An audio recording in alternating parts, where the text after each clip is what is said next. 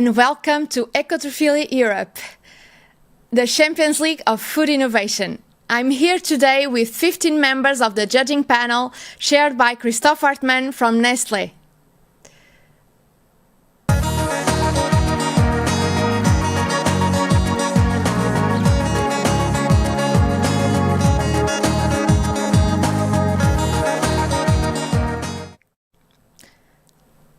Welcome to the Les Croque Magnons, l'équipe from France. Hi. Hi. Hello. You have 10 minutes for your presentation. You have the floor.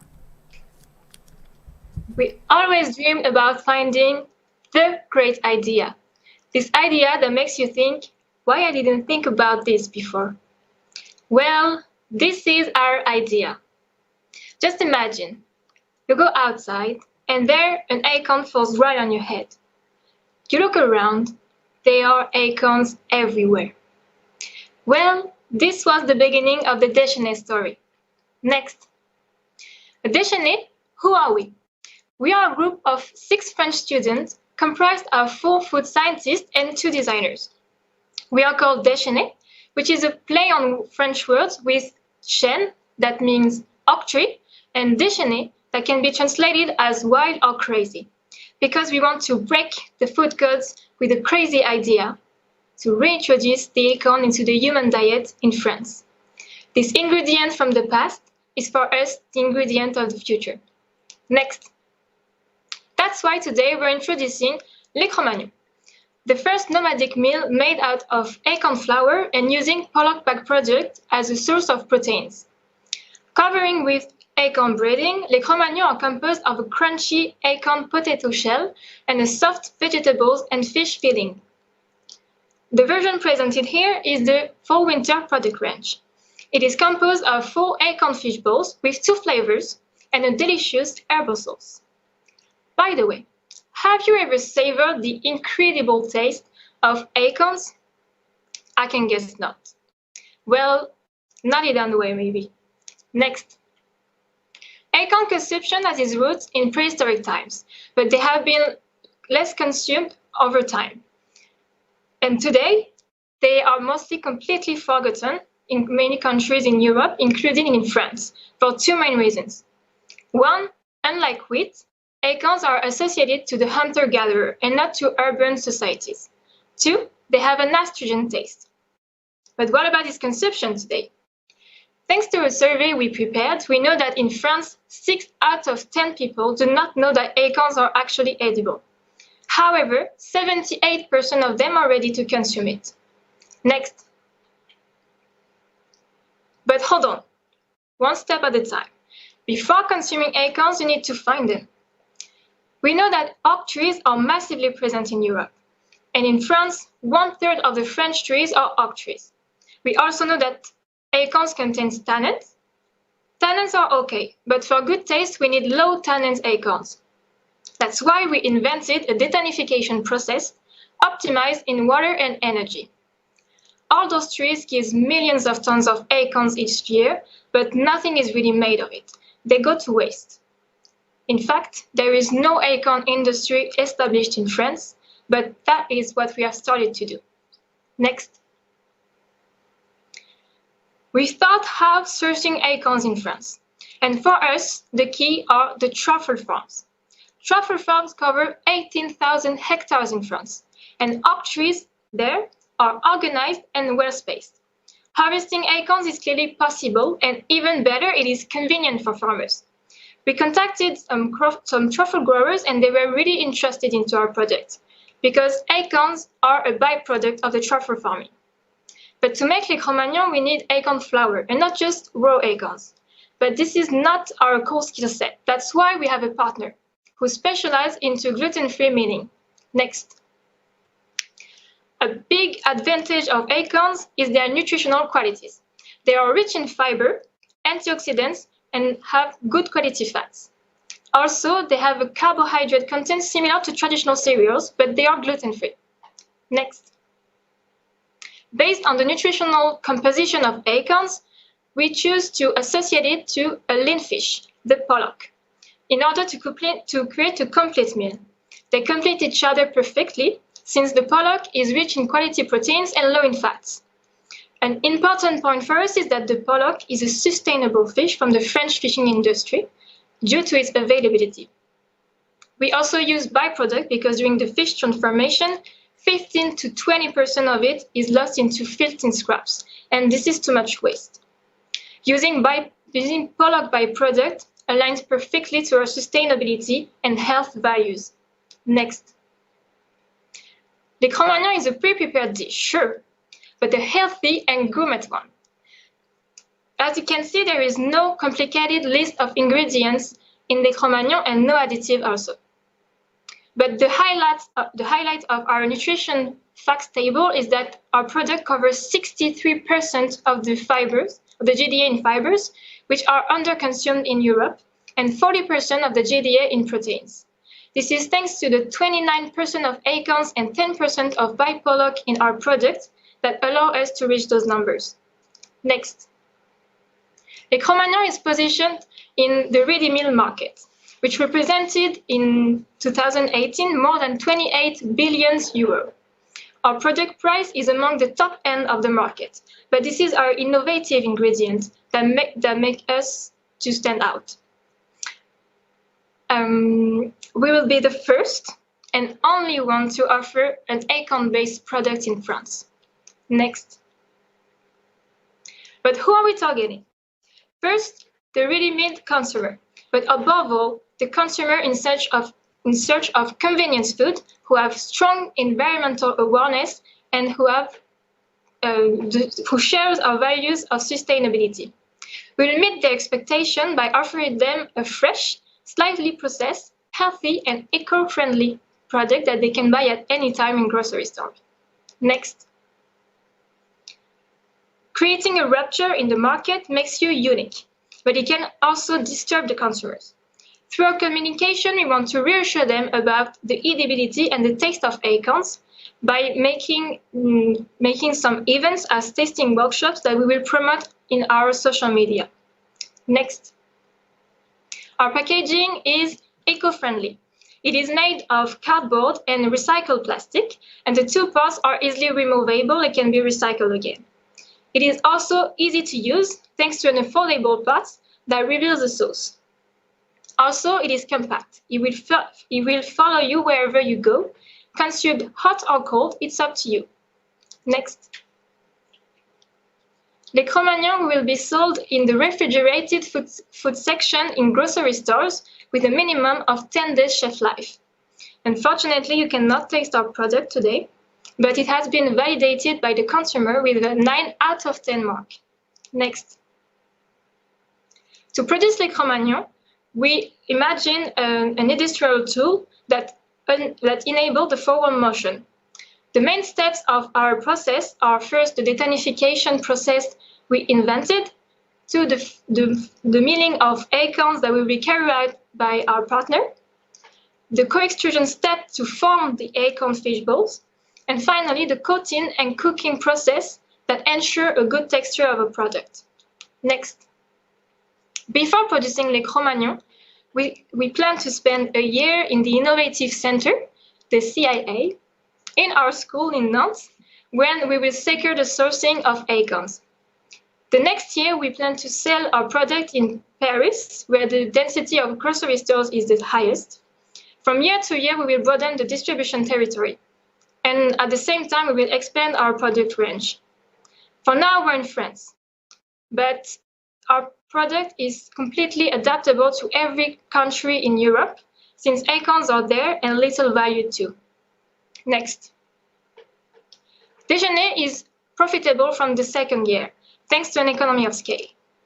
Also, we make a quick return on investment, that allow us to invest and develop our brand. Next. So why should you choose our product? Because the use of acorns makes sense for us, because of nutritional and healthy aspects. For them, the people 1 minute. in the French industry and agriculture, and for everyone, because it is good for the environment. With Déjeuner, let us be inspired by the past to fit the future. Next. Thank you for your attention. Thank you, Les Croque Magnons by Déchaîné. We are going to pass through the questions and answers from our jury panel. The 15 members from the different countries in competition today, shared by Christophe Hartmann. Yes, hello. Hello, good morning, Les Déchaînés. Thank you very much for your very inspiring presentation. That is really something I think new to all of us. And I would like to invite my panel colleagues to raise their hand if they have questions. I have a couple of them, but I would like to give the floor first to my colleagues.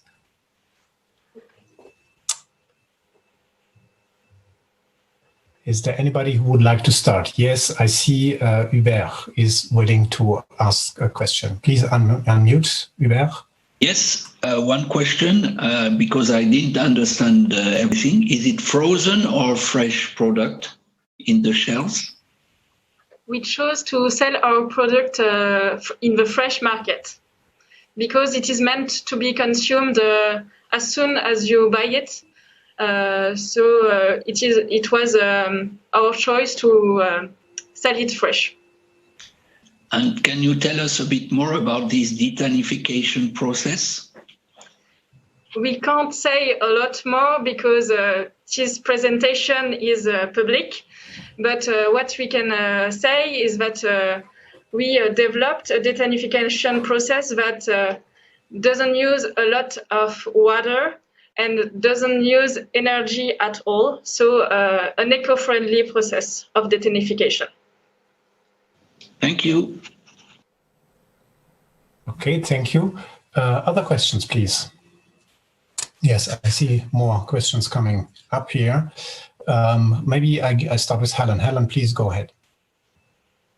Hello. Can I ask how many different flavour varieties it will come in, and are any of them suitable for vegetarians or vegans? So our first product will be the fish version, but we know that acorn is really a basis for numerous recipes. It can be associated with a lot of different tastes, a lot of different vegetables and meats. So, of course, we plan to develop other recipes like vegetarian and a meat version that we will sell in the future in order to seduce every consumer with the various diets that they can have. Okay, thank you. Then I would hand over to Aparajoy, please. Hi, really good presentation, guys. Quick question: Have you thought of labeling? Because when you say it's really high in fiber or a source of protein, how do you plan to give this message to the common consumer? And can you write high in fiber according to the EU laws as well? Yes, our recipe we developed it in order to be able to write this allegation that we can use in France and in other European countries. And then we have Case, please. Found the button very interesting, and my compliments for you being the first to kick off this very special session. I have a question though. Actually, I have more. The issue I'm struggling with is that it is not a field where you grow and harvest. It is something that you pick out of a natural area. And then I looked at your HACCP analysis, and you said you did it, but I couldn't find the critical control points in your flowchart of the factory. And just one very simple question: what would be your major concern if you check the quality of the acorns that enter the factory? Can you please repeat the question? I'm sorry. What would be your major concern for the quality check for the acorns entering the factory? So, as for other fruits like hazelnut or chestnut, there will be control points for the acorn entering the factory. This mainly concerns our partner who will transform the acorn into flour. But yes, we plan to control the acorn that are entering, like for example, for the insect or parasite that we can have in the fruit, because it's a natural resource. But there are a lot of different processes that can be applied to the flour in order to make it perfectly edible without parasites. Okay. How are the acorns harvested?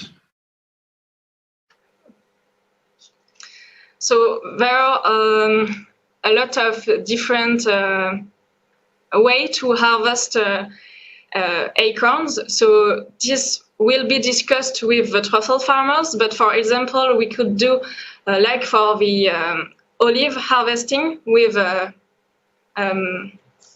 nets. Thank you. And also there are special machines to harvest the acorns that are already existing on the market. Okay, fascinating. Can I ask one question more? Mr. Chairman? Yes. One question more. You say you aim at the top end market price position. And now I am from the Netherlands. So my immediate response to that is how are you going to tell the consumer that they have to pay a very high price for a product that they can basically get themselves for free in any forest? So we know that our prices are high, but this was a choice because we wanted to use quality ingredients coming from France. So of course, this results with higher cost in our raw materials, but also our goal is to dynamize the French agriculture and agronomy. So we need to pay them in order to do that. And our product is not just an acorn that they could find in the forest. It's an already prepared meal that is tasty and already associated with really good flavors. Merci beaucoup. We have a question from Tim Hogg. Tim, it's your turn. Thank you very much. Very nice idea. Very well presented. Thank you very much. Two very small questions. One, it seems to me you have an interesting innovation, which is just bringing the idea of acorn flour or processed acorns from France into food production. I suspect if your product has some success, then there are going to be other people wanting this raw material. Have you thought about that and how you can make sure you can make sure you've got a supply of this raw material? The other thing is, very briefly, have you thought about the shelf life concerning the migration of the liquids filling into the matrix, into the outer core? That seems to be, well, maybe you studied that. I'd like to hear you anyway.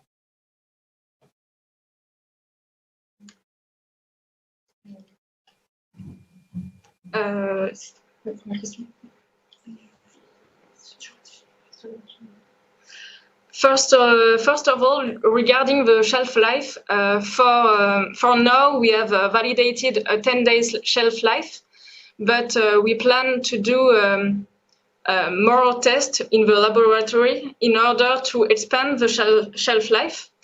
And regarding the liquid insert, it's something we have thought about, and we made different tests that we already also presented in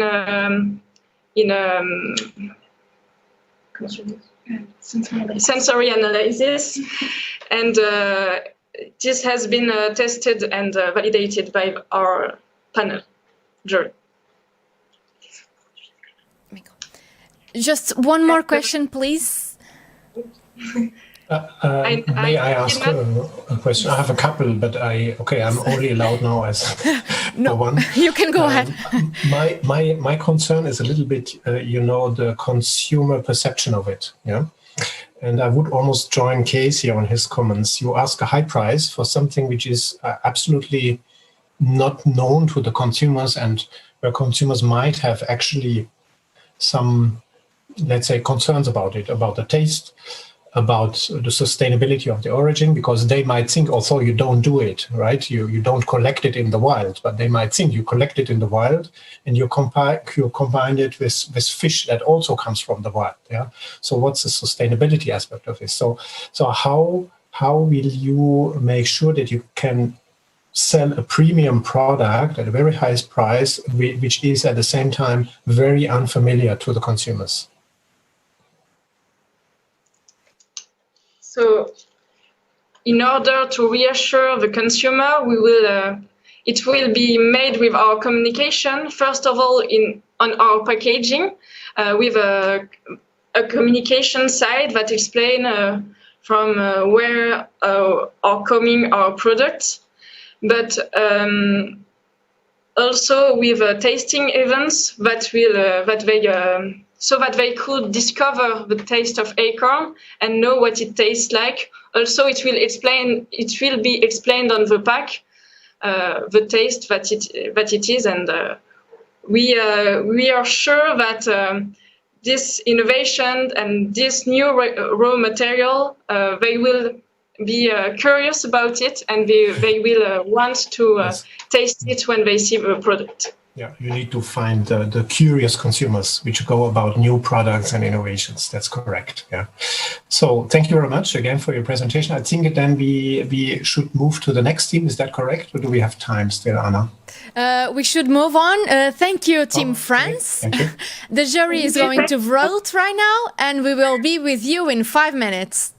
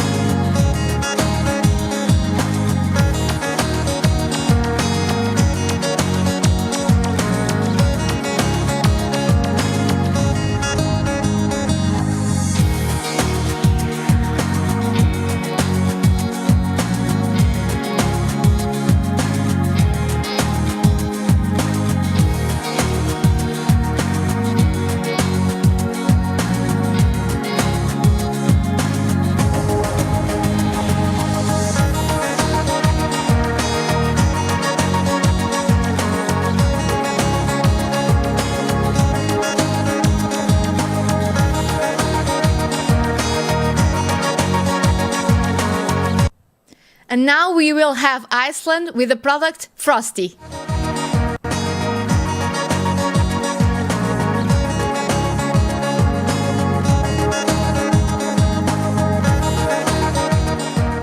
Welcome, Team Frosty. You have 10 minutes for your presentation. You have the floor. Thank you, and good morning, Paris. On behalf of Team Iceland, I will be presenting our product, Frosty Skyr. We are a team of 2 from the University of Iceland. Next. My name is Guðrún, and with me in the team is Anita. We met while studying food science at the University of Iceland in 2017.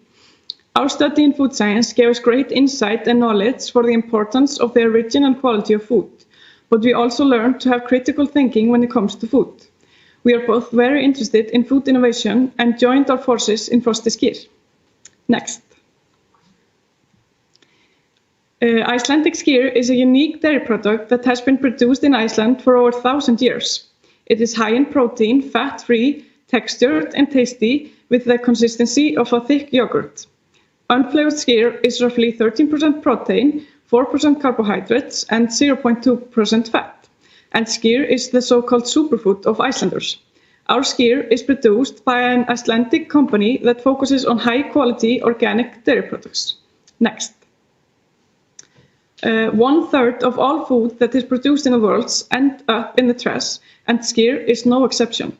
There's an enormous waste of skyr in Iceland, and for example, in 2019, over 10,000 doses of skyr were thrown away directly into the trash, only at one Icelandic supermarket. Skyr is a very unstable food product, and the shelf life of skyr is only about 1 month. It is very difficult to export skyr abroad, especially because of the large volume of liquid that makes the skyr very heavy, and it also needs to be stored in the refrigerator. As of today, skyr can only be bought in plastic packaging, but we have a solution to this problem. Next. Our solution revolves around freeze-drying. By freeze-drying the skyr, all of the water is removed from the skyr, and this unstable product has now become very stable. Now the skyr does not need to be stored in the refrigerator and can be stored for many years without the use of preservatives. Frosty skyr is 80% lighter and 5% cheaper to export than regular skyr. Now Frosty skyr can counteract food waste by freeze-drying skyr that is almost expiring and therefore give it new life. When skyr is freeze-dried, it turns into flakes, but we have compressed the skyr into a tablet, so now unpackaged skyr can be sold for the first time. And you can see the skyr tablet here on the left, and I also have it here with me. Next. Frosty is composed of freeze-dried, lactose-free organic skyr flakes. Frosty has a delicious vanilla flavor and organic loose spirulina algae that does not affect the vanilla flavor. Frosty is also enriched with probiotics, and therefore we provide our customers with a product that keeps their gut microbiome healthy. Spirulina is an algae and is one of the most nutritious foods available in the world, or a so-called superfood. And we found it ideal to mix our Icelandic superfood, the skyr, and the superfood spirulina together and get this innovative result that is Frosty. Next. Frosty works by mixing water together with the skyr flakes, and then you get skyr again in its original form. And the freeze-drying does not affect the smell, taste, or texture. And now we're going to show you a video demonstration of how our product works. Next.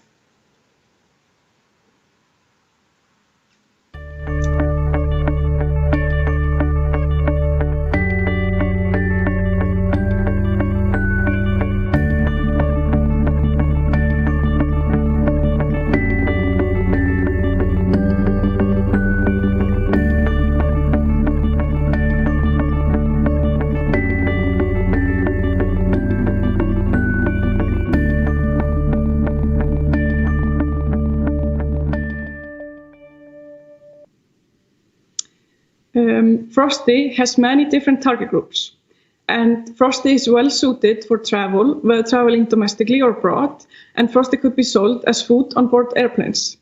Frosty is ideal for athletes and healthier people. There are 19 grams of protein in 1 serving of Frosty, so the product can also be used as an Icelandic protein powder for smoothies. Frosty is well suited for outdoor activities, whether it is for long mountain hikes, for camping, for sailors, or even for astronauts as space food. Frosty is also an ideal product for export. Next. When choosing packaging for our product, we wanted first of all to aim for quality packaging that would keep our product safe and also be easy to recycle. Our product is especially sensitive to humidity, heat, and sunlight, so we needed to find a packaging that would check all of those boxes. The first option we chose were aluminum cans with a resealable lid, as you can see here. Aluminum is easily recyclable and is a better choice for the environment compared to plastic or glass. Aluminum is, on the other hand, quite expensive, especially at the start of Frosty's production, and it is quite bulky. The other packaging we ended up with is an eco-friendly resealable plastic bag. The plastic bag is made from plants and is compostable. That way, people can throw it in their general waste and the packaging will decompose over time. And both environment-minded consumers and non-eco-friendly consumers can then recycle the product in an easy manner. The plastic bag is also more compact, lighter, and cheaper than the aluminum can. It also meets all of Frosty's safety parameters. One packaging of Frosty includes 10 portions of pure Icelandic skyr, so consumers no longer have to buy 10 portions of skyr in separate plastic packaging. We will also keep an eye out for new and more eco-friendly packaging in the next few years while focusing on a high quality and safe product. Next. There's a great demand for nutritious and stable products that can be sold packaging-free nowadays. With the increase in tourism in Iceland and the popularity of skyr, it has spread all over the world and the demand is increasing every year. Now, with our product Frosty, it is finally possible to meet this huge demand for skyr abroad. 96 tons of skyr are sold annually in only one of many supermarket chains in Iceland. We already have a fully finished product in the hand, and the plan is to start sales in January 2021. Next. With Frosty, we first and foremost want to create a good reputation so that our customers can place their trust in our product. We plan to distribute Frosty to health, outdoor, and camping stores around Iceland. We're also going to sell Frosty in online grocery stores. There are no sales commissions there, and then people all over the world can buy our product and get it delivered to their doorstep. The first 2 years, we will finance our production by grants for entrepreneurs in Iceland. We will also depend on investors that will buy a share in our company. All our profits from sales the first 2 years will go towards starting up our own facilities. We know that the freeze-drying method can be very expensive, but here in Iceland, we have a very cheap geothermal energy compared to other countries, so therefore we can use our geothermal energy to reduce the proportion of electricity. And therefore, the production of Frosty can be profitable in Iceland. We are going to advertise our product in a popular health food magazine in January 2021. At that time, many people are focusing on fitness and health, so we assume that is the best time to start selling our product. Next. Frosty operates under Icelandic food law, which is based on EU laws and regulations. The main food safety concern regarding our product is general hygiene, since relatively safe ingredients and preservation methods are being used. In order to gain organic certification for our skyr, we need the approval of TUN, the independent inspection and certification body for organic production in Iceland. But this matter has to be further investigated before starting up production. Next. Frosty is committed to preserving and enhancing the community by making organic food products that have a low impact on the environment. Establishing foothold in foreign markets is the main long-term goal of Frosty, as well as expanding our product range. We want to prevent food waste by freeze-drying skyr that is on its last day of shelf life. That way, skyr will get a new life instead of being thrown away. Our goal with Frosty is to present algae in food, and after consumers try Frosty, then they hopefully will be more open to try other products that include algae. We also want to sell Frosty in bulk stores and package free. 1 minute. Next. Yeah. Before we thank you for your time, we would like to point out to take a closer look at the Icelandic flag. And then you will see that these are skyr cans, and this is the amount that is thrown away in 6 months at only one Icelandic retail chain. But these skyr cans could have had a better and longer life with Frosty. Thank you very much. Thank you. We'll then go to the jury for the questions and answers. Yes, hello, Gudrun. This is Christoph speaking. Thank you very much for your wonderful presentation. And also best regards to your colleague, Anita, who was not able to join today. And that was great work. It's very interesting. I assume we have a lot of questions from the panel, don't we? Please raise your hand if you wish to ask a question. Yes, I see. Maybe let's give a first go for Daniela and then Emmanuel. Thank you. Well, Daniela from Germany. You say that your product is eco-innovative and you bet on to prevent food waste, but with freeze drying, it has a very high energy consumption. So how can you tell the consumers that it's really eco-innovative if you freeze dry your product? Mm-hmm. Exactly. So that's why we want to have our production here in Iceland, and we have a very low, geothermal energy is very cheap, and we can use that instead of electricity to freeze dry the skyr. So it is best to do it here in Iceland compared to other countries in the world, and that is how we are going to reduce the electricity and the energy used to keep the production here. Mm-hmm. Thank you. Very nice product. Thank you. And we had another question from, was that correct, Emmanuel? Yes. Yes, indeed. Okay, Emmanuel. Yes, I would like to ask if it's a good choice to choose a blue color for a food product. Mm-hmm. We know that it's not very common to see blue food, and especially in nature. But spirulina is very popular, and it's also very nutritious and a superfood, like I said. And it has gained very popular all over the world, the spirulina, and especially in smoothie bowls and like health trends. So spirulina is very trendy right now on the market. And even though people might not, this blue color with a vanilla flavor, people might not recognize that, but we see it as like something new and exciting, and the spirulina, we want to introduce that. So even though it's not right now very common, it is gaining more popularity, this blue spirulina pigment. So yeah, that's our goal. Okay, thank you. Okay, thank you. We have many more questions, so I rush a bit. Next one would be Case, please. I take them top down from the list. Case, yeah, are you ready? And thanks. Well, first of all, a compliment for your more than excellent English and the presentation on your own, which is extraordinary. Thank you. In line with the others, let me focus. You say we have cheap geothermal energy, which is hot water.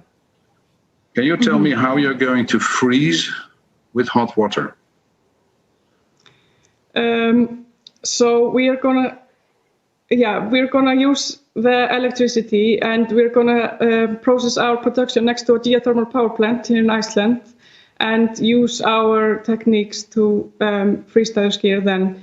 So we'll be using electricity for that, but it is very much cheaper and much more efficient to do it here in Iceland than in other parts of the world. So yeah.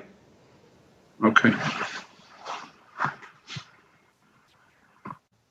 Then we would have, thanks Gudrun. Then we would have Tim. Tim, would you like to go next? Yeah, that's very, very interesting, original product. Thank you very much, and very well presented. This is one of the ones, it's a shame we can't taste it, because really like to see how this rehydrated. My question is to do with your initial idea. So you're hoping to use as your raw material skyr, which is coming to the end of its shelf life. If this is the case, then you have the process of having to open all these packets and emptying them out. Is this right? Or are you talking about skyr, which is, and that seems to me a very artisanal and high cost process. Have you thought about how you could scale that up at all? So skyr is both sold in these single-serving like containers and also in kilo buckets. So we want to both use fresh skyr and freeze dry that, and it is much cheaper to export like that. But we also, so we're going to use like 50-50. So save skyr that is coming to the end of its shelf life, but also use the fresh skyr. So it will be, of course, it's much more tedious to open all the packets and everything, but at least at the start of our production, that is what we set our goal to, and that is what we see as a possibility right now. But then we'll just see what the future holds, and yeah. Bertrand, it's your turn. Thank you. Yes, great presentation. Thank you. First question is, can you tell us how you came to that combination of flavor and the spirulina and the vanilla? Did you try different combination, and how did you decide to go for this one? Yeah, so we actually started developing this in the University of Iceland, which is, so this skyr, and we decided to use vanilla flavor because that's the most common flavor that everybody likes and everybody knows. And then we tried different spirulina. I tried also green spirulina and this blue spirulina pigment. And the green spirulina powder, as most of you probably know, was very grainy in the skyr and the texture was not really nice. But then we tried the blue spirulina pigment. It is much more finer and there's no taste of that. It doesn't affect the vanilla flavor at all. So we thought it was just really smooth, really nice texture. And it just increases the nutritional benefit of the skyr and gives it this blue, light blue color. So that's how we decided on the product development. Thank you. And just one quick other question about the pricing. Can you tell us through your pricing strategy there? Where do you place how did you decide on the price and of the product? Yeah, so we are going to be working with an Icelandic dairy company that produces organic milk, and we want to also use online grocery stores, and that way we don't have to pay sales commissions, so that way we hopefully can have our product cheaper. And and also with the online grocery stores, it's very easy to have stock and always have stock more. So we want to keep it, of course, as cheap as possible, but also in the one packaging, this is 10 portions, so people might be shocked, but it's still going to be the same as just regular skyr. So we are not going to have it cheaper than, more expensive than a single serving of skyr times 10. But also we're going to sell it package free in box stores, so people can just shop this by weight and buy 10 if they want, or 20 or whatever, and then they can kind of control it like that. Okay. Bertrand, that was fine, right? So then, it would now be Helen's turn, and then Bennett. Okay, so this should be a fairly straightforward first question, which is how long can you keep the skyr once you've rehydrated it, and do you have to keep it chilled once you've rehydrated it? So in the home, I'm talking about. And then the second thing is your branding, the name Frosty. So this may be because I'm a native English speaker, but to me, Frosty would imply that this was actually a frozen product, not a dehydrated product. And I know a product called Frosty Paws, which is a dog ice cream. So maybe that's what. 1 minute. Have you checked with people that they expect this not to be frozen? Yeah. So first of all, when you rehydrate the skyr, then it's just, again, like regular skyr, has to be kept refrigerated, and the shelf life is about 1 month. So we would suggest keeping at home just the powder like this freeze-dried, and then as soon as you want to eat it, then you can rehydrate it. But with the Frosty name, we originally settled down on that because we wanted it to represent frost and freeze-drying, and people, of course, can interpret it like it's frozen, but hopefully just with our marketing, we will keep that away. So we originally thought Frosty as Frosty, but I can see why people would interpret that way. Good. Good one. I would like to give the floor to Bennett for the last question. I think we have this time if both question and answer are concise. Please go ahead, Bennett. Yes, thank you very much. Congratulations for the presentation. We love at home Square since we visited some years ago Iceland. As you mentioned, it's quite difficult to find it in Spain. Quality is clear. And the thing is that have you tried different quality waters? I mean, how the quality of the water, if it's a hard water, soft water, a tap water with chlorine, how does it affect the taste of the product? Thank you. Yeah. So as what we've tried many different liquids and not only water. We've tried some fruit juices, we tried sparkling water, but the skier has always rehydrated and kept its original texture. So we don't see that as a problem, but for now, for what we've tried at least with this prototype, it has none of the liquids have affected the taste or texture or anything. So at least for a prototype, it will be, Okay, thank you very much once more for this very good Q&A. I think I give back the lead of this session to Anna. Is that correct? Anna, are you there? Thank you. Yes.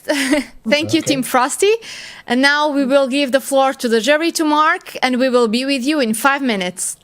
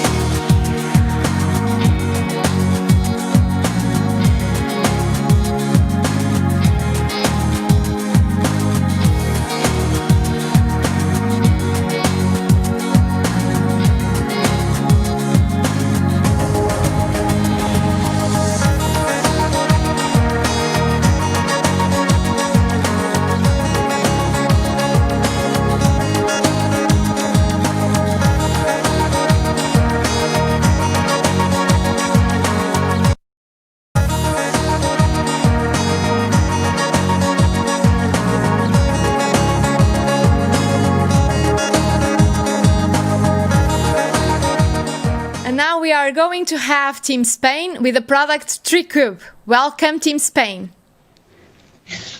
Hello. Hello. I will give you the floor, but I think that first we will have your video.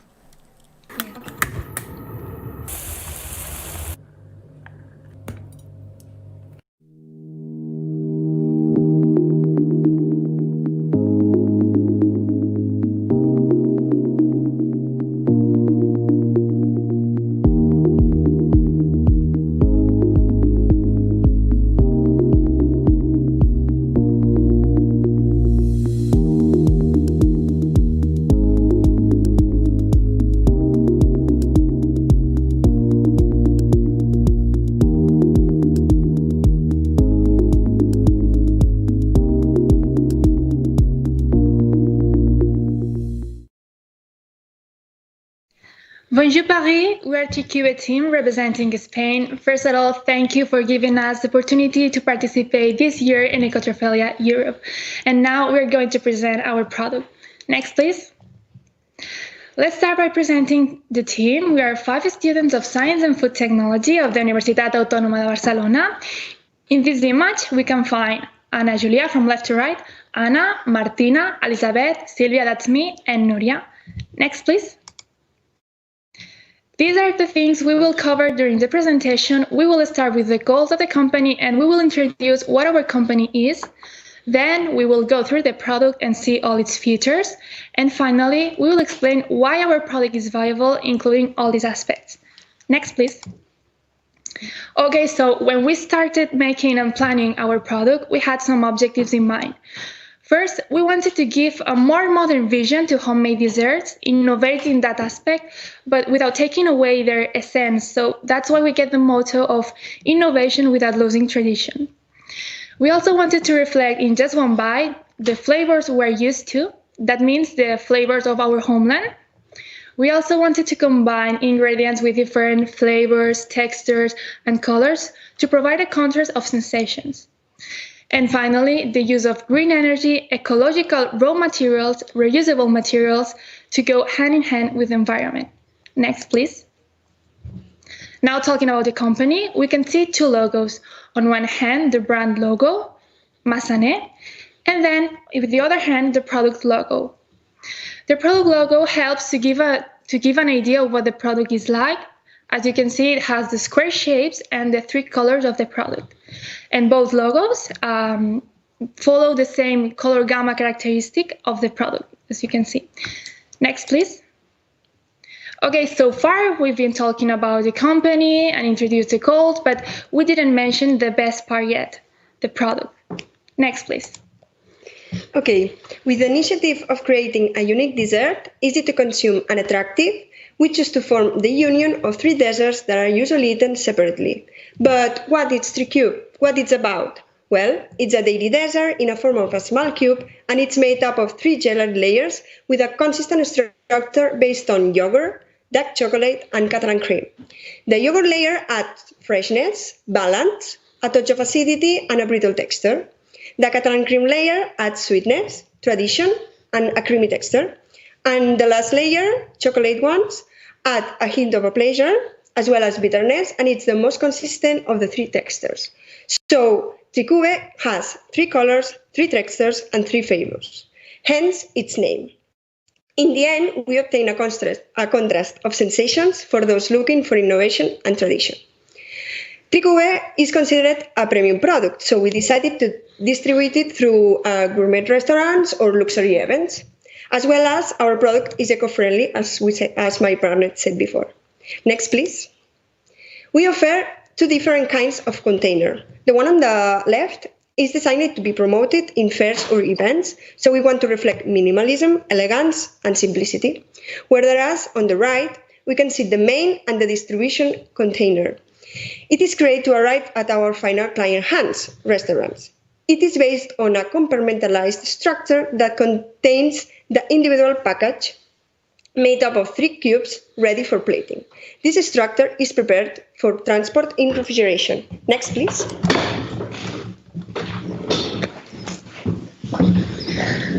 An important part of the innovation process is focused on the container. It's made of two parts. One is the mold, made by a polypropylene material that can be sterilized with an autoclave, and the other one is a biodegradable heat-sealable film. This container is kept throughout all of the production cycle, since it is mold until it's plated. In order to be reused, the restaurant must return all the molds to the plant to be cleaned, sterilized, and put back to the productive cycle that maintains our circular economy.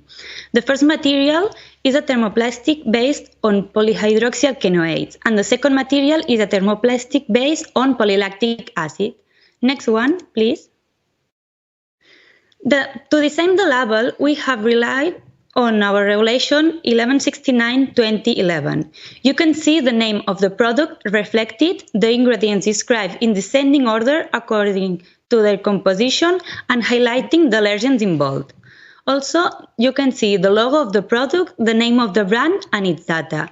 We also can see the storage conditions, the net weight of the box, its expiration date, the batch, and the barcode are also visible to the consumer. Finally, you can see the nutritional information per 100 grams and for one serving, 12 grams. The order of the information is dictated by the legislation. Next one, please.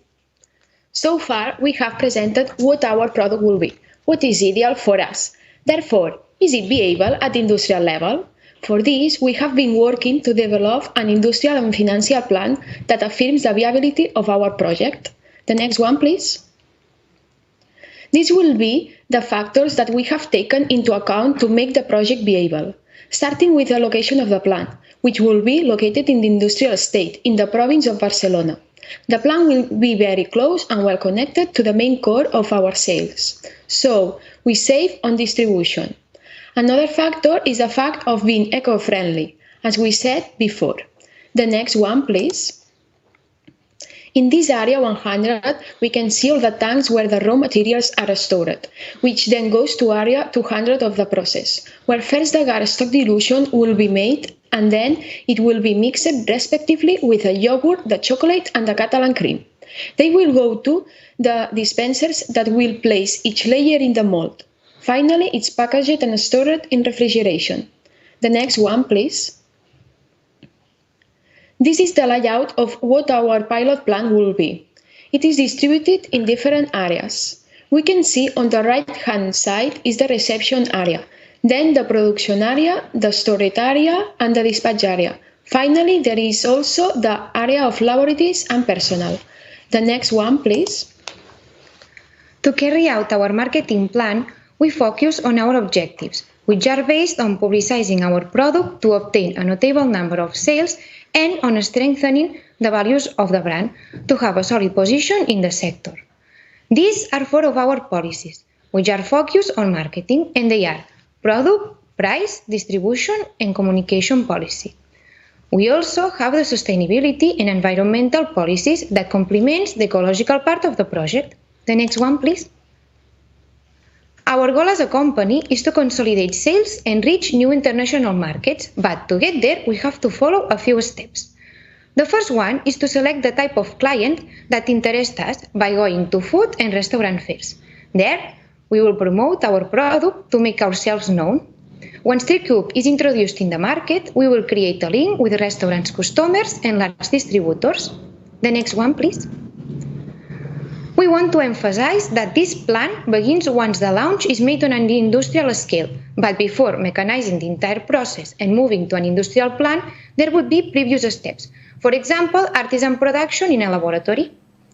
To carry out the financial plan, we wanted to create three scenarios: pessimistic, realistic, and optimistic, to be able to study in broad strokes the benefits obtained in 3 years.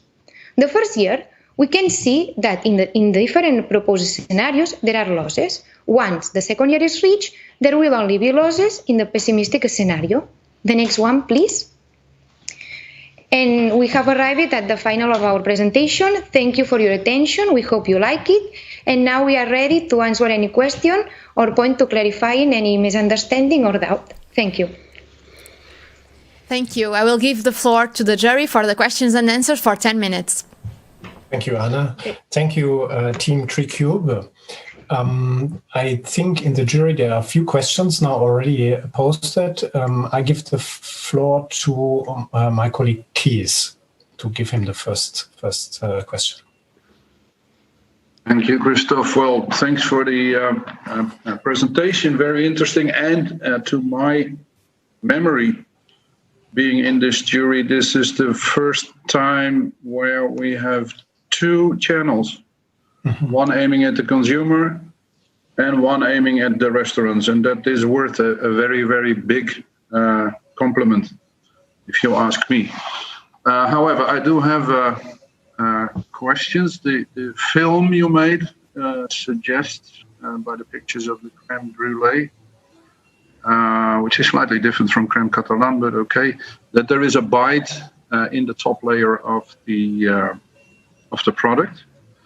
And if the answer to that is yes, it is. Unfortunately, we cannot taste it. How do you deal with water migration in the product towards this crunchy top layer?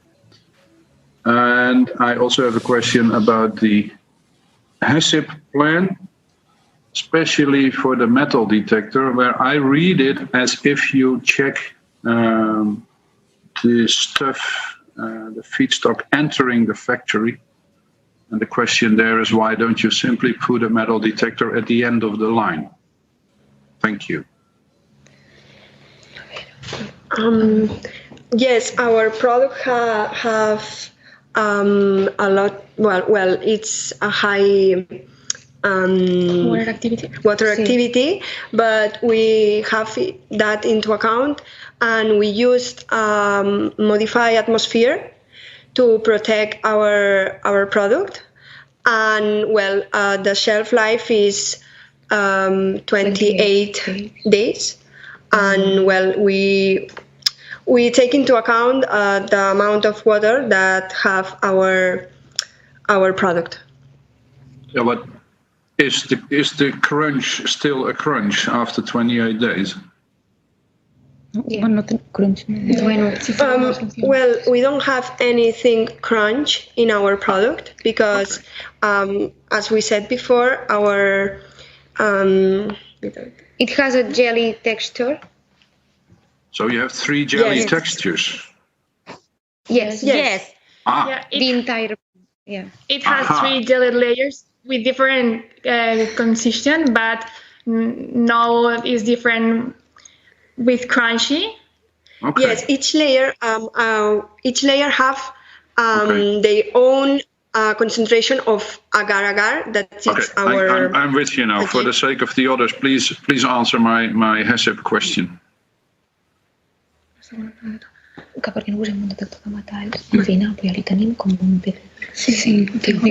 We have a metal detector at the end of our production line as a CCP at the A CCP.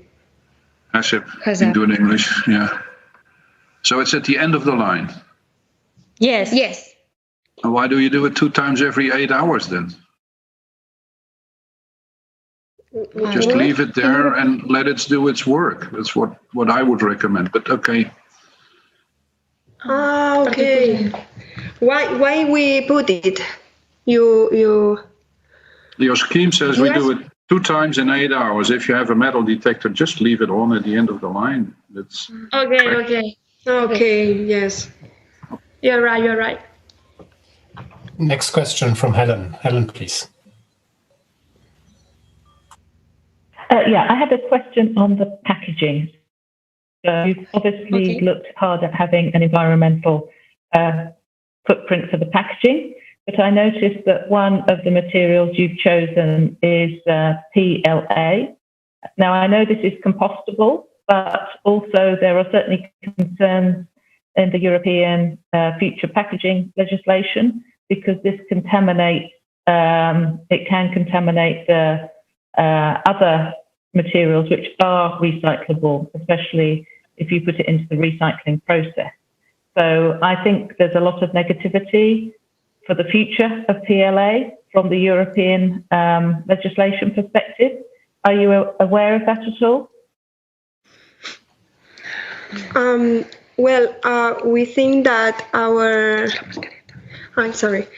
we think that material, the content of material of biological origin in both elements is higher than 99%, I think. Well, and that's why we put that to film.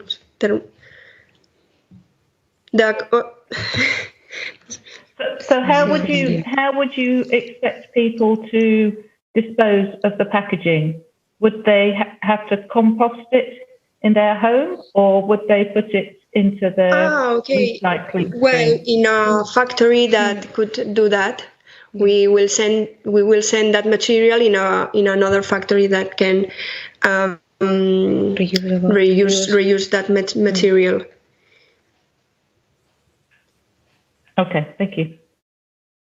We have a question from Bertrand, please. Yes, thank you.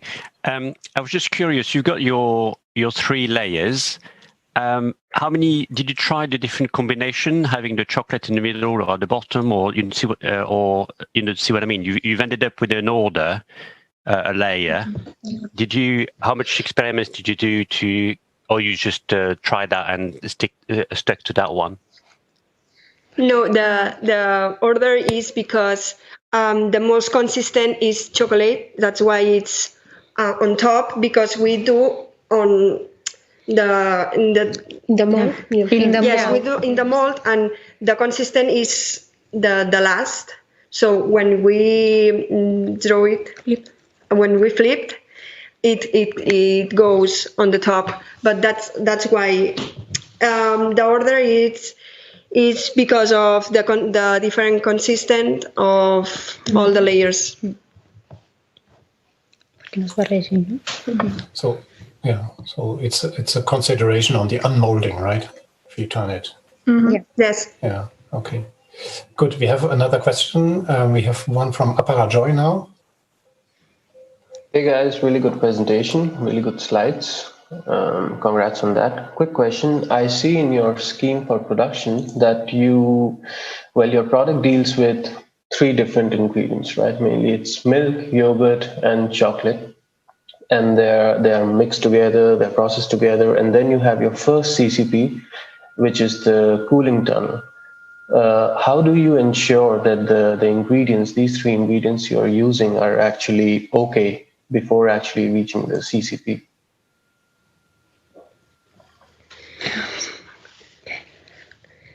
Because we use a room that is sterilized, a white room, and that's why we can determine that it's. There we verify that the entire process is safe for health.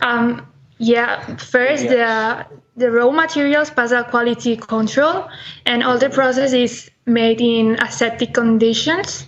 So that's why we think that the ingredients are ready to be processed in the tank.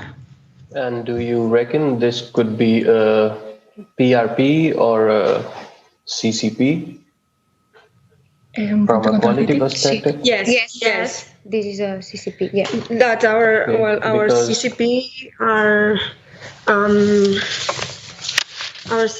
It could be a prerequisite to that, but I just didn't see that in the report. That's why I was asking. 1 minute.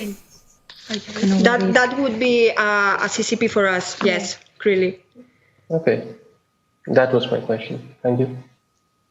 I have a question related to your 2-channel approach. Yeah.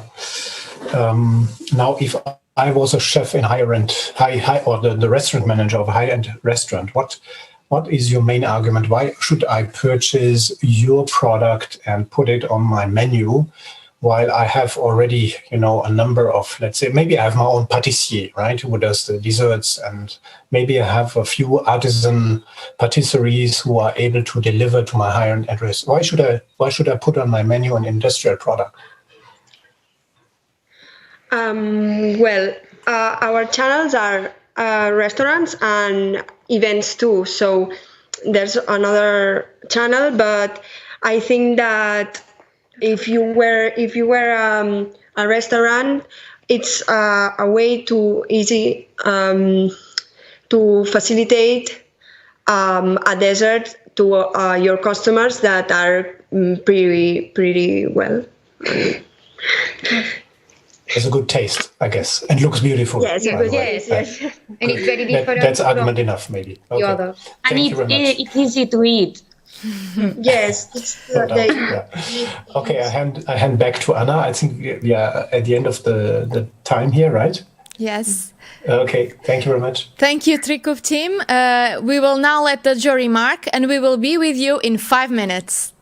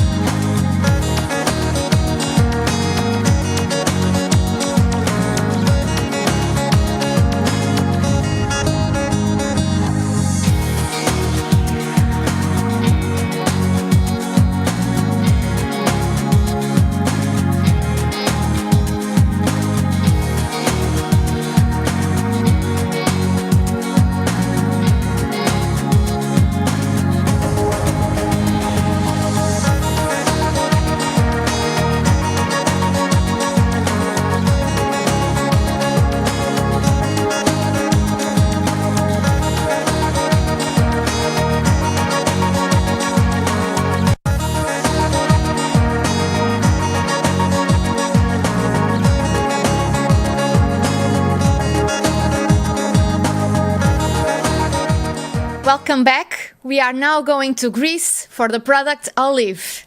Welcome, Team Greece. You have 10 minutes for the presentation. Good morning. We are Team Greece, and we're here to present to you our project, Olive. Next. My name is Christos Stoliopoulos. I'm the Vice President of the Olive Company and your presenter today. Next. These are the rest of the members that contributed to the development of our product. Next. Starting our journey in the University of the Aegean, we, as a team, had a deeply rooted belief that we will become entrepreneurs. The idea of giving purpose to a problem like the olive oil industry waste looked very tempting. So we embarked on developing our product, and for the production trials, we collaborated with the Papadopoulos company. And we did it. We're the winners of the Greek competition, and now we strongly believe that we will be the winners in Europe as well. Next. The whole sustainability concept was to design a product that is environmentally friendly in more than one aspect. Eventually, we came up with the idea of waste valorization by utilizing the olive seed flour and creating a ready-to-eat snack. Next. So, what's in the name Olive? The name has a dual meaning, an obvious one, highlighting the innovative incorporation of a byproduct of the olive oil industry, and a hidden one, the word live, echoing the nature of the product since it's a high-energy snack with great nutritional value. Next. Olive is rich in fiber and protein and is unique as it is the first breast stick to contain a filling, which comes in 5 different flavors. In the spirit of the From Farm to Fork initiative and ingredient provenance and transparency strategy, it consists of 100% locally produced Greek fruits and vegetables. Next. The product was developed based on 4 different innovations. Its unique rolling technology, as you can see from its shape, the use of olive seed or pomace flour, as well as lyophilized Greek yogurt. And last but not least, the use of a fully recyclable ecological packaging instead of the typical non-recyclable plastic one. Next. This slide depicts the main ingredients for the recipe of the breadstick and the filling. As you can see, we focus on the simplicity of our ingredients, and neither recipe contains palm oil. Next. The different flavors of our product stem from the use of 100% local fruits and vegetables, based, as mentioned earlier, on the principles of the From Farm to Fork initiative. Next. The result is 5 distinct flavors that satisfy different consumer needs and taste preferences. We're starting with the first 2 vegetable versions. Specifically, we designed the flavor with beetroot and pumpkin seeds, and one with spinach and courgette. Both have a velvety and creamy texture, and the flavor indicative of the vegetables they contain. Moving on, we have the 2 fruit versions. The first consists of berry-powered strawberry, lotus, and aronia, while the second one consists of orange, yogurt, and rosehip. Both are characterized by a creamy texture and a balanced acidity, while the combination of ingredients offers a chilly and refreshing aroma. Moreover, a premium version was developed with tahini, hazelnut, and carob syrup that offers a velvety and indulgent mouthfeel experience. Finally, a feature of all our products is the preservation of the crunchy texture of the breadsticks, combined with the light and creamy texture of the filling. Those elements lead to a strong but characteristic contrast of textures in each bite, which contributes to the uniqueness of our product. Next. Here, we prepared a short-length video in order to showcase an indicative manufacturing process for Olive. The stored raw materials are weighed and then enter into the mixer. The ingredients are then mixed and kneaded to form the dough. The dough is transferred to the conveyor belt and, going through various stages of molding, takes its final form and thickness. At the same time, the filling materials are weighed and mixed in special vessels and are then introduced into the filling machine. The final dough sheet, moving on the belt, goes through the cutting machine, where it is cut into the appropriate size in order to obtain its final shape with the use of small metal rods. The formed breadsticks then travel along a conveyor belt to the oven, where the baking takes place.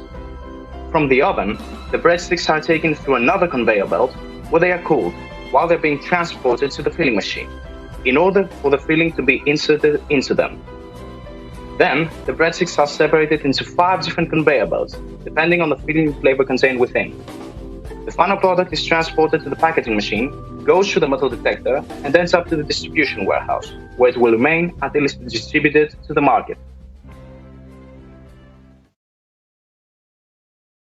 Next, we have identified key critical control points in order to eliminate potential physical, chemical, or biological hazards that might threaten the health and safety of the consumers. Those CCPs are the receipt of raw materials, the thermal processing stage, the filling of the breadstick, and the metal detector. Next. In order to determine Olive's self-life, accelerated self-life tests were performed, after which the self-life was set at 7 months, given the fact that the breadsticks have a low water activity. Regarding the sale price of our product, a competition study was conducted. As a result of this, our first 4 flavors cost 2.5 euros per unit, and the premium product costs 2.8 euros per unit. Next. Olive's packaging can be described as all paper, as it consists of a PLA lid and a cardboard body that is fully compostable. If I can draw your attention to the spider chart shown here, the packaging material used for Olive has a lower environmental impact compared to a common PET container, which enhances the product's sustainability by having a low carbon footprint. Its practicality is enhanced by its reclosable lid, which allows the consumer to open the container, remove a few of the breadsticks, then close it, and save the rest for later, all in the spirit of balanced nutrition and portion control. The packaging is decorated with an eye-catching label, which depicts each version's tagline and main ingredients, as well as all the information required by European legislation, which is provided in both English and Greek. The colors of its packaging were inspired by the main flavor ingredient in each version. Next. The initial strategic marketing approach targets audiences aged mainly 15 to 45 years old. The profile of individuals is characterized by limited free time throughout the day, the need for a balanced diet, and intense environmental concerns. Next. Regarding the strategic gap, our market studies showed that so far there are no filled breadsticks in the market. At the same time, the attainment of 2 nutrition claims for our product enhances its market power. Finally, the variety of flavors increases the range of potential consumers. Next. Despite its many innovations, Olive is feasible to produce. Also, according to the 10-year capital budgeting study, our project is profitable. Next. This slide depicts the 6 major European olive oil producing countries and the amount of the produced solid waste. In particular, Spain, Italy, and Greece are the top 3 producers of the total olive fruit production in Europe, with close to 8 million tons of solid waste, so you get to see the huge perspective of our idea to utilize them. Next. Next slide. Olive's design has been based on the pillars of the From Farm to Fork initiative, whose main objective is to enhance the sustainability of European food systems. Olive meal waste is divided into liquid and solid waste, which, based on the type of meal, differ in composition. The very high organic load of the waste creates difficulties in disposal ecosystems. In Greece, the European rules of waste management cannot be applied strictly, as most olive mills are family businesses and small-scale enterprises scattered around olive production areas, making individual on-site treatment options unaffordable. Next. A similar case is that of whey, a byproduct of the dairy industry that caused significant environmental problems in the past. Nowadays, sophisticated technology has led to whey utilization, as it is treated and transformed into various food products. Next. Concerning our future goals, there is a true potential to utilize the 1.2 million tons of waste and produce olive seed or pomace flour, in collaboration with different olive oil mills around Greece. This will strengthen the Greek market and open a way to exploit byproducts that massively pollute the environment. Moreover, we aim to increase the SKUs. 1 minute. Along with tapping into international markets.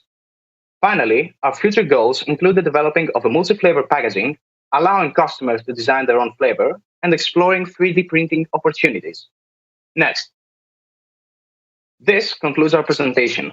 We hope we gave you a really nice flavor of our innovative and sustainable product and brand ethos. We're at your disposal for any questions. From all of us here in the Olive team, thank you very much for your attention. Thank you. We will now go for the questions and answers for 10 minutes for the jury. Yes, hello, Christos and team. Thank you very much. That was a very inspiring and interesting presentation. Let me please ask the first question this time. Your video actually suggests that you have already an industrial setup to produce your. At which stage in your project are you actually? Do you already produce and sell, or what is it?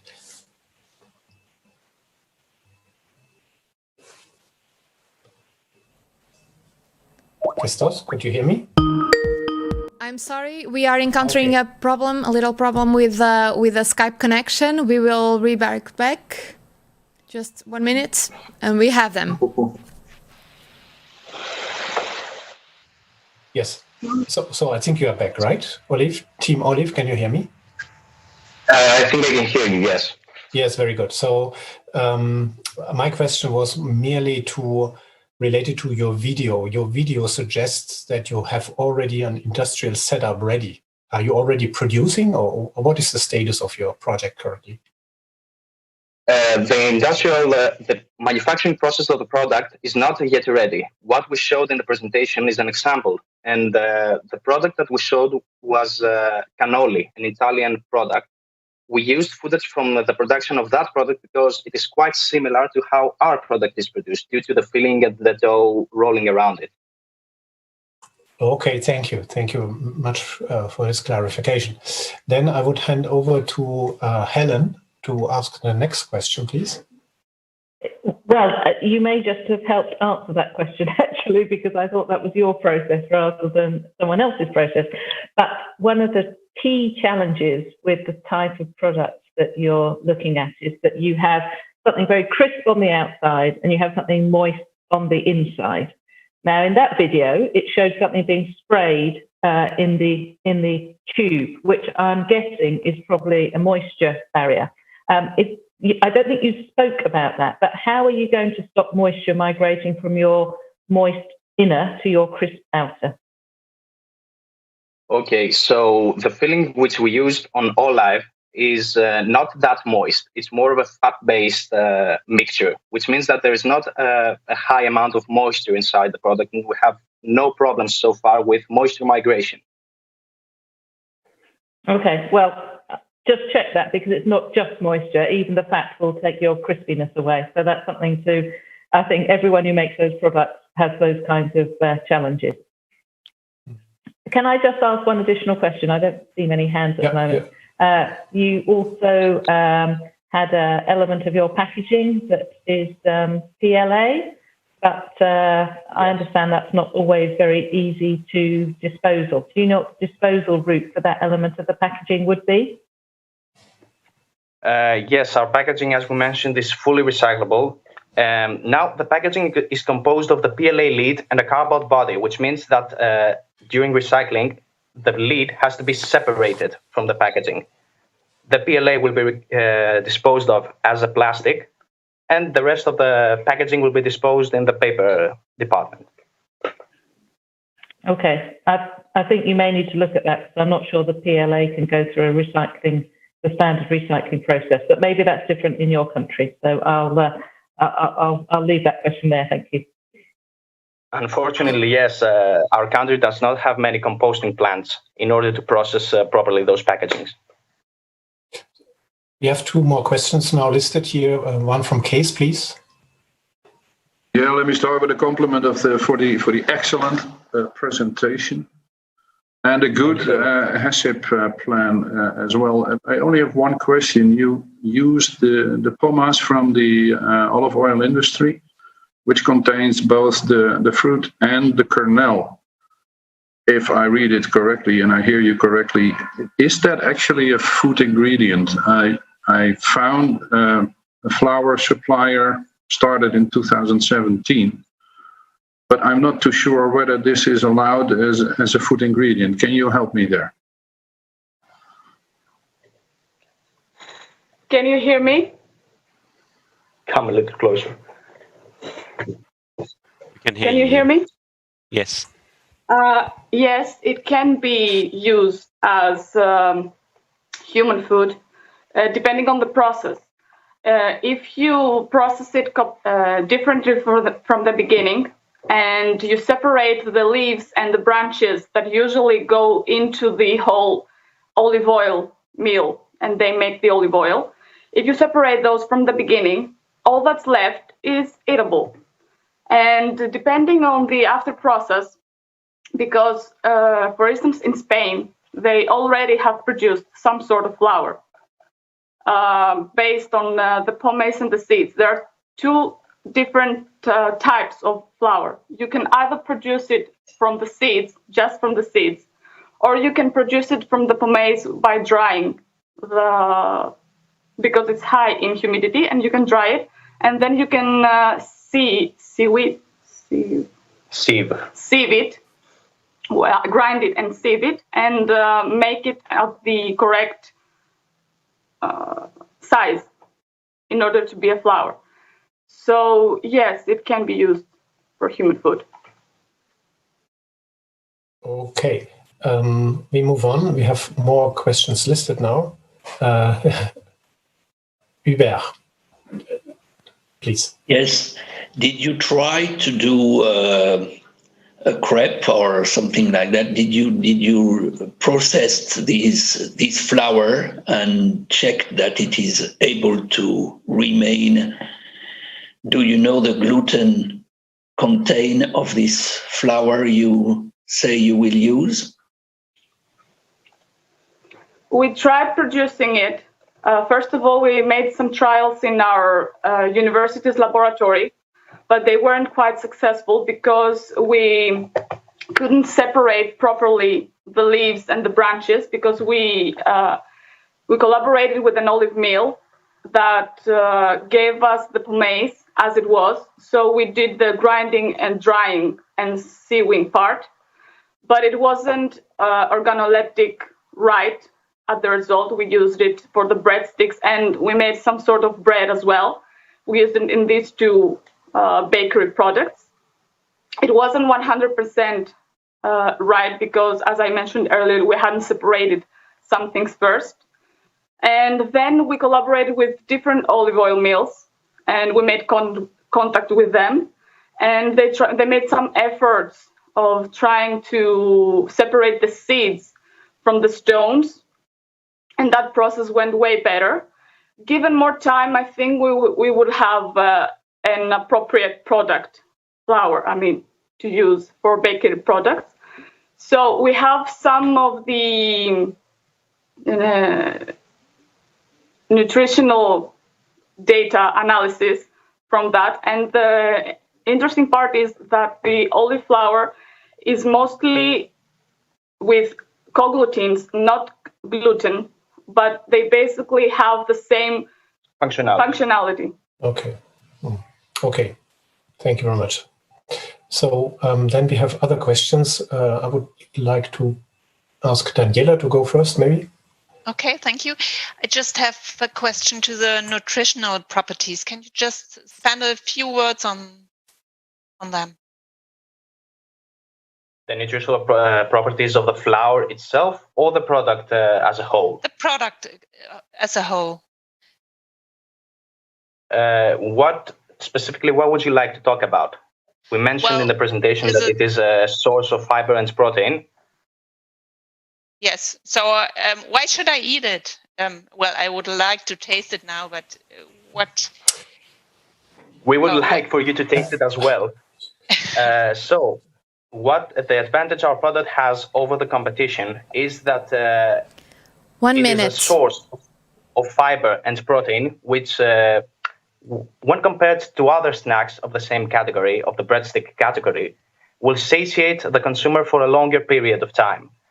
The packaging also makes the product easy to transfer, which means I can have it with me at work or at the university during courses, during a full scheduled day.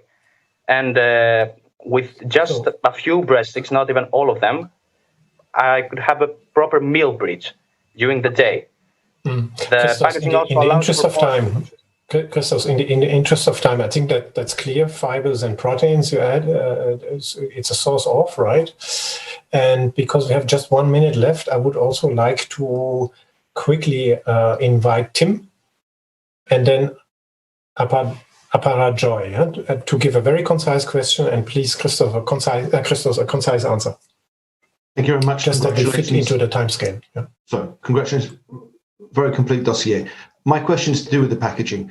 You have a brittle product in a loose, rigid package. Have you tried any in-use testing of this? Because I suspect there might be some breakage. Of course, the company actually, Papadopoulos company, conducted some stress testing, which simulated conditions during transporting of the product, during use and during storage, and found out that the materials for the packaging are rigid enough and will not break during certain amounts of pressure. Thank you. And then we would go on with Aparajoy, please. Yeah, really good presentation, guys. Very quickly, the last question that was being asked, I had one question the same, but I assume that the jury member was asking about the breakage of the product.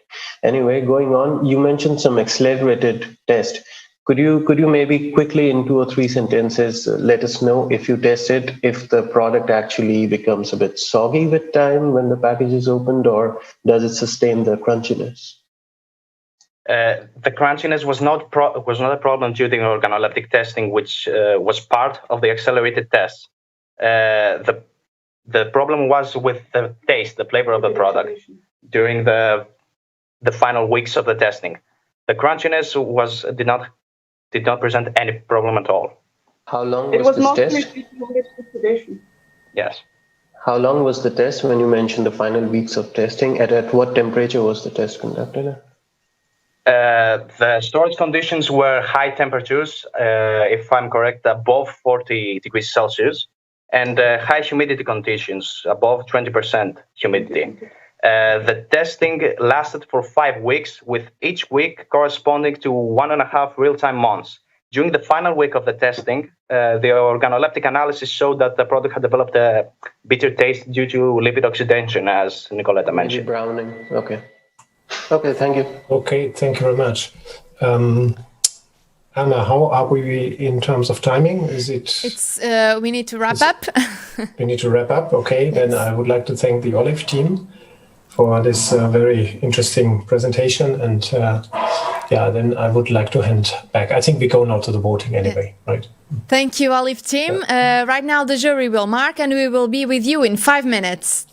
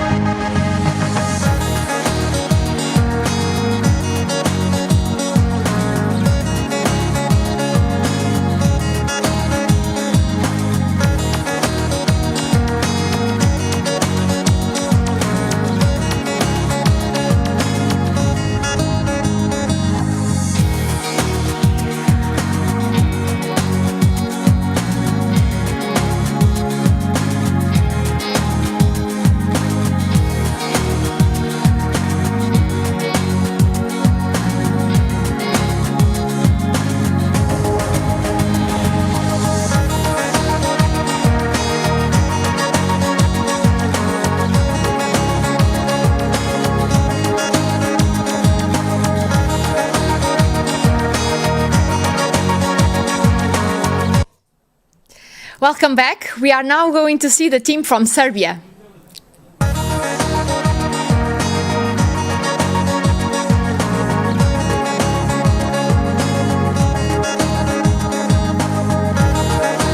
Welcome, Team Serbia, and with the Globi products. You have 10 minutes for your presentation. You have the floor.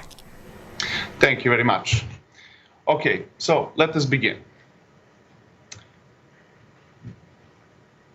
Crunchy, soft, and creamy. Next, please. Complex, intricate, and harmonious. Next. But totally irresistible. Next. Globi.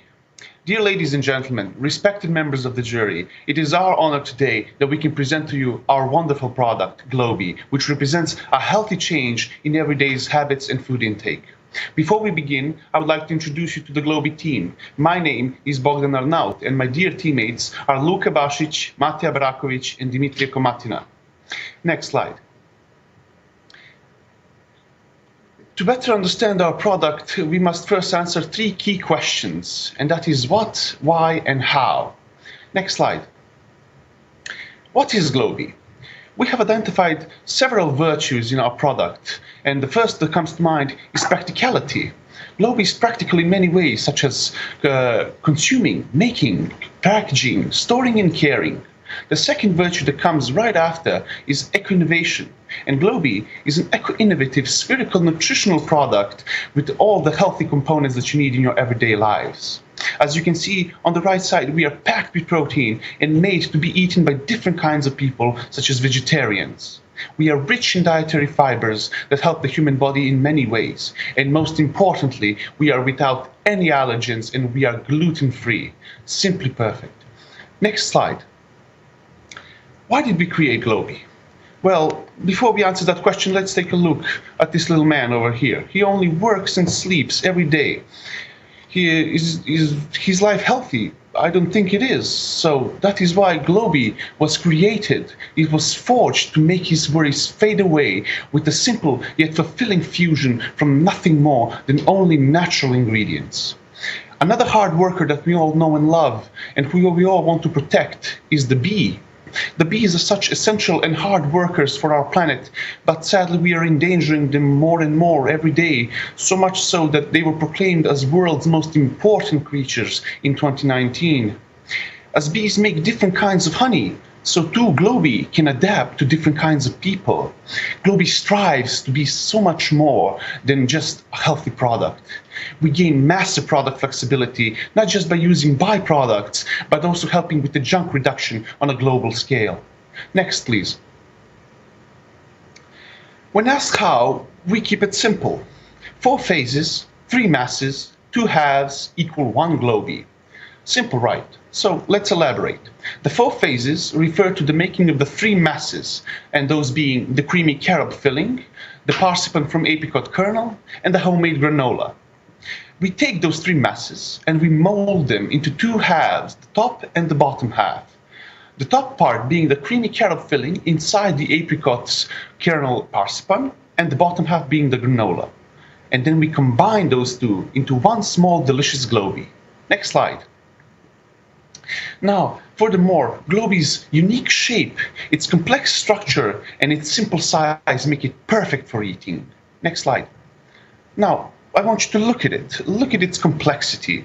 From the top of the raspberry pomace wrap, to the creamy carob filling inside that will stimulate your taste buds, to the crunchy granola that will keep your eating fun and interesting. These are all the ingredients that make Globi complete. Next slide. Our journey begins with our hardworking bees and our passionate workers who put love and care into their hives and honey so that when it's collected and brought to our technologists, we gain the best ingredients for our product.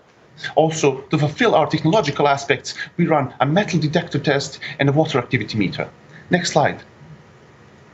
Now, when we ran analysis on our Globi product, these are the stats that we got. The 3 main numbers that we want to turn your attention to are our phenomenal protein and dietary fiber numbers that characterize our product as rich in protein and fibers. Also, as icing on the cake, our salt content is almost none.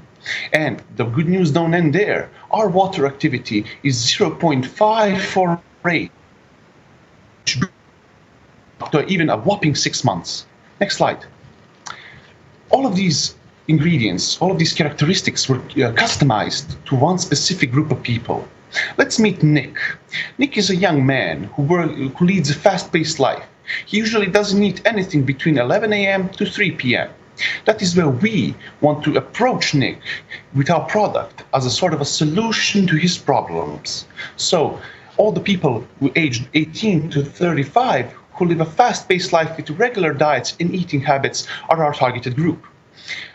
So where we find Nick, we will find Globi. And where we find Globi in most convenience or specialty stores around the corner. Next slide, please. As bees tend to look out for each other, so does Nick look out for his loved ones. And what perfect packaging for his loved ones than the family package of Globi containing 14 Globis.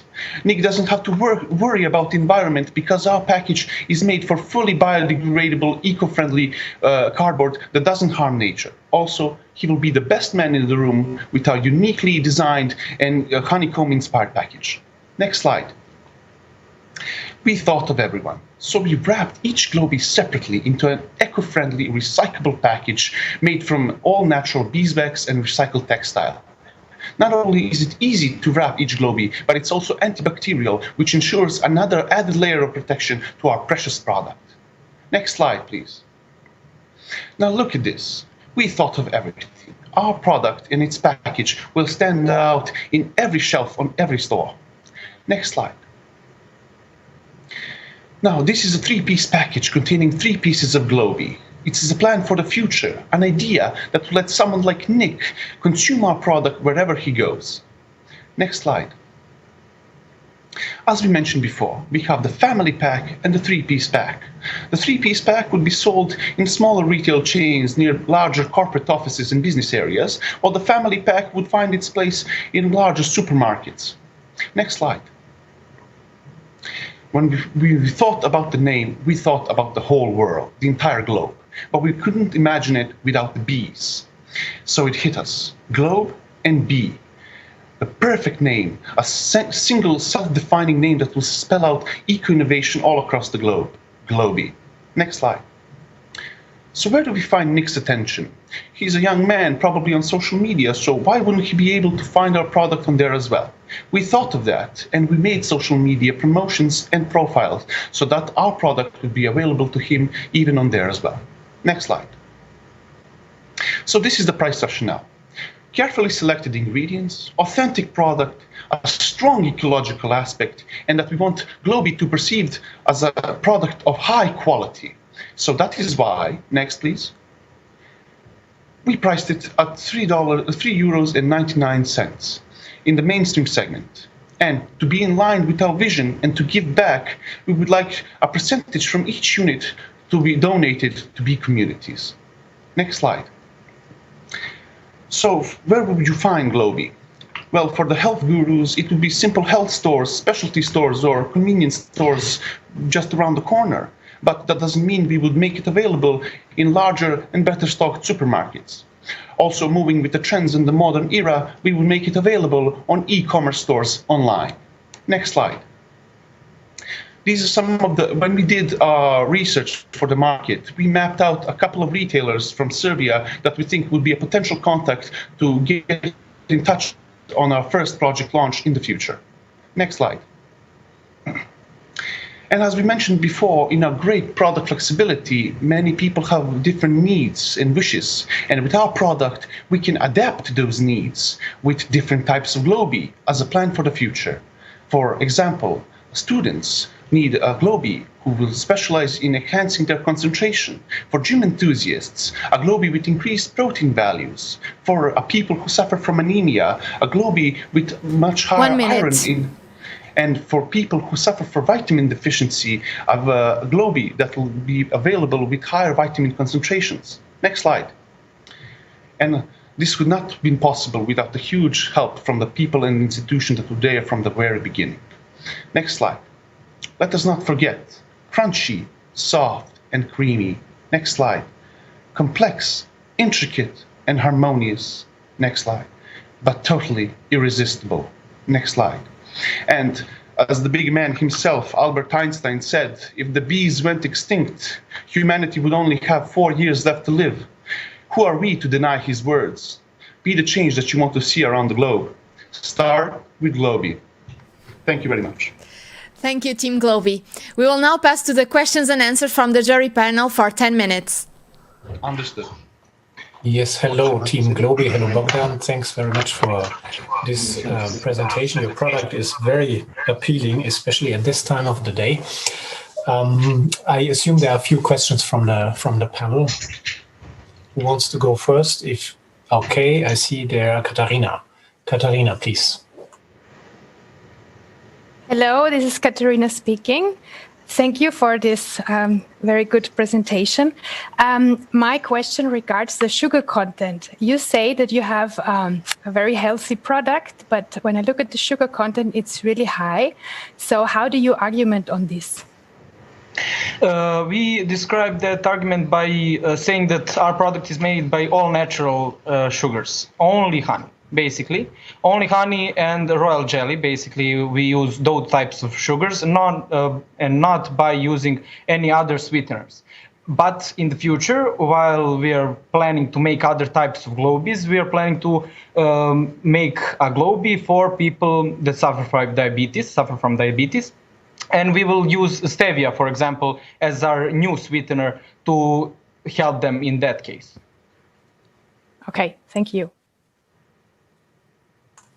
Then we have Bertrand, please. Thank you. Can I just check how many portions of Globi are you expecting Nick to eat in one sitting? Is it 3? Because you got your pack of 3, or is it more? I'm not sure. Sorry. Thank you for an amazing question.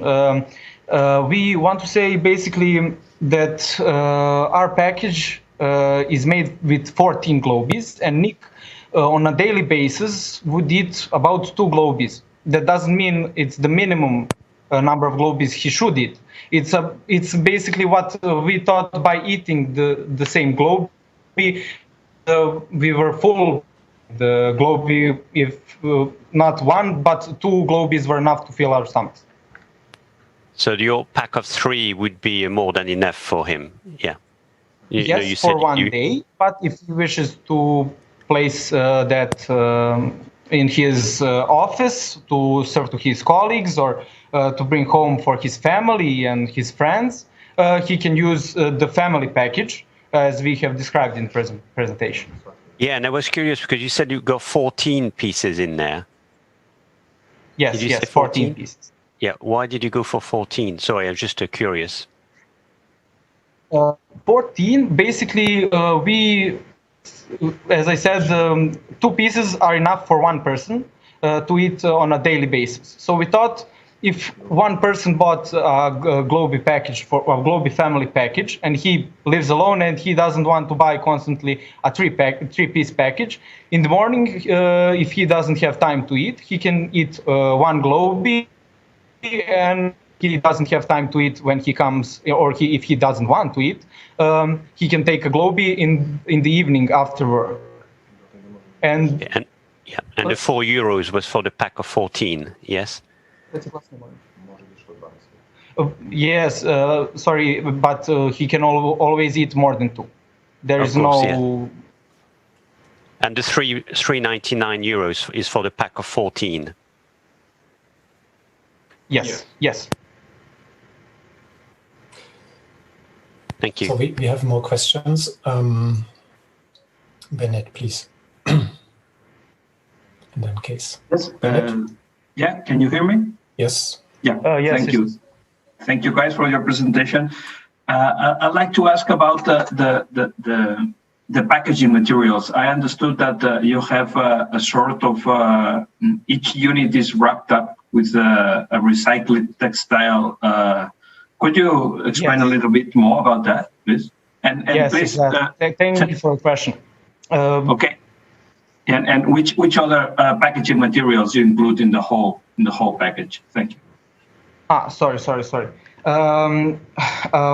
basically we use recycled textile that we cut up in portions of basically 9 by 9 squares, which we brushed with melted beeswax and let it dry.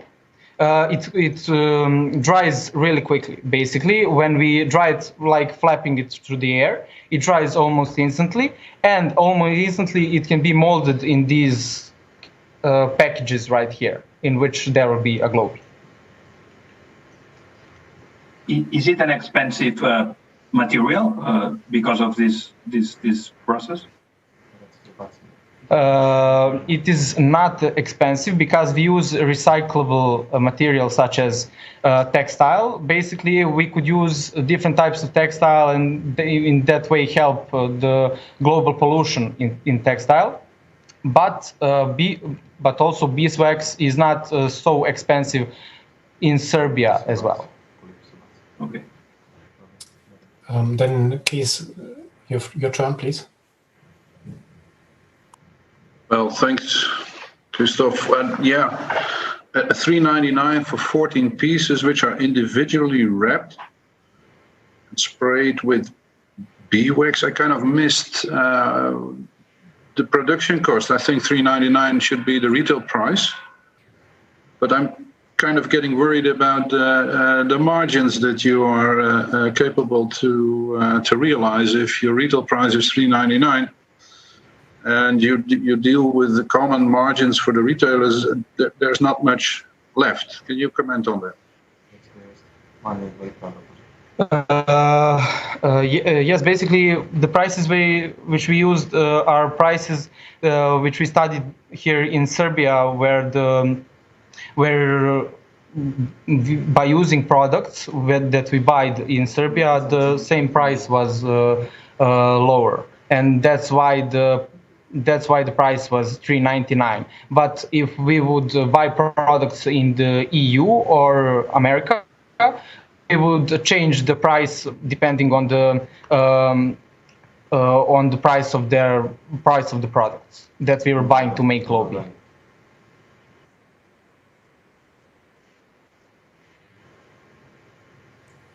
Yes, please, Vaso. Sorry, I didn't understand. No, that was not for you, Bogdan. That was a hint to me. Vaso, can you hear me? Yes, I can hear you. Can you? Please ask your question. Okay. Congratulations for the presentation. What I would like to ask you is whether you have tested the acceptability of your product with the consumers. As well as know, consumers are more in favor for products with less sugar or less salt or less fats. So I'm wondering whether you have tested the acceptability. You have tested it with consumers, and if yes, what will? What are the results? Yes, we have flexibility with different types of consumers. If we wanted, our product is really flexible. We can just use little less honey, we can use less honey to make a product that is less sweet for consumers. We can, for people that suffer from anemia, we can use a specific mass based on pumpkin seeds, which is one of the main components of the globe. And different types of needs. We are trying to make different types of globe based for the future plans. This means that you have already tested your products to the consumers. Our product was not tested because it was not tested yet, but it isn't made directly for helping. The basic globe isn't made by helping people with health issues. Different types of globe will be made in the future that will help. 1 minute. Okay, I think I understand that you would produce variants of it, and then you can target it to specific consumer groups, right? Yes, exactly. Yes. And my understanding, I think I got a bit puzzled, similar to other members of the panel. For me, when I look at it, it is an indulgent sweet snack with relatively high sugar content. So I would rather eat it as an indulgent, maybe even dessert or something like that. Yeah, and then you claim it's high protein, it's high fibers. Yeah, and then and then you argue also you can eat it as a meal replacement. Yeah, so. Actually, I would almost translate my question into a recommendation. I think maybe you should think about your positioning, yeah, also in the light of other, sweet snacks available on the market. Yeah. But I have a question which I would like to ask. So your ingredient list, when I look in your report, your ingredient list looks pretty long. Why did you choose so many different ingredients? Well, did you choose them because you wanted to do something good to the consumer? Do they have a techno functionality, a nutritional functionality? Why did you come up with such a complex recipe, which takes away your profit margin, of course? For that question, my friend Dimitria will answer, please.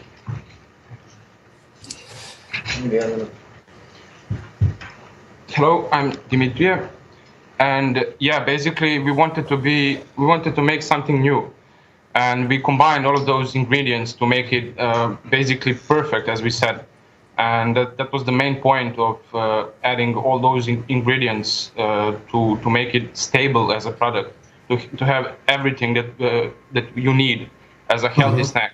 I mean, not snack, healthy product. So then it's rather a meal replacement almost that you propose here, right? I'm sorry, can you repeat? Then it sounds like it's then rather a meal replacement, yeah, a complete nutrition proposal, an energy ball kind of. Yeah.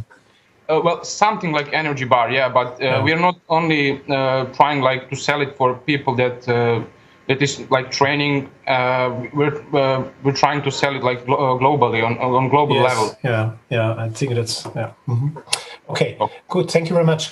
I'm not sure if we have two more questions here. I see raised hands from Bennett and Vasso. Did you answer your questions already? No, it's fine. Done. Okay. Any other question from the audience of the panel? I think we are done. I think we are also on time. Gunnar has a question. Everyone. Thank you. Who has a question? Gunnar. Gunnar. Yes, sorry, I didn't see this right away. Gunnar, please, it's your turn. Thank you. Thank you for a lovely presentation. I was just wondering, all the questions are answered regarding to me, but do you have a sample of the size? It's very, very confusing for me to realize the actual size of Globi. Do you have? Right. So as you can see on the picture, it's 3 centimeters long, and it's based in as we said, like we got top and bottom. It's 3 centimeters. It's like a ball, yeah, like a smaller ball. Like it's perfect for your mouth. You can eat it in one bite, or you can eat it in 2 bites. Like yeah. Okay, thank you. Okay, thank you very much. Any other questions from the panel?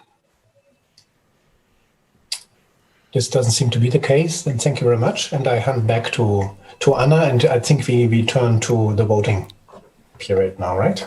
Yes, thank you, Team Globi. We are now going to the votes and also the lunch break. So we will be seeing you in 40 minutes. See you soon.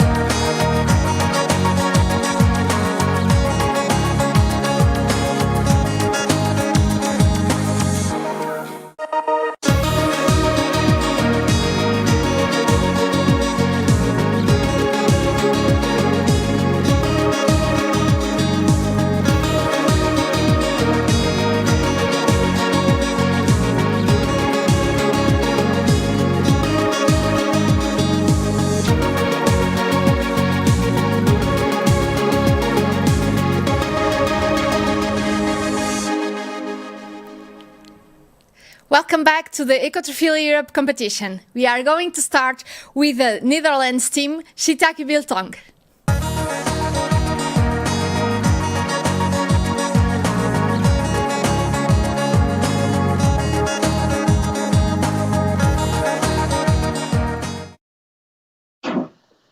Team, you have 10 minutes for the presentation. The floor is yours. Hi, welcome everyone to the presentation of the Netherlands and our product Shiitake Biltong. To begin, I would like to introduce the concept of biltong. Next slide, please. Biltong is a traditional South African dried meat snack, which is deeply rooted in the South African culture. Biltong is traditionally eaten at rugby games by supporters and family gatherings, such as traditional South African braai. And we have created a vegan variant of this traditional South African snack with our main ingredient, the shiitake mushroom. We thus combine the personal background of one of our team members with our passion for sustainable food. Next slide, please. Thus, the main driving force of our innovative product is the use of only plant-based ingredients, reducing environmental impact of land water emissions up to 98% compared to traditional biltong from beef. Our ingredients allow an organic claim under European food law due to its use of only organic ingredients and natural flavor enhancers, and our unique mix of spices and our special structure create an authentic biltong flavor without using meat, resulting in a traditional flavor with a modern ecological footprint. Next slide, please. As already mentioned, our main ingredient is the organic shiitake mushroom, making up approximately 76% of our product mass. And then we use a flavored sunflower oil to coat our product. And additionally, we use several spices in our mixture, which are black pepper, salt, the cell taste enhancer for its umami properties, smoked paprika, vital wheat gluten to support the structure of the product, and coriander seeds for this traditional South African taste. Next slide, please. Our unique mixture of plant-based ingredients allow us to make several interesting nutrition claims and our snack product under European law without using meat. These are, for example, high in fiber, protein, vitamin D and B6, and low in saturated fat, salt, and sugar. Next slide, please. Consumers of our product indicate a taste and structure profile comparable to conventional biltong. Specifically, our product has a chewy, meaty, and slightly firm texture with a long-lasting, spicy, and savory umami aftertaste. Next slide, please. Our production process is designed according to European HACCP regulations, and we subsequently also consulted an HACCP expert on the adequacy of our plant. Additionally, all nutrition claims are compliant with European nutrition claims regulation. Specifically, these claims are made on protein, fiber, vitamins, saturated fat, salt, and sugar. The information then provided on the packaging adheres to European regulations concerning food information provided to consumers. Of special interest here are, of course, nutritional characteristics, ingredients, allergens, and the product name. Next slide, please.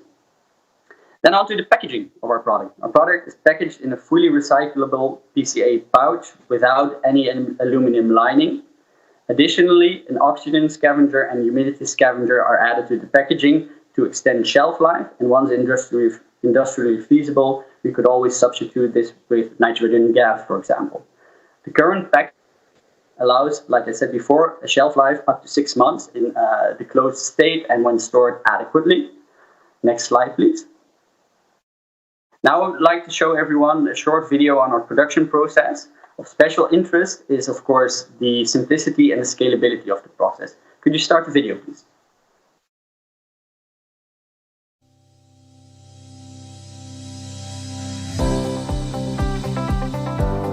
Dried shiitake mushrooms are rehydrated in boiling water and subsequently processed into a smooth mixture.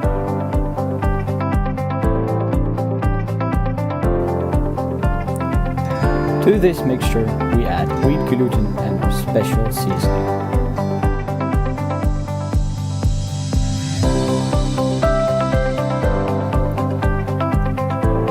We use a special mold to shape our mixture into thin strips. The strips are subsequently processed in an oven. In the meantime, we make a flavored oil, which we later use to coat the strips. The strips are then placed back into the oven. After cooling down, the finished product is ready to be packaged or consumed.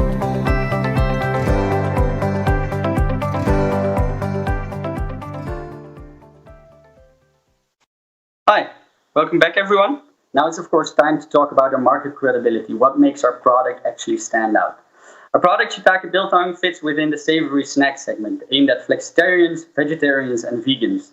Thus our main competitors would be regular biltong on the market on the retail market within the Netherlands and vegetarian or vegan savory snacks.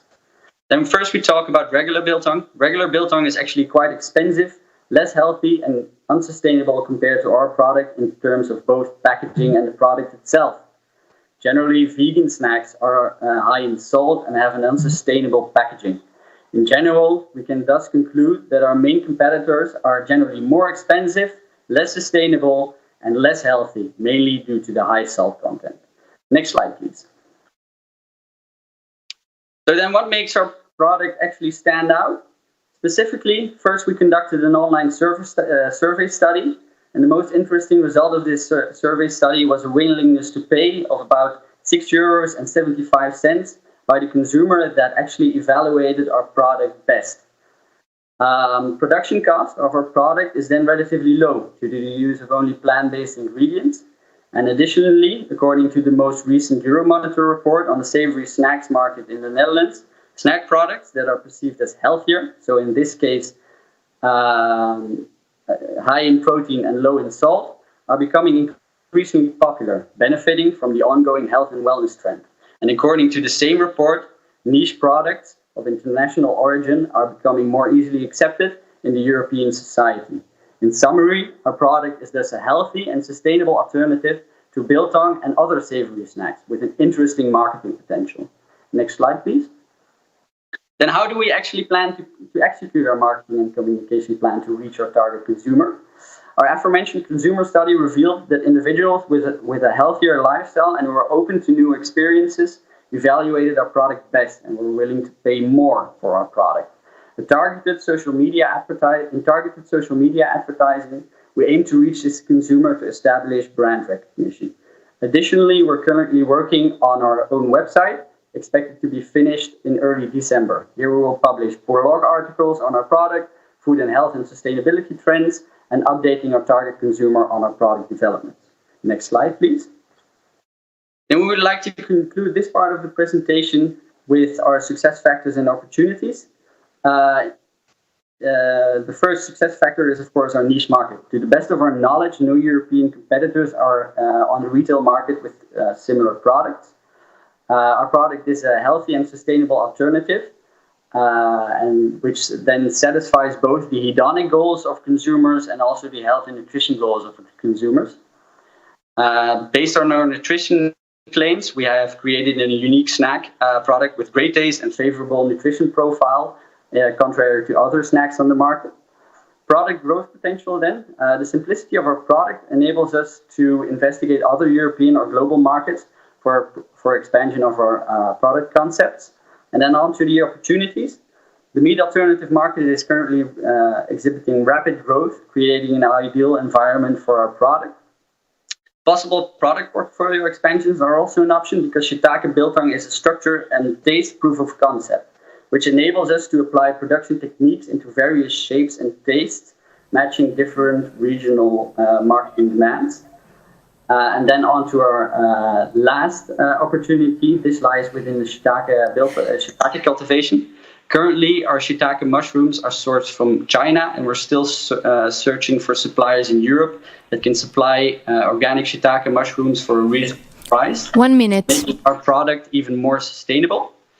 And to conclude, we would like to conclude with a short video on consumption settings where shiitake biltong could be consumed. Could you start the video, please?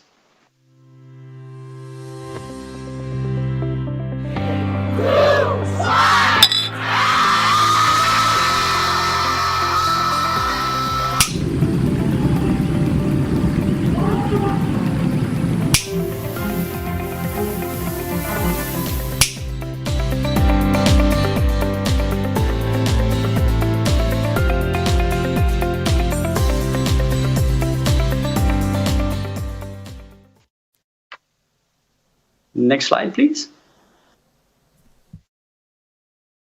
Thank you. This concludes our presentation, and we're ready for your questions now. Thank you. We will give the floor to the jury members for the questions and answers for 10 minutes. Yeah, hello, Art and team. Hi.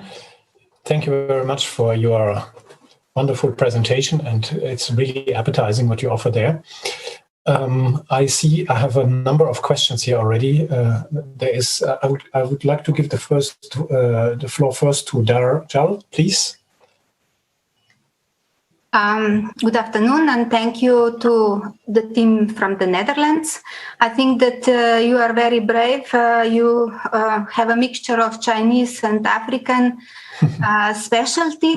I would go with an answer to with the question related to the customer survey. Can you tell a little more, because I think this is a very specific product for specific people to eat. Yes, of course. Thank you for pointing this out. This is, of course, true. Biltong is not a concept that's very known within the Netherlands. So that is, of course, an interesting opportunity, but both it could be a disadvantage at some point. But we also aim to put a product on the market, a specific snack product that is both healthy and sustainable, as well as, of course, tasty. We like to make use of this health and wellness trend in which healthier products are generally becoming more popular. And so our product both aims at the, of course, in this case, flexitarian, vegetarian, and vegan consumer that is looking to indulge with a nice tasting snack product, but doesn't want to sacrifice his or her own health with, of course, products that are generally less healthy in the snack segment. So we believe that in this niche market, we have a unique opportunity to sell our product. Have you conducted a survey? How many inhabitants would go for the mushroom snack? Generally, of course, within the survey of all our replies, 78% of the consumers evaluated our product in the ways that they would like to try it, and were really open to trying it. And of course, we also based our willingness to pay on this consumer group. Mm-hmm. Price is product is quite expensive. It's more than €6 for 100 gram pack. What about they commented price in the survey, maybe? Yes, of course. The product is generally more expensive than, for example, a simple bag of crisps, but it's then also quite a different product. We would like to compare it a little bit to the traditional biltong. So we, of course, aim for it to have similar tastes and textures, but when you, for example, compare it to biltong, it's still less expensive. So it would then be a less expensive plant-based alternative to biltong. And of course, the product is packaged in a packaging of 100 grams, and this is 4 portions. So 25 grams is actually quite a filling portion. We've, of course, heard from everybody that already consumed our product. So we still believe that our packaging, so in the 100 grams for €6.75 is quite the value for money. Okay, thank you. Thank you. So we have more people queuing with questions. I would like to ask Gunnar. Gunnar, your hand is raised, I see here on Zoom. Is that a question? Yes, I had a question because I would like to start by thanking for the presentation, and also very nice to have this Dutch relations with South Africa, of course. And regarding that, because I know that very similar or same product, biltong, is produced in South Africa. What's the difference between that production and yours? Can you tell? So what's the difference between specifically biltong produced in South Africa and our product? Yeah, because I know and have bought online similar productions from South Africa, which is Shitika biltong. Yeah, what's the difference between? Thank you for your question. Of course, there is a difference, and that is also the most important distinguishing factor of our product. Our product is really a healthy product, so very low in salt, no added sugar, and no saturated fat, while also providing an adequate amount of fiber and protein. So I think the question was about the manufacturing process, right? Manufacturing process. Oh, sorry. I didn't completely understand your question. Actually, for the manufacturing process, I would like to refer the question to you. You is best able to answer that question for you. Yeah. So our manufacturing process is the simplicity is one of our key strengths, I believe. It's only processed into a smooth mixture, and the smooth mixture is then going into the oven, and therefore we dry it, and then we create a final product, a dried shiitake biltong. But what was exactly your question then? Gunnar, you're on mute. Thank you. I know that I can't buy from South Africa shiitake biltong as you are presenting. Have you looked at what's the difference between your production and the South African biltong shiitake biltong production? Because for me it's very similar. From a South African shiitake biltong. Mm-hmm. Well, as we presented, we are not informed about any other shiitake biltong from South Africa in that sense, but then I would assume that the difference is that we are in the Dutch market, we are produced in the Netherlands, and therefore we do not have to. It's not South African. It's not different in the sense that it is a shiitake biltong from South Africa, but we do it with our own product line. It's healthy, it has low in salt content, and I think that is then the difference with the traditional biltong. It is more healthy, an alternative. Okay, thank you. We have Hubert, and then we have a few people more. Hubert, please go ahead. Yes, thank you very much. It was very interesting. I just ask, do you really think having less salt is a real difference with the South African shiitake biltong? Generally, thank you for your question. Of course, we've also looked at similar concepts that are on the market. Mainly, these are maybe to add on to also the last question that was asked. These are not in the retail market, as in currently to-go stores or supermarkets within the Netherlands. And we actually also aim to be in that segment of the market, but only as another jury member just pointed out, being sold online. And when we look at these shiitake biltongs or any vegetable biltongs for that sense, so for example made from soy, these are very high in salt. So in our case, we are at 0.3 grams salt, and a little bit lower than that actually per 100 grams of product. To compare the vegetable biltongs, the lowest we've found so far is about 2 grams salt, even extending up to 5 grams of salt per 100 grams of product. And that is actually very high when you take into account that, of course, you should only consume at maximum 6 grams of salt per day. Okay, thank you very much. We have a question from Daniela. Daniela Klinker, are you ready? Yes, thank you. Okay. So many thanks for the presentation. I'm sure I would love to buy the product, and as well I would like to try it. One question to reduce transport costs and emissions. Did you try other mushrooms that grow in the Netherlands as well? No. Oh, yeah. Thank you for your question. Of course, that's a very, very interesting opportunity. We currently haven't yet because we really like the texture and structure of the shiitake mushroom so far. Then when you try another mushroom, you, of course, also get a little bit of a different structure and taste. And that is, of course, still a very nice opportunity to explore in the future. So thank you for pointing that out. But we also would like to really investigate into opportunities whether we could source our shiitake mushrooms from Europe, because we still believe that gives the best taste and texture for our product. But currently, as already mentioned, that isn't possible due to the high price. 1 minute. In the Netherlands or within Europe. 2 more questions. So we have now Apara Joy, please. Really good presentation, guys. Congrats on that. My question was exactly what Daniela asked, actually. But a follow-up question to that I would like to ask is, I'm just thinking about the supply chain cost. So if China says tomorrow, okay, we are not exporting shiitake to you, and you're not able to fulfill your orders to South Africans shiitake, so how would you have a plan B on that? And have you investigated which European country is growing the shiitake mushroom the most in Europe? Yeah, thank you for your question.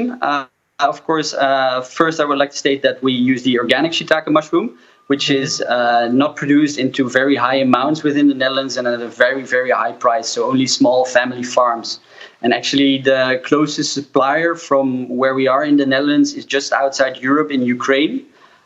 Those prices are generally a little bit higher than those in China. And also what a small problem is, what we've encountered, we of course already had talks with this supplier, and with this specific supplier, contact was very, very rough, and it didn't feel that well. So we didn't have enough trust in this specific supplier yet to switch to them over, of course, sourcing them from China, which at this point is still a more reliable supply route. But definitely, thank you for pointing that out. Plan B is definitely warranted. Yeah. Just a hint before we finish with you guys. Try Poland and Latvia. That's just a small hint to you guys. Yeah.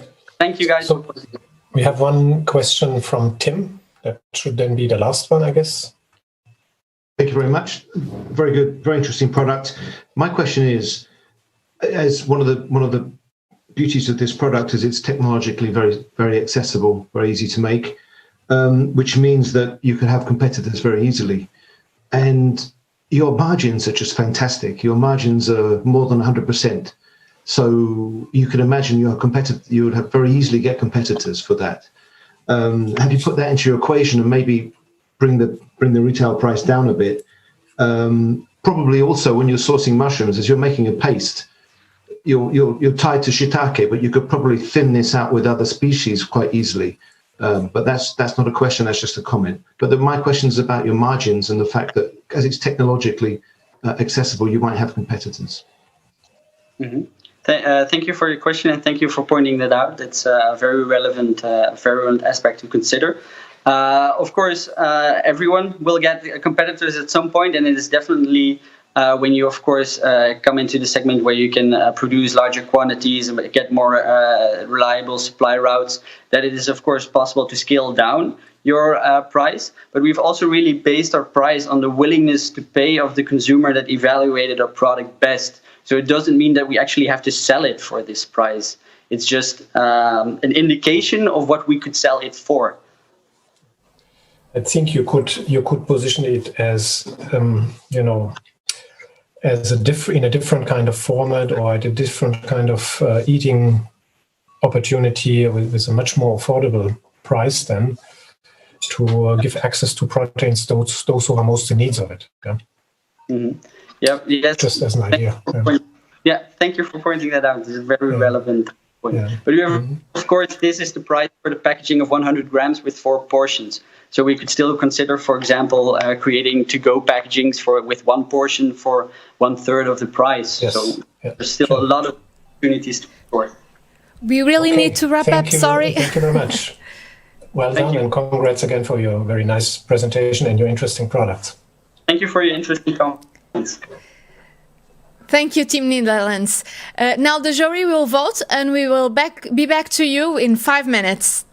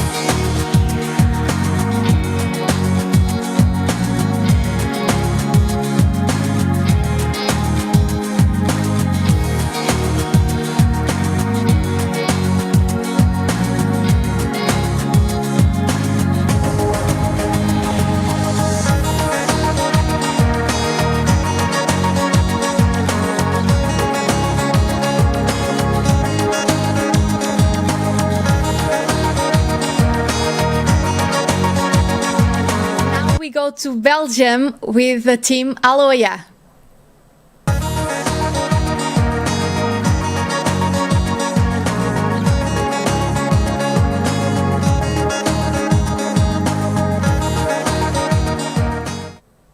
Welcome, Aloya. You have 10 minutes for your presentation. The floor is yours. Ladies and gentlemen, good afternoon. First, can I ask you a question? Among the members of the jury, how many people are deficient in omega-3? None? 5? Maybe more? What do you think? In reality, according to statistics, only one person has no problem. You can decide which one. Next. This deficiency poses a real problem because omega-3s are essential for three main reasons: the brain, the heart, and the development of the baby. Fortunately, we are going to come up with a solution today.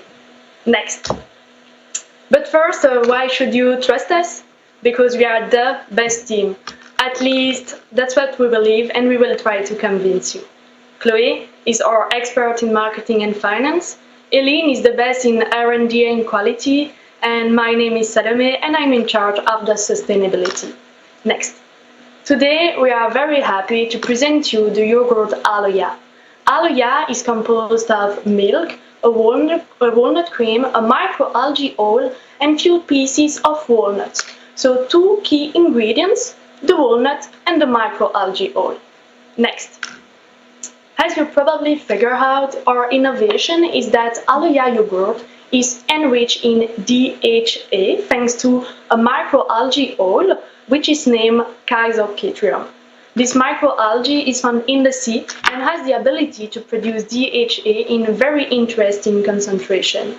As DHA is one of the last omega-3s of the chain, it is very little formed in our body from other omega-3s, and that's why a dairy intake is so valuable. However, our innovation goes further than that. Indeed, the stability of omega-3s is very tricky. That's why we create a walnut cream that will serve as a matrix in order to prevent the oxidation of omega-3s. Moreover, this walnut cream is composed with eggs, where we can find the lecithin, which is a natural binder. Next. You're currently wondering about the taste of microalgae yogurt. To reassure you, we have conducted a triangular test to see whether consumers are able to detect it. And the good news is that it is undetectable. Next. So this table is a very important one. It shows the composition of our yogurt, and I will focus on major points. Next. So first, our yogurt provides a very interesting and balanced source of fatty acid. This is mainly due to 2 major ingredients, the walnuts and the microalgae oil. Next. So this second point is the ratio between omega-6 and omega-3. Currently, in Europe, we consume 20 times more omega-6 than omega-3.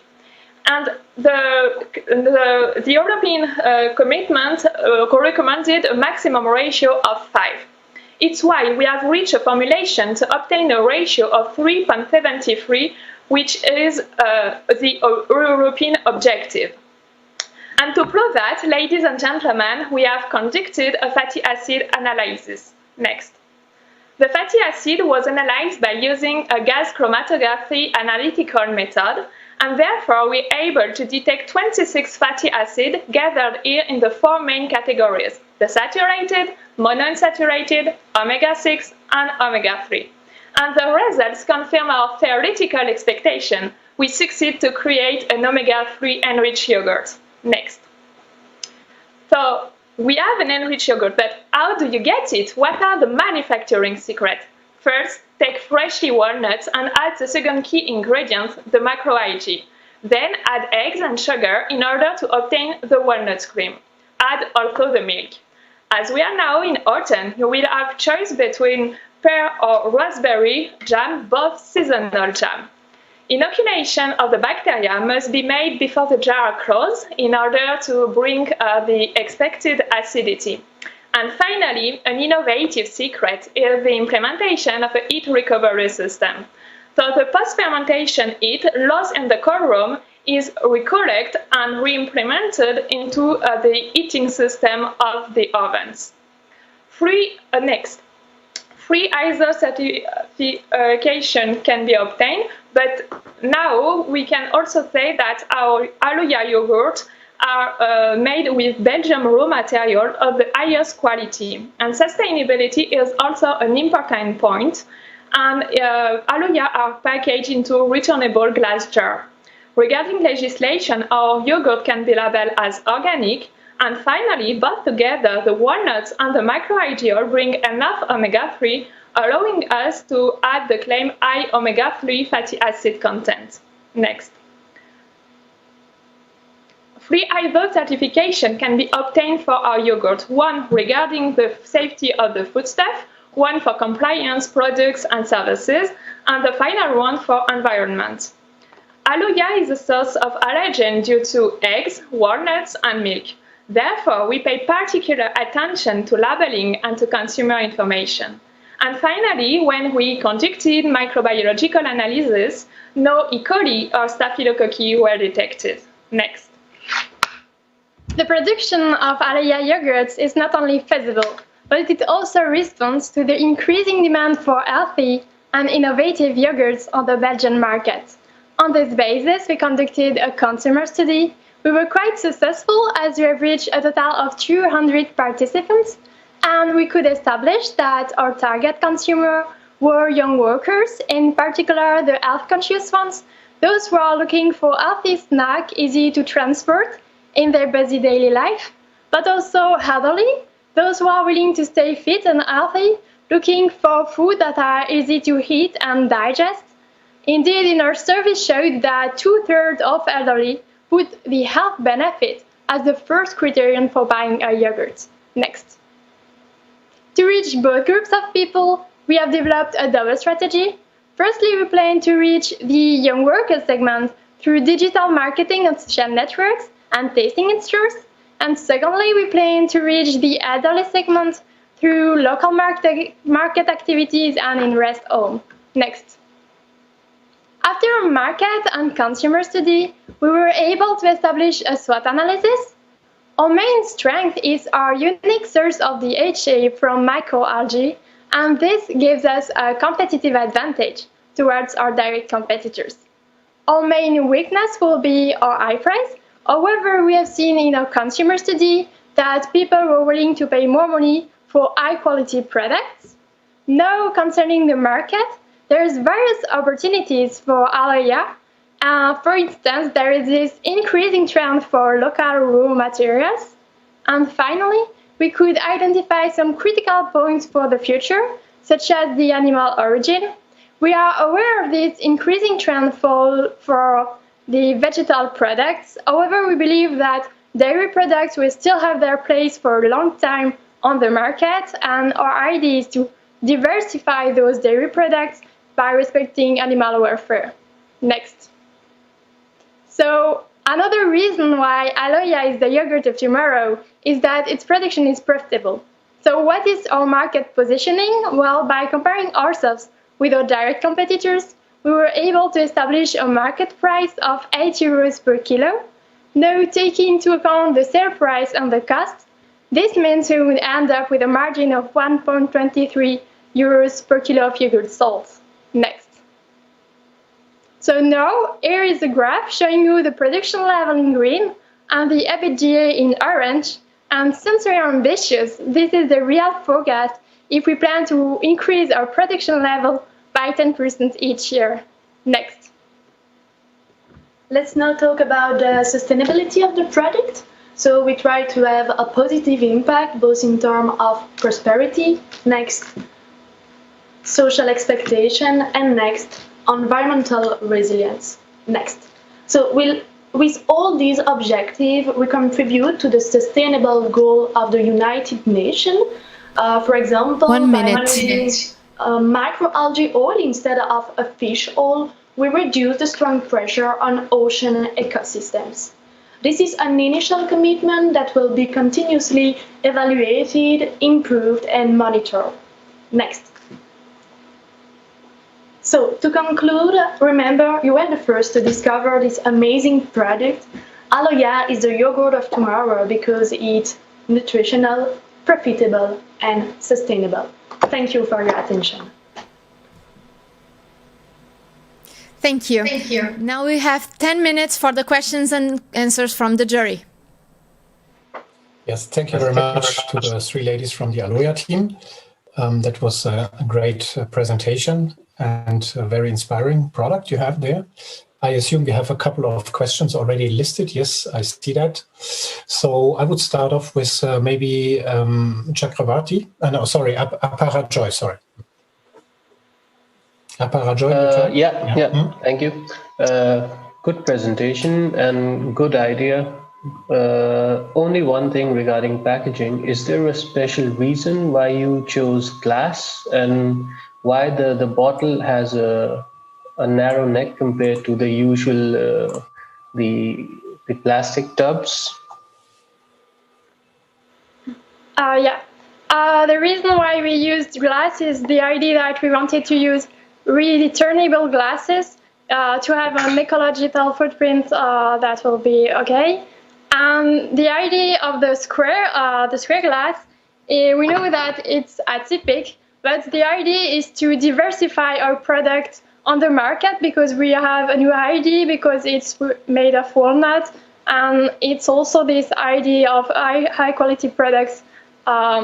It's really to differentiate from usual yogurts that you can find on the market. Okay. Quick question. How much percentage of the cost is the packaging compared to the whole cost of the prototype? Just a quick number. If 100% is a prototype cost, how much percentage from that is the packaging cost? It's about 10% of the our total cost. Okay, thank you.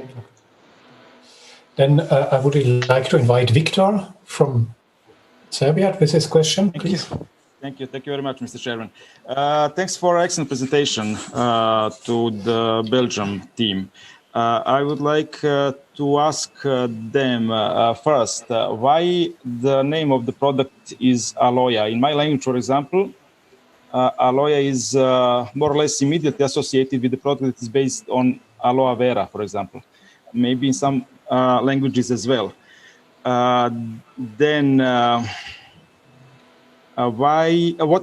Could you elaborate a little bit more about the shelf life of the product, as it is composed by many different components? In your business plan, you plan to reach your product be sold in Wallon region of Belgium. Why you restricted the area of selling of your product only to the Wallon region of Belgium, not the whole Belgium, not the Europe, not globally? And the final question, why yogurt? Why did you decide to enrich yogurt as a medium for omega-3 acid? Thank you very much. So first I will answer for the name of the product. Aloya represents indeed the innovative things of our product because it's a mix of algae, omega-3, and yogurt. So it's really a mix of all these words because it represents our product. And moreover, the term Aloya sounds very happy and very sunny word, and it makes reference for the health benefits that can be brought by our product.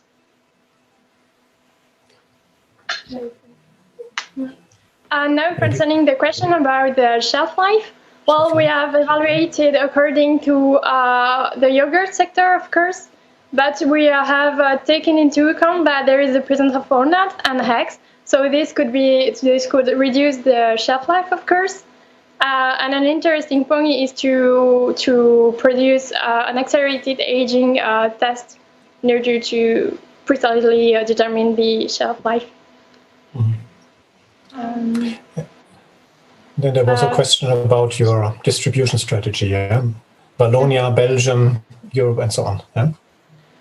Yeah, so for the distribution, we decide to focus only on Wallonia because the goal is to have a local market and to reduce the transport and the cost of the transport and the impact on the environment. So we really need to put Belgium into the spotlight and focus on the Belgium for raw material, but also for suppliers and to have salaries. We are also from Belgium and to develop the economy at the local and regional scale. Okay. Thank you.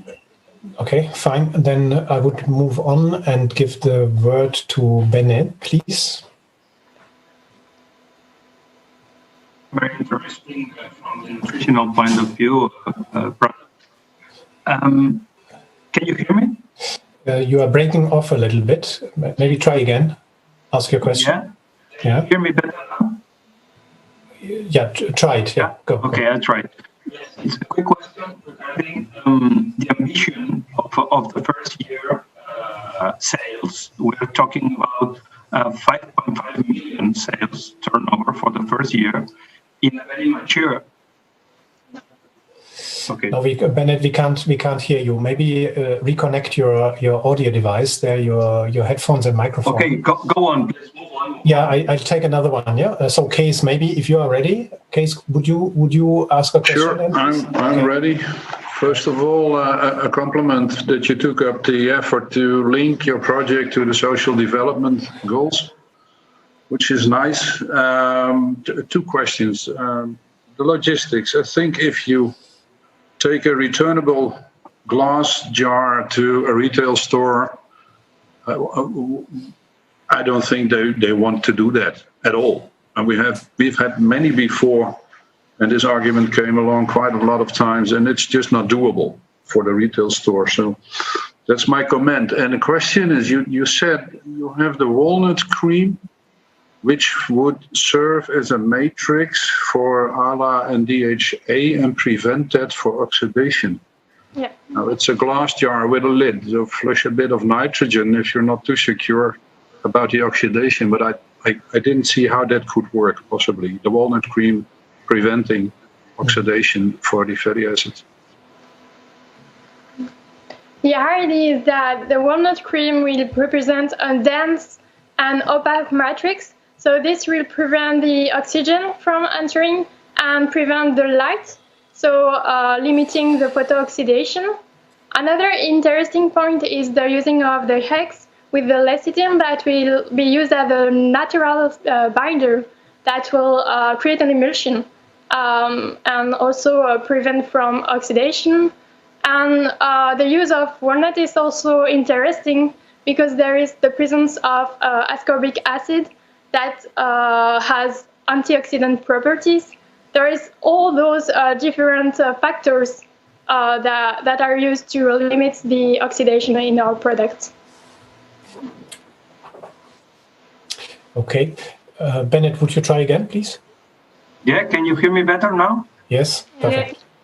Yeah? Okay, thank you. I'm sorry. My question was regarding the ambitious plan for the first year and the following years.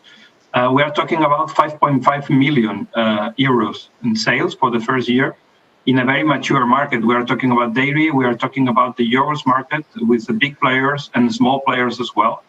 And I've been checking the investment in marketing, and I've seen that it's around 16,000 euros for getting 5.5 million euros sales.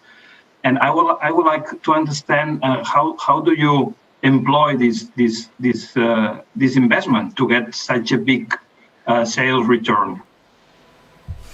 1 minute.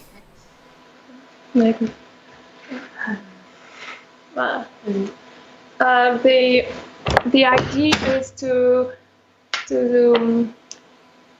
bring enough. We decide to make a large campaign on social media to bring enough people and to make people aware about the importance of omega-3 and so reach a more larger population and bring benefits like that. I'm not sure to have understand right the question. In my experience, I would balance a little bit more. I would put more marketing resources and I would decrease a little bit the ambition in sales, because it's a mature market. Yeah. I mean, this is my recommendation. Okay. Right. Okay, so we have 2 more questions for 1 minute. Please, concise questions and concise answers. Yeah. Gunnar, please go ahead. Thank you, and thank you for the lovely presentation, Team Pelcia.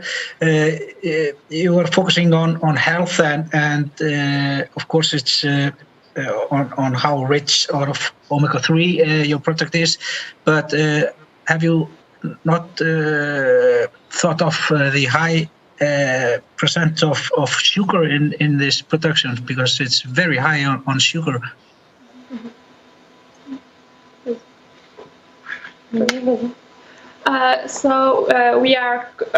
know that we have a high sugar content. However, our yogurt is in the category of dessert, so it's known that there are more sugar in this kind of product. And moreover, we can implement it and choose a mix of fructose, oligosaccharose, and edulcorant, but it's less clean about the quality and not really a better solution, or must have more reflection about that. But okay. Well, yeah, the major point is that it is a dessert. And moreover, okay, thank you. We have one more question to go. I think that was understood. Bertrand, please. Yes, my question was also on the sugar level, which is answered, but I'm still puzzled by the size of the shape of the packaging, and the being able to scoop might be quite tricky in there.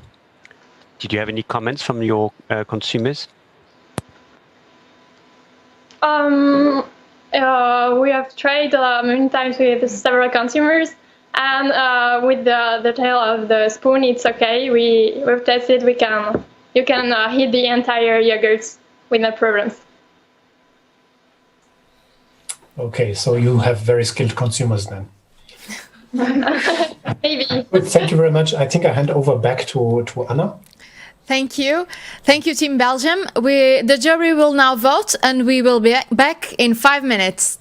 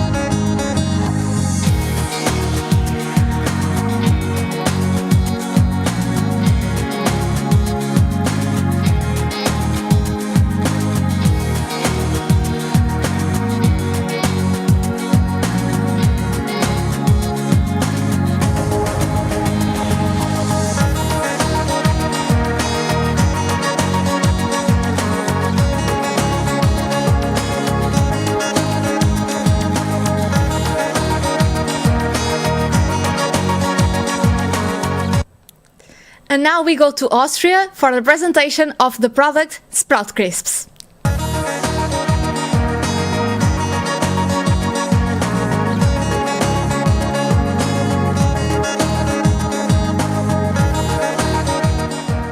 Welcome, Team Sprout Crisps. The floor is yours. You have 10 minutes for the presentation. Hi, and welcome to our presentation. We are representing Austria as a nation with our project called Sprout. So listen and check this out. It's all about the crispy green. We start looking behind the scene. Austria sprouts as multiplayer, a clever combined tasty layer, making you all feel completely sinning. But the only thing you're doing is winning, because these crisps are only healthy, rich in taste and nutritional wealthy. You cannot find saturated fat at all, but now we are showing the details of our protocol. So let's dive into these. Next slide, please. My great team members, Eleonora, Nina, Marcus, and I, designed the totally new and innovative product called Sprout Crisps. Next slide, please. Our Sprout Crisps are fresh and crispy, based on a selection of sprouted greens which are dried into thin layers. This results into an awesome mouth experience with as well delicious as nutritious values. We created an eco-friendly production process due to food waste reduction and sustainable packaging material, with the extra highlight of variety of relish, because our crisps can be enjoyed day in and day out. Next slide, please. As you can see in these figures, you can enjoy it as crisps on its own, crumbled on the top of a soup, or dipped in hummus. Next slide, please. With this diverse usage, the small footprint, and the style of snacking, we have our 3 pillars of innovation. As already told, these crisps are created with a wide range of sprout usage, perfect for integration to daily life. With the frame of mind to create an ecological green product, we supported vertical farming with converting sensitive fresh goods into a shelf-stable, sustainable product, which causes an alternative with the goal of reducing waste, especially food waste. Additionally, this healthy and simple way of snacking is a plant-based, unique and low-fat concept with a high nutritional value. Next slide, please. About the nutrients, we have to mention that sprouting causes an increase of proteins, minerals, and vitamins. By drying, we convert these fresh ingredients of sprouts and spices into a long, durable product, which is low in fat, high in protein, and has a high concentration of macro and micronutrients. As well, we've chosen sprouts, the greens, because of their offering of health benefits. To sum up, the Sprout Crisps are an excellent source of essential nutrients and perfect to include in the daily diet. Now, try to imagine the flavor of a super crunchy pizza, which creates a sense of well-being by sensitive tastes and fulfilling all desires. And now, think about a healthy snack without any fat added to reach this specific goal to indulgence without any kind of sinning. And that's exactly the moment when we talk about Sprout Crisps. So next slide, please. The sensory profile of our crisps is the perfect answer to your imagination, because this snack is a clever combined thin layer of fresh sprouts with a pizza-like aroma caused by specific selection of ingredients. Therefore, we have some sprouts of mung beans with a nutty, mild flavor, basil for the Mediterranean touch, carrots with an herby impact, and peas for the sweetness. These sprouts are mixed with potato powder and organic spices like garlic, lemon thyme, oregano, and salt. As you can see in this figure, this composition stands out for the final formulation of our crunchy experience with a fresh Mediterranean breeze and a salty green taste. Next slide, please. To produce these delicious snacks, we need at first the salting and seasoning of all ingredients, which is done separately to soften the sprouts firstly and to improve the mixing properties. The next step is pressing with a horizontal lined roller press. A pre-drying has to be done to optimize the cutting and reduce losses to a minimum. After the cutting, a baking step is followed to lower the water activity and to ensure microbial safety. Finally, the cooled down thin layers can be packed into sealable foil and cardboard boxes. Next slide, please. The packaging system is based on sustainable materials. The compostable foil made of wood pulp and the recycled cardboard box as secondary packaging. We chose a strategy of long freshness preservation by filling one box with 2 separately foiled single servings with 5 crisps each to enable a flexible consumption without any quality losses. All in all, a renewable and recyclable packaging system to reduce food waste by high snacking experiences due to small packaging sizes. Next slide, please.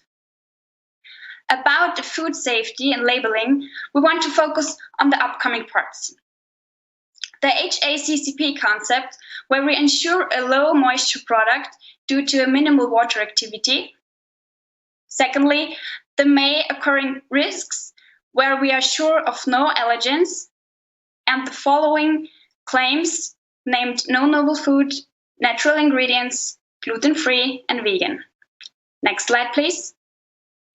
About the management part, we show a detailed marketing mix with the product and its variations, and the placement at specific events like food festivals to integrate into organic and local markets. With the promotion via social media, we want to reach aware and healthy living people. These channels are, of course, open for constructive feedback to improve our product continuously. And finally, the price, which refers to a high-end food product, especially for the urban area. Next slide, please. Therefore, our financial calculation of one packaging comprises less than €4. By an assessment of 10,000 packagings sold in the first year, we would have a good marketing penetration speed, and we would double our sale each further year. With leased equipment and business cooperations, we would be able to keep our expenses low, so our investments can focus on the first year on promotion, in the second year on the product development, and the following years on our own technical equipment. And with our own technical equipment, we would let our business grow. With this plan, we would be able to locate our Sprout crisps at the market, and after approximately 4 years, our business could run independently. Next slide, please. Finally, we would like to thank our supporter for the shared knowledge in every quarter. And finally, always remember these. Next slide, please. We invested a new style of crispy greens. Diverse usage for all, whether oldies or teens. Sustainable, healthy, and rich in taste, so we all can be part of reducing waste. Because this is a jackpot in Lotto. According to our motto, day in and day out, keep snacking Sprout. Thank you, and merci beaucoup. Thank you, Team Sprouts. We are going to the questions and answers from the judging panel. I would like to remind the judges that when I say 1 minute, you can only ask one more question, please. We are running a little bit out of time. Thank you. Okay. Thanks for reminding us, and we will try to be more disciplined then. Thank you very much. So who would like to go first with a question? Bertrand, is that you? Yes. Yeah, okay, please. Yeah, thank you very much, and well done on the rapping, rhyming. There was a good... Oh, sorry. Yes, thank you, and well done on the rapping, rhyming at the start and at the end. I appreciated that. Nice distraction there. I'm still trying to put my head around the product. Is it really crumbly, or does it, because when you pick it out of the packaging and you start munching it, does it actually all crumble down, or does it actually manage to keep its shape? And I've also got a question about the price. The €4 for that box, and how many portions? You said there are 2 packs in there, so how many portions are there in there? First, I want to go to the first question about the style of our product. It is a thin layer which is stable if you're picking it out from the box. And if you want to crumble it, you can crumble it. But it's made to have a snack like potato crisps. And the second question was about the packaging and the packaging filling, right? The price of the portion. The price of the portion, yeah.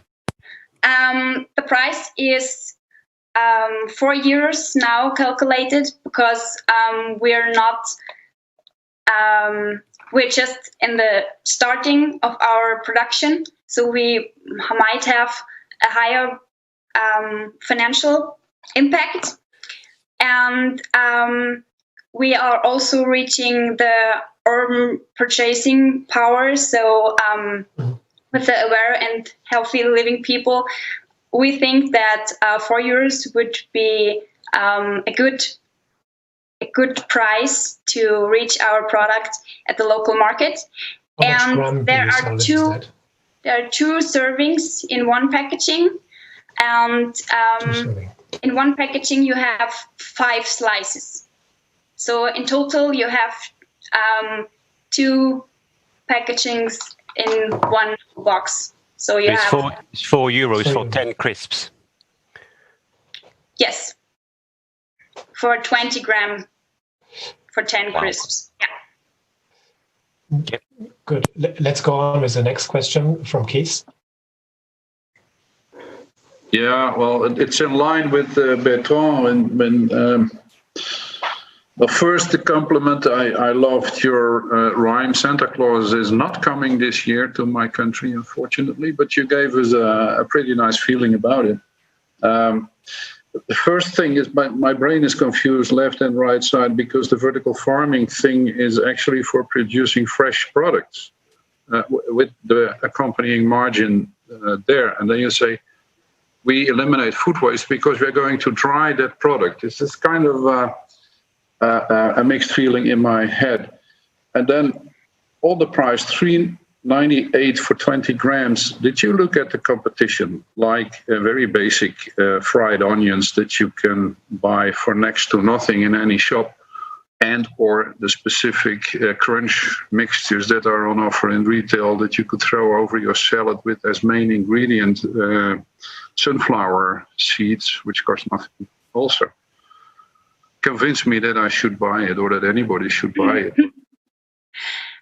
So firstly, I'm totally understanding your confusion about the vertical farming, but in every vertical farming you have not sold products. Like in our case, the sprout business every time got some sprouts left, and to reduce these kinds of food waste, we want to reduce.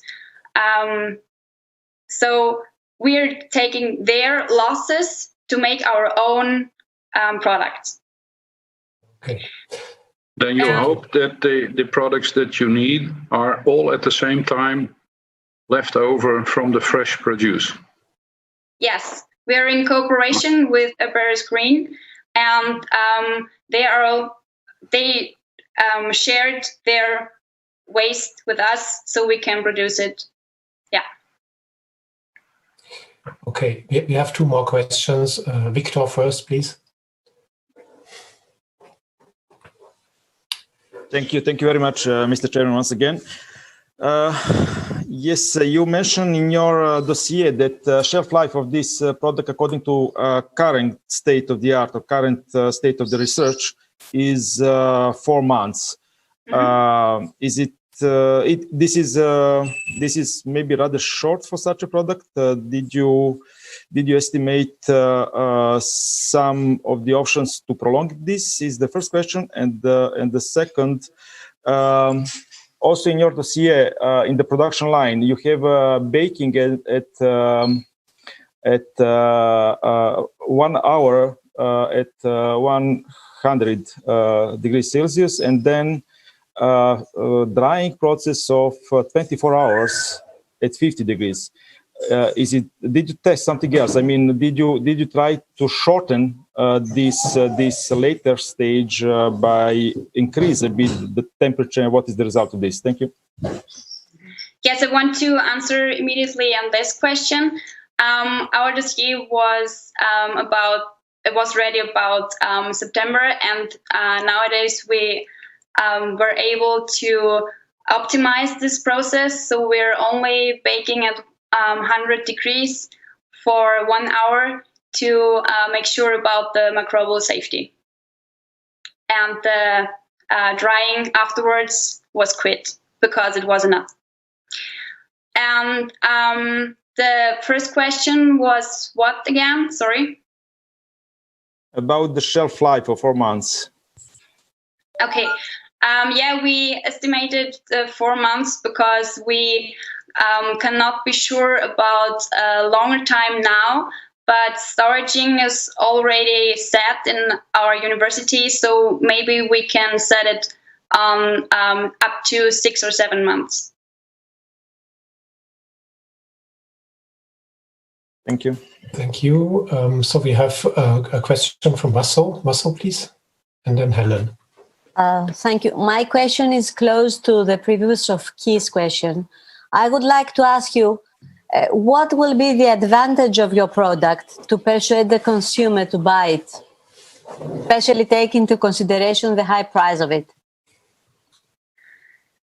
Sprout crisps are really rich in nutrition, and it is that the drying process is conserving all of the freshness and vitamins and protein and carbohydrate content to a really low weight product. And it is especially for healthy living people important or interesting to buy because they have firstly one innovative product. Secondly, we are only producing locally, so we have an Austrian sprouts vertical farming business, and the seasoning is from Austria too, and of course we're based in Vienna. And thirdly, it is really high in usage types, so it's not only snacking in between of I don't know, a lecture or something. It's made for seasoning and dipping into hummus and just this wide range of usage. And I think that's a great thing that a product can be. 1 minute. Yeah, 1 minute, and last question from Helen, please. Yeah, to me, a sprout is something that is really very moist, has a high moisture content. And you're obviously taking it down to something that is very dry because it's going to be crisp. So you must have to drive off a lot of water. How do you do that whilst maintaining the nutritional content? And how variable is that process? To lower the moisture content, we firstly adding salt, so the water can come out of the sprout and hires the mixing properties. And secondly, due to the baking step, we are sure of. Sorry, what was the question again?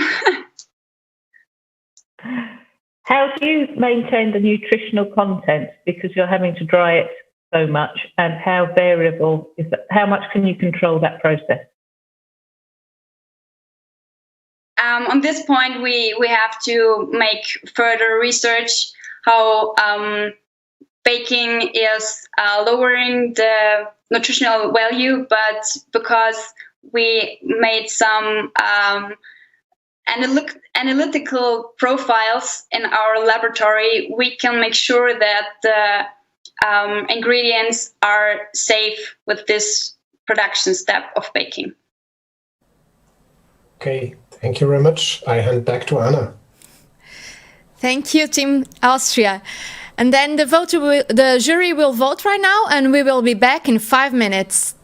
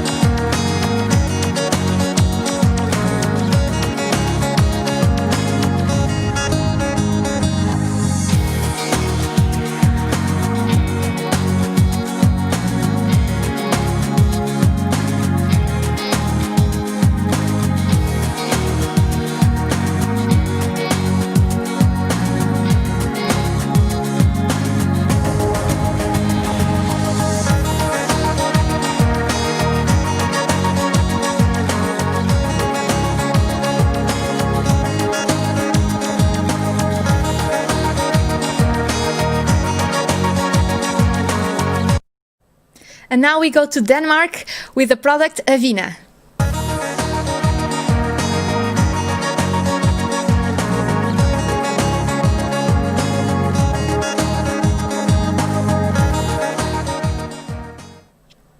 Welcome, Team Avena. You have 10 minutes for your presentation. I give you the floor. Okay, first of all, thank you for having us today.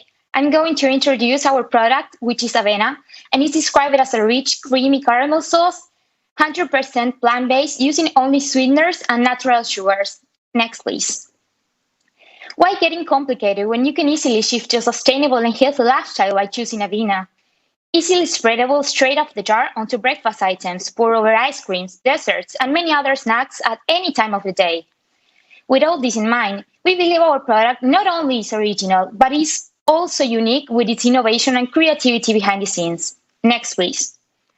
Avena was created taking inspiration from the traditional Argentinian product dulce de leche, which is a caramel spread usually made with condensed milk. The name came from the Spanish name for oats, which we felt really emphasized the simplicity of our product and helps customers identify our brand. Avena has a similar characteristics to the Latin American version, but uses more nutritious and sustainable ingredients to make us stand out. We feel we fit perfectly into both the vegan and confectionery market, providing a unique product to consumers. Next, please.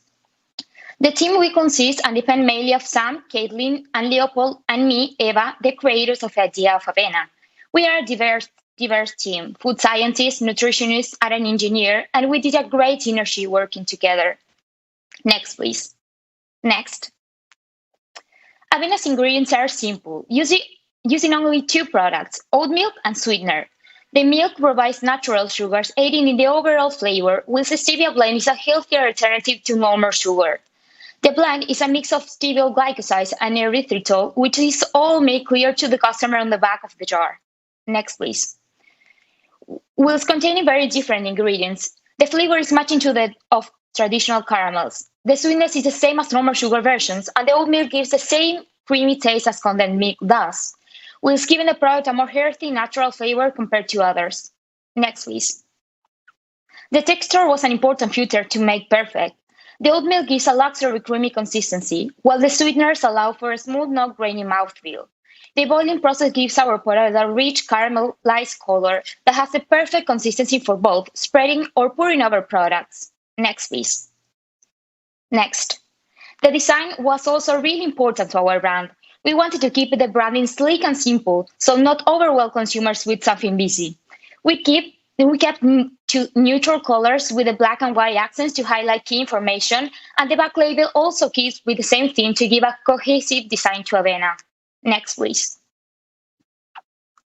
The packaging is a standard glass jar holding 400 grams of product that has a metal twist of lid for easy use. We are using widely recyclable materials to ensure it fits with our sustainability message. The glass jar helps to emphasize the luxury feel as it adds waste to the product, something other plastic alternatives wouldn't. Next, please. Next. The nutritional information is based on estimations calculated from mass balance equations, seen from the table. As you can see, the fat content is extremely low, and whilst there are some sugars in Avena, it's noted that these are the natural sugars found in oat milk. Next, please. We can make some nutritional claims for Avena, using one being that it's low in saturated fat, since it contains less than 1.5 grams per 100 grams. Along with the claims of natural occurring sugars or no added sugars. The product is also 100% plant-based and so will be certified suitable for vegans. Next, please. Next.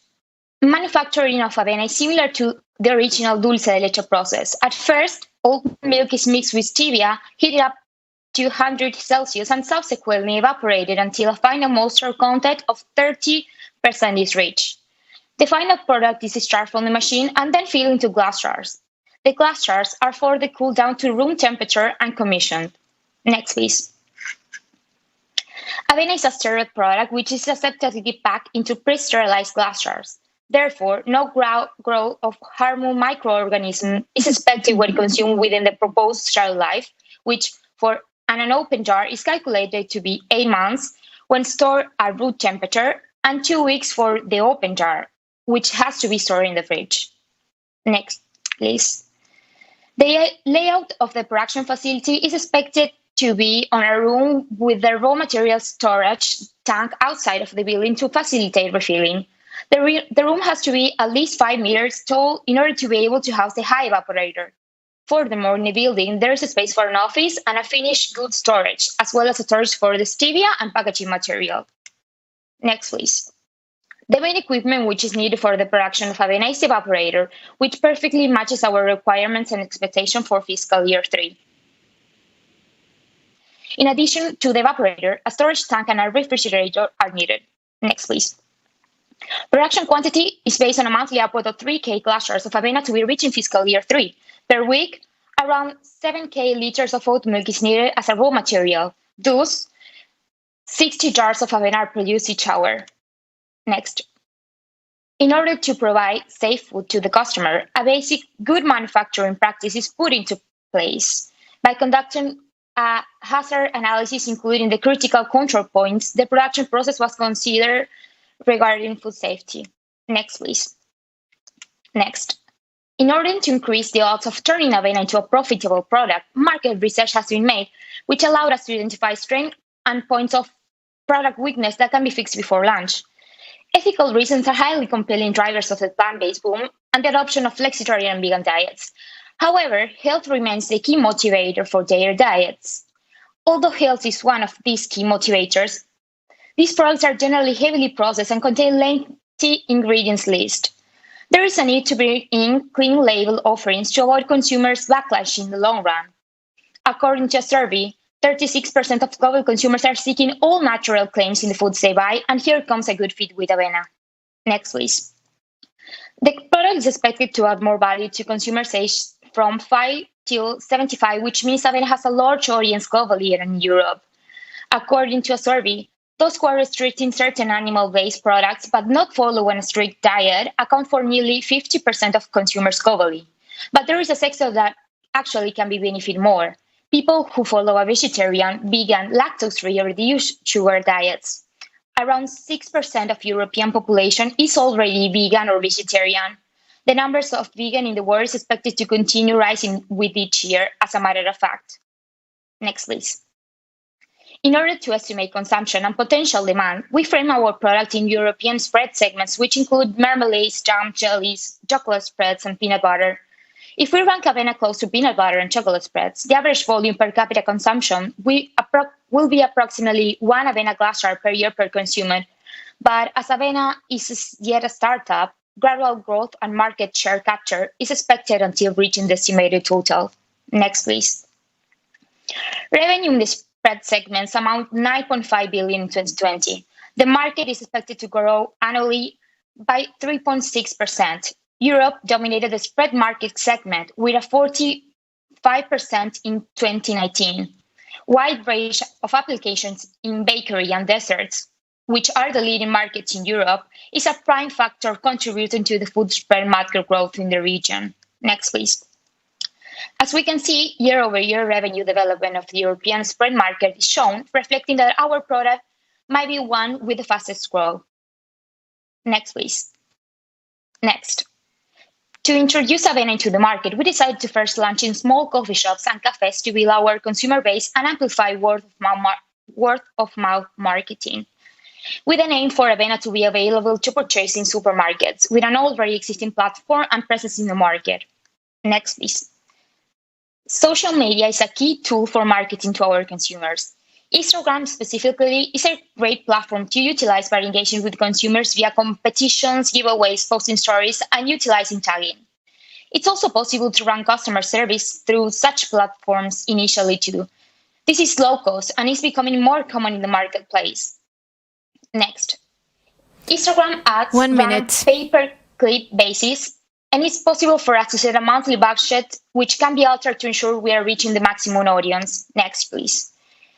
We choose to utilize region oat milk, plant-based milk for the production of Avena, as it's far more sustainable than cow's milk and uses much less water to produce. Oatly uses 100% renewable energy in Sweden to fuel, and they encourage their partners to follow suit. Stevia is also known to use much less water to produce and sugar. Next. Here we show you solid facts that support our decision. Oat milk is one of the plant-based milks with less environmental impact, with less emissions, land, and water use. And we strongly believe that we can reduce dairy consumption and impact of all dairy types to help the environment. Next. Regional distribution centers utilize it first, then direct distribution with growth. Recyclable cardboard will be used to hold the Avena jars when delivered to wholesalers. The glass jars it comes in is 100% recyclable, and we aim to use as much renewable energy as possible in the production. Next, please. Let's keep it simple. Avena, sustainable and delicious for all. Thank you. Thank you. Let's go back to the jury for the questions and answers for 10 minutes. Hello, thank you very much for this very nice presentation. I think now we are all craving for Avena. At least in my place, it's now 3 o'clock. It would perfectly fit now for a snack. I see hands raised here for questions. I would like to start top of my list here with Victor, please. Victor, are you ready? You are muted. Sorry, it was I didn't change after the previous one. I didn't raise the hand at this very moment. Do you hear me? Do you hear me? Yes. Okay, but as you already asked me, I would actually to ask one question, then please. Okay. First of all, thanks for excellent presentation. And the second. As this product is proposed as a bit unique on the market, how do you see your competitors on the market and your strategy for the market, for the selling of the product? Yes, thank you for the question. And to be honest, we analyze the competition, and we don't have many yet, but we know there is a current trend for all industries to turn to or either vegan or reduced sugar products. But the fact and the thing we stand out for is our clean label. Even though these companies might have vegan options, they are not clean. The ingredient lists are huge and with things you cannot even pronounce. So we are looking for stand out with that strategy to our clean label, and that our product is completely natural and healthy. Okay, thank you. Then, Helen, do you have a question, or is this also a hand raised from the previous session? I do have a question. So, stevia is obviously regulated under the. Sorry, can you hear me? Yes. Yes. Stevia is covered under the ingredients regulation. Of product and at certain levels. Is stevia approved for use in a spread? How does your level compare to the level approved at?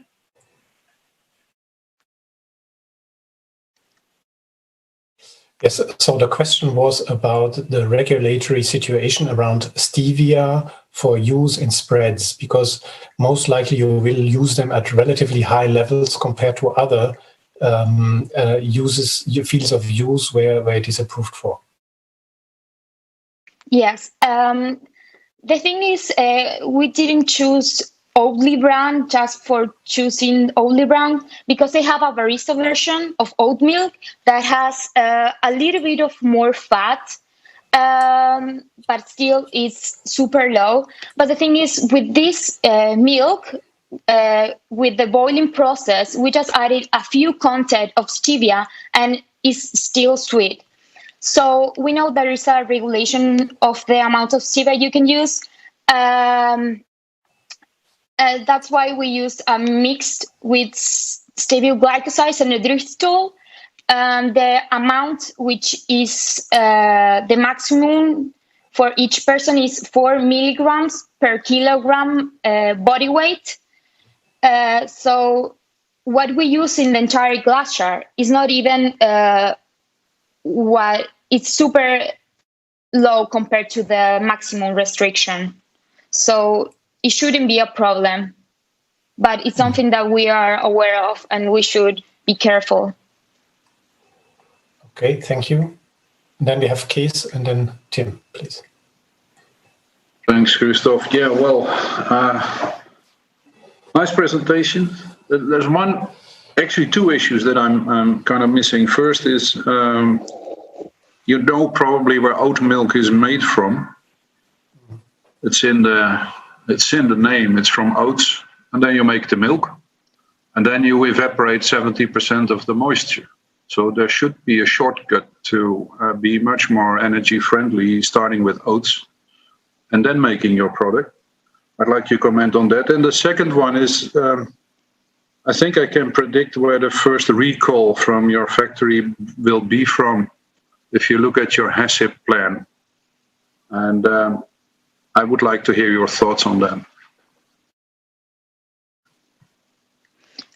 So the first question was, why don't we just use oats straight to make the spread? Yeah.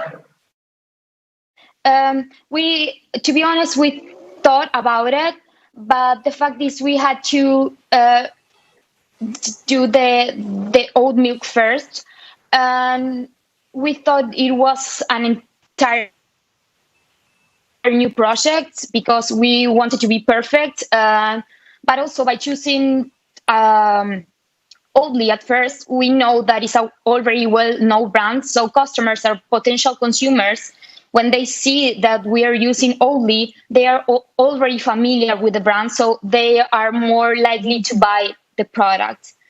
But to be honest, to do the oat milk before doing the oat spread, we thought it wasn't our core business, and we wanted to focus more on the spread rather than the milk. And maybe in the long term, potentially we will eventually do it. Yeah. Then, Kees, you had a question on the HACCP, right? On some risk there, right? There is a risk there, yes. Did you see it, or is the HACCP complete? Are you still there, Eva? Yes, you are still there.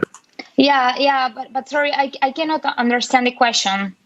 Well, you don't check anywhere on metals at all. Metals? Metals. No. Your recommendation is to install a metal detector at the end of the line. Yeah, we will take that into consideration. Thank you. We have Tim queuing for a question. Yeah, thank you very much. My question is, it's more, I have two questions in fact. One is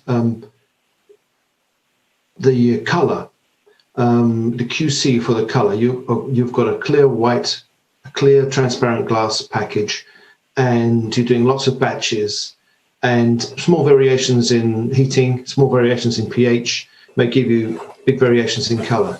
I didn't see anything about controlling for color, and you can see two jars side by side on a shelf looking differently. That might be a problem. I'd like to hear what you say about that. And the other thing is, I really like the project, the idea that's very elegant, very simple, like you say, clean label. But you do make some strong claims about aseptic filling, etc. And I don't see the detail in the process and in the costings.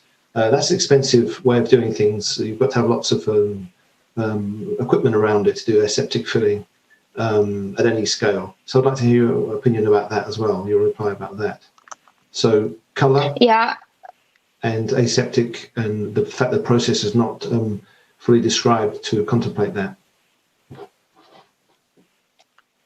Yeah, you mean that the color being brown? The color being always the same, whatever it is.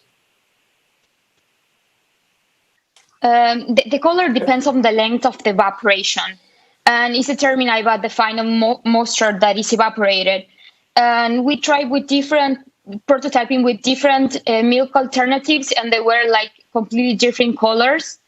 But we think in the process we can regulate the time and potentially regulate the color and set it as only one.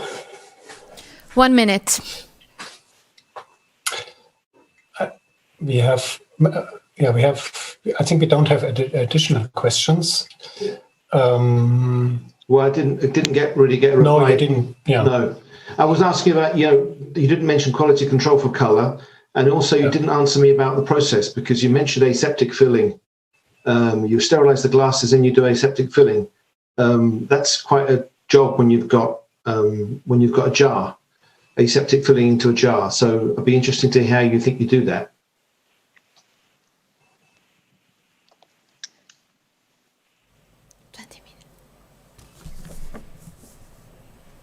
I'm so sorry. I didn't hear. Yeah, I think the question is, why did you choose aseptic filling for such a highly viscous product, instead of just processing it in the jar?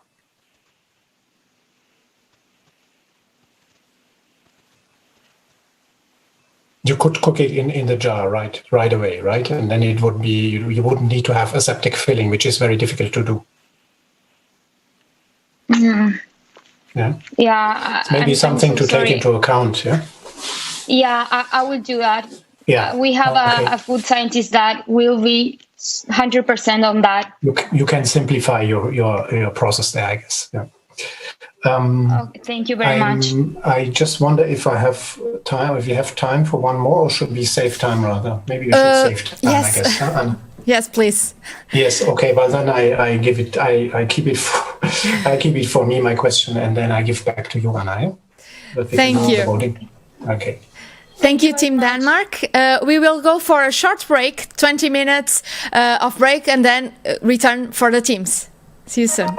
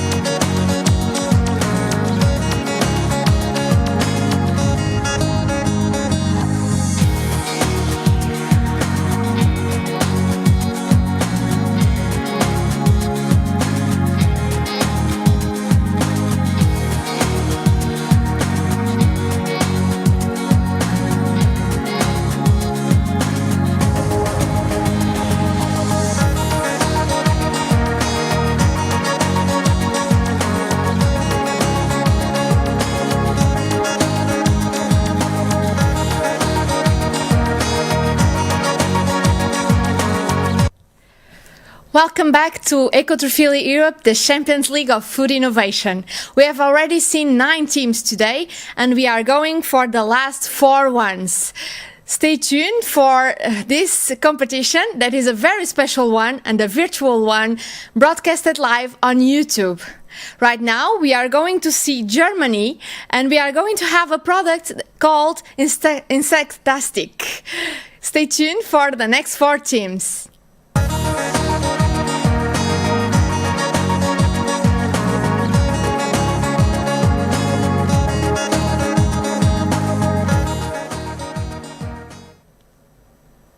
Welcome, Team Germany. You have 10 minutes for your presentation. I give you the floor. Welcome, ladies and gentlemen, to our presentation on Insectastic, the alternative to minced meat. I'm Louise Hennig, and I'm representing Team Germany to you. Insectastic, as the name suggests, contains insects. Now, you might ask yourself and get a little weird feeling in the stomach, do I really want insects in my food? And the answer is yes, you do. They're healthy, they're sustainable, and I'm going to convince you of that during this presentation. So as you can see in the picture, Insectastic looks just like minced meat, and it's served in a plastic tray in the first section of the supermarket. Next, please. So the main ingredient of Insectastic is insect protein of the buffalo worm. As this is already a pre-processed insect protein concentrate, you don't have to be afraid to have any weird insect parts that feel strange in the mouth. And it gives already a bit of texture to Insectastic and a lot of protein, obviously. And as it is a pre-processed protein concentrate, it has also a very neutral flavor. The second biggest fraction is chickpeas. And these together with the insects balance out the amino acid profile really well. As a fat source, we're using canola oil, which is rich in polyunsaturated fatty acids, so it's a healthy fat. Next slide, please. As Insectastic consists mainly of plant-based ingredients and insects, it has a lower water consumption and needs smaller production space, and the insects obviously less feed than a usual meat product would do. And altogether, Insectastic produces up to 98% lower greenhouse gas emissions than a usual minced meat. Furthermore, we're using citrus fiber to enrich our product, which is a byproduct of orange juice fabrication, so this reduces waste. And speaking of waste, our package contains 50% less plastic than a usual minced meat tray would do. Next, please. So Insectastic is not only good for the environment, it's also good for you as a consumer. Its macronutrients are really balanced out, so fat, fiber, protein, and carbohydrates are all equally represented in the product, and it's very wholesome. Furthermore, it's a source of fiber as there are a lot of plant-based ingredients included. Due to the canola oil, it contains many unsaturated and polyunsaturated, even omega-3 fatty acids. As I already mentioned, the amino acid profile is really good, and it contains all essential amino acids as we combine chickpeas with buffalo worm protein. Insectastic is not only nutritionally advanced to meat, but also to vegetarian options, as it has very high mineral contents, mainly iron and calcium are really high. And compared to other vegetarian options, it does not contain soy or gluten, neither eggs, so it's available for an even bigger group of customers. Next, please. Please play the video. Yeah, as you can see in the video, I want to show you a bit through our production process in a lab scale. We are putting a bit of methyl cellulose in Insectastic to give it this typical meaty bite and give it rigidity upon cooking. This is mixed together with oil and water to form an emulsion to make it really juicy. And to increase even the juiciness, we're adding a bit of citrus fiber that can bind a lot of water, and so it gives us a really good texture in the mouth. A bit of red beet juice is added to give it the typical meat-like color. Then all ingredients are mixed together, the insect protein, pea protein, and the emulsions, and everything is put in a meat grinder. So here you are, Insectastic. and it already looks like usual minced meat. Yeah, so Insectastic doesn't only look like minced meat, but it's also as easy to cook. Everybody has their 3 favorite minced meat recipes, be it lasagna or bolognese type sauce or burgers or meatballs. And with Insectastic, you can just keep your recipe and take Insectastic instead. It's absolutely easy. It's moldable. You can give it any shape you like. And as it has a very mild taste and no off flavors, which a lot of vegetarian options have, you can season it to your liking and just add the seasoning that you prefer for your recipe. Next slide, please. So as an example, as you cannot taste it today, we show you the production process of the meatballs.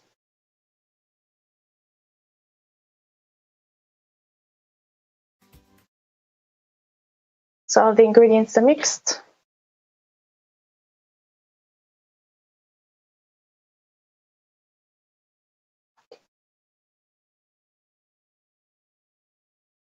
Okay, so there was supposed to be some music, but unfortunately it didn't work.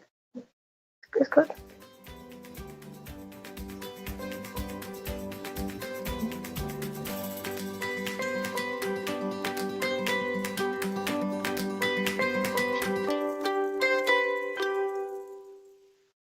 Yeah, unfortunately you cannot try it, but I can tell you it's delicious.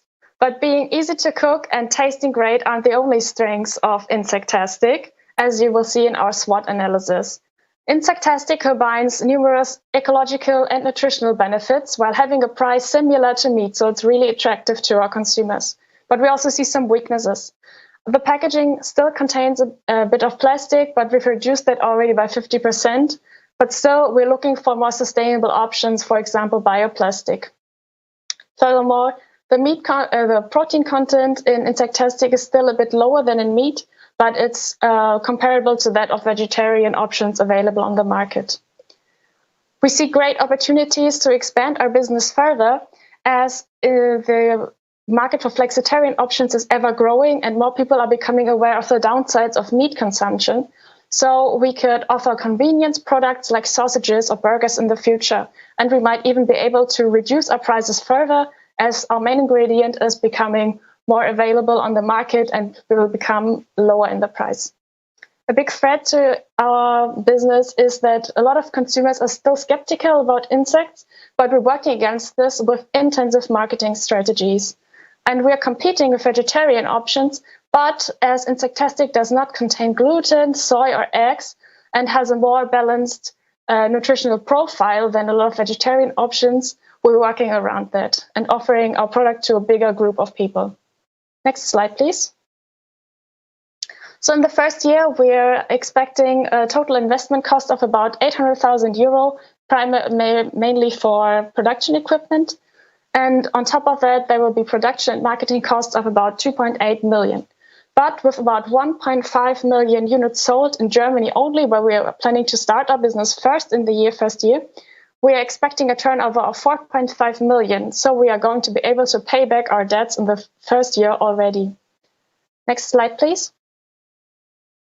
So you might ask yourself, how are we going to achieve such a high turnover? And it's quite easy. Studies show that about 1/3 of Europeans and 16% of Germans. What?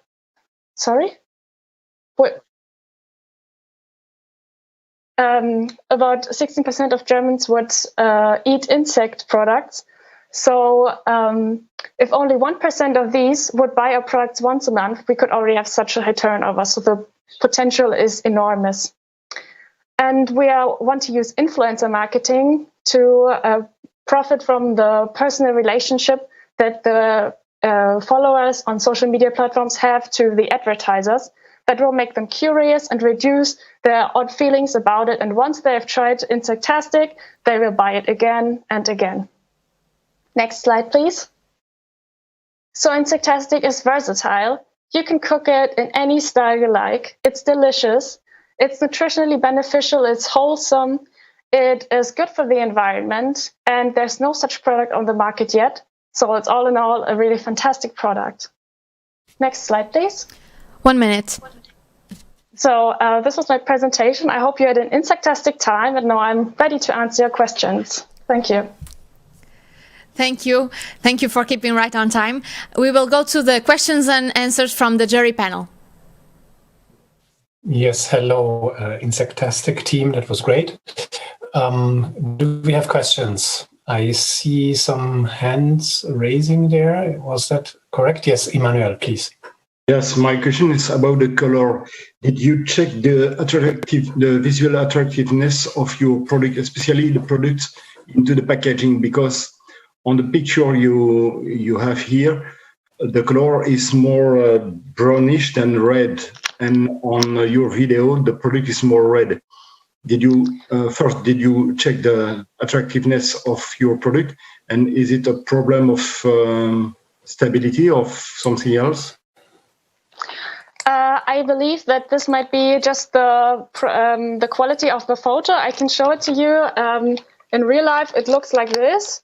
So it's rather reddish. I suppose that was just a display problem, that it looked brown on the picture, because we have not seen anything like a browning yet in our storage trials. So I think it shouldn't be a problem. Okay, thank you. And there's a question from Case, please. That was quick this time, Christoph. Thank you. Thanks for the renewed interest in insects. I've been missing them for 2 years, I think. 2 questions. First one is, I'm missing 2 key ingredients in meat that are not there in insects, and you didn't mention them, which is iron and vitamin B12. Can you comment on that? And the second thing is a bit more tricky. As far as I know, you are selling an illegal product because it has not yet passed the novel food dossier with EFSA. How are you going to tackle that problem? Okay, I'm going to answer your first question first concerning the iron. As we're using a protein concentrate, it is fortunately quite high in iron, and in combination with the chickpeas, our iron concentration is as high as it is in pork meat, for example. And with B12, obviously, there's a depletion of B12 in insects and also in the plant-based ingredients that we are using. And we could imagine fortifying our product later on, but right now we wanted to keep our ingredient list as short as possible. And as most of the flexitarian people that we are addressing are also eating animal-based products in their normal diet, and they're just taking insectastic sometimes too, we don't think that it is going to be an issue for their nutrition, as our consumer group is not based on vegans, which should supplement it. And about the novel food, I believe that in Germany, buffalo worm is already past the test, so it's okay to sell it in Germany at last. And there are already buffalo worm products available on the German market, so I don't see a legal issue here. And maybe when we're expanding on the European market, it should be considered more, but right now for our first year, it wasn't seen as an issue. Well, that's an interesting legal issue then. It's European file. So you can sell it in Germany, then it's not being prosecuted, but it's still illegal. Yeah. We have more questions. Joy, please. Yeah, so one of my questions has been asked and answered already. Another question I want to ask is a bit technical. Did you guys do any texture analysis? Because in the video, I could see that the binding is really nice, and you're saying you're using citrus fibers. Did you at any point do a texture analysis of a regular meat ball compared to yours? And if yes, how much was the difference? Let's say in one of the texture parameters? Thank you for the question. We haven't tried a special texture analysis yet. Obviously, when we develop the product further, we would do that too. Right now, we focus on how easy it is to process it further for the consumer, and the consumer friendliness was our top one priority in the production process. So we mainly focused on how it would work together with other ingredients and didn't check if it is exactly the same texture as meat. And obviously we won't achieve the same textural profile, but as it is already a minced meat, it's quite similar to that of real minced meat, because the textural integrity of meat that is so hard to represent is much lower in this processed version. Yeah, I asked because in the last slide when you guys are eating it, the meatballs or the patties on the plate look really nice, and the browning was really nice. So I was just wondering, does it also incorporate the layer of the browning and the chewiness as well? So that's why I asked the question. But thank you for the answer. I'm done. Yeah. So we have more questions. Maybe I ask Katharina to ask a question. She sent me a chat. Katharina, are you there? Katharina? Me? Hello? Yes. Hello? Yes, here you are. Yes. Okay, thank you. Sorry. Okay, so I was wondering, how many worms do you need for 1 kilo of insectastic? Then I wanted to ask if you have already plans for an industrial line, how to scale it up, and have you carried out a consumer acceptability study? Thank you. Okay, so the first question was about the. Can you tell me again what the first question was? How many kilos? Other worms. Yeah, okay. So we are not processing the worms. We are already buying the pre-processed protein concentrate. So unfortunately, I cannot tell you how many worms exactly were used for 1 kilo of the protein concentrate. I don't know. We should have to ask our supplier for that. And then for the scale up of the production process, as our operations aren't that complicated, we're going to use industrial meat cutter, industrial meat grinder, usual scales, and so it's not that complicated to scale up. And Gerhard, who's in our team, he's a professional butcher, so he tried this out and it worked well in a small industrial scale version. Yeah. Mm-hmm. And did you carry out the consumer acceptability study? Okay. So we didn't carry out an consumer acceptability study ourselves. We just relied on different studies that we found on the internet and in scientific papers on consumers' acceptance of insect products in general.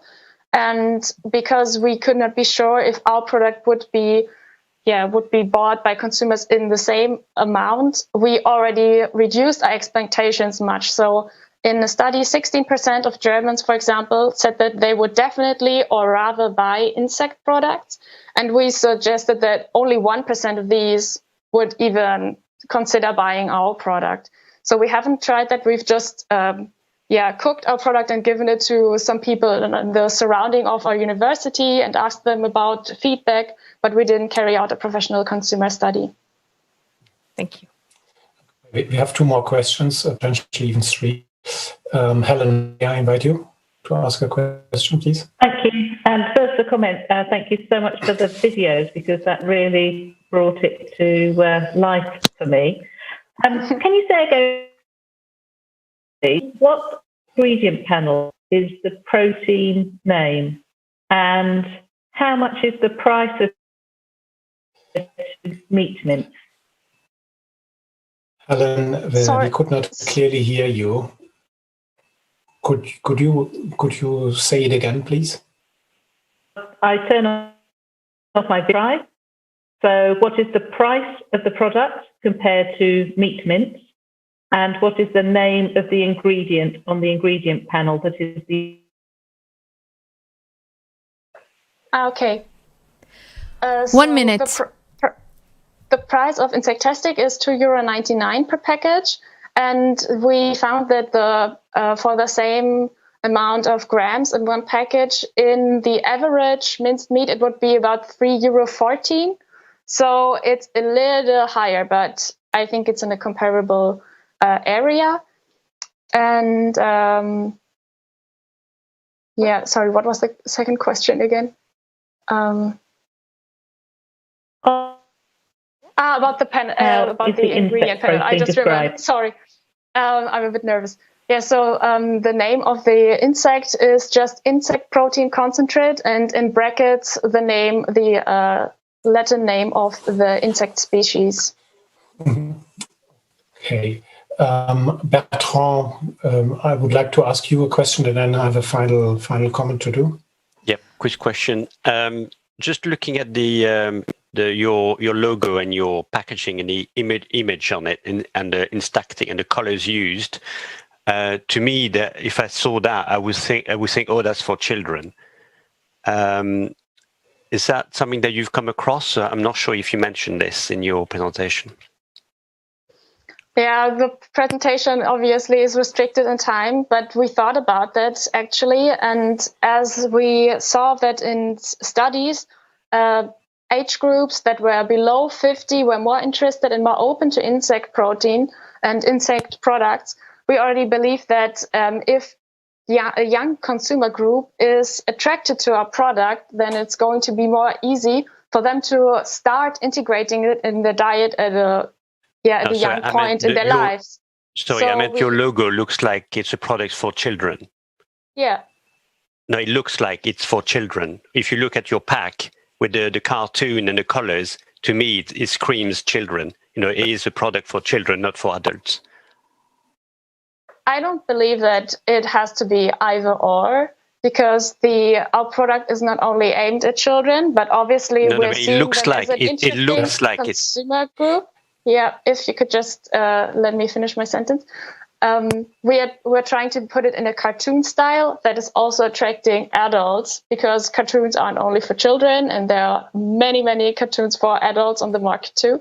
So we're just giving it this, we wanted to make it something to show that it contains a superfood, as insects are very high quality protein. And to put this all together, we wanted to form this superhero character as our logo. So it's related to a cartoon world, but still for adults too. Luisa, you need to confirm one thing. Some of our jury members did not find the HACCP assessment in your report. Can you confirm that you don't have the HACCP report, the HACCP plan? Yes, as we haven't set up a complete production line in an industrial state, we haven't put a HACCP report already in our file. We didn't know that it was a requirement, so we don't have that yet. Okay, so it's not there. Okay, fine. It's we take a note of that. Okay, then thank you very much. I would love to taste your product, but obviously we need to postpone this. And thanks for your presentation and the Q&A. And I give back to Anna, please. Thank you. You can do the voting. Thank you, Tim and Insectastic. We will now go for the votes of the jury, and we will be back in 5 minutes.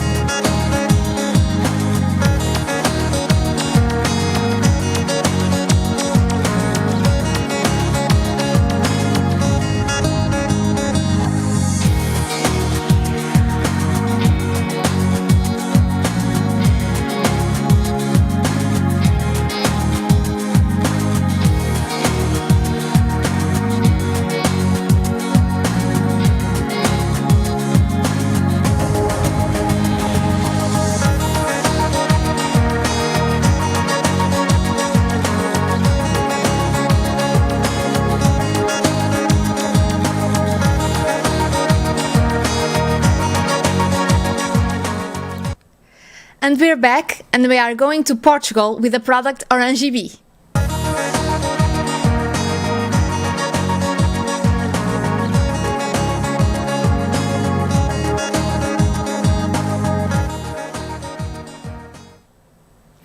Welcome, Portugal. You have 10 minutes for your presentation. I give you the floor. Well, hello, good afternoon. My name is Adelaide Oling and my colleague is Bárbara Vitoriano. Next. We are both master's students. Bárbara, as a designer, she had the purpose to value and use parts of food from Mediterranean culture, and more specifically orange peels. And I, as a food biotechnologist, was motivated to find solutions for the integration of bee products, such as bee pollen and honey, into new and innovative ones. Next, and video.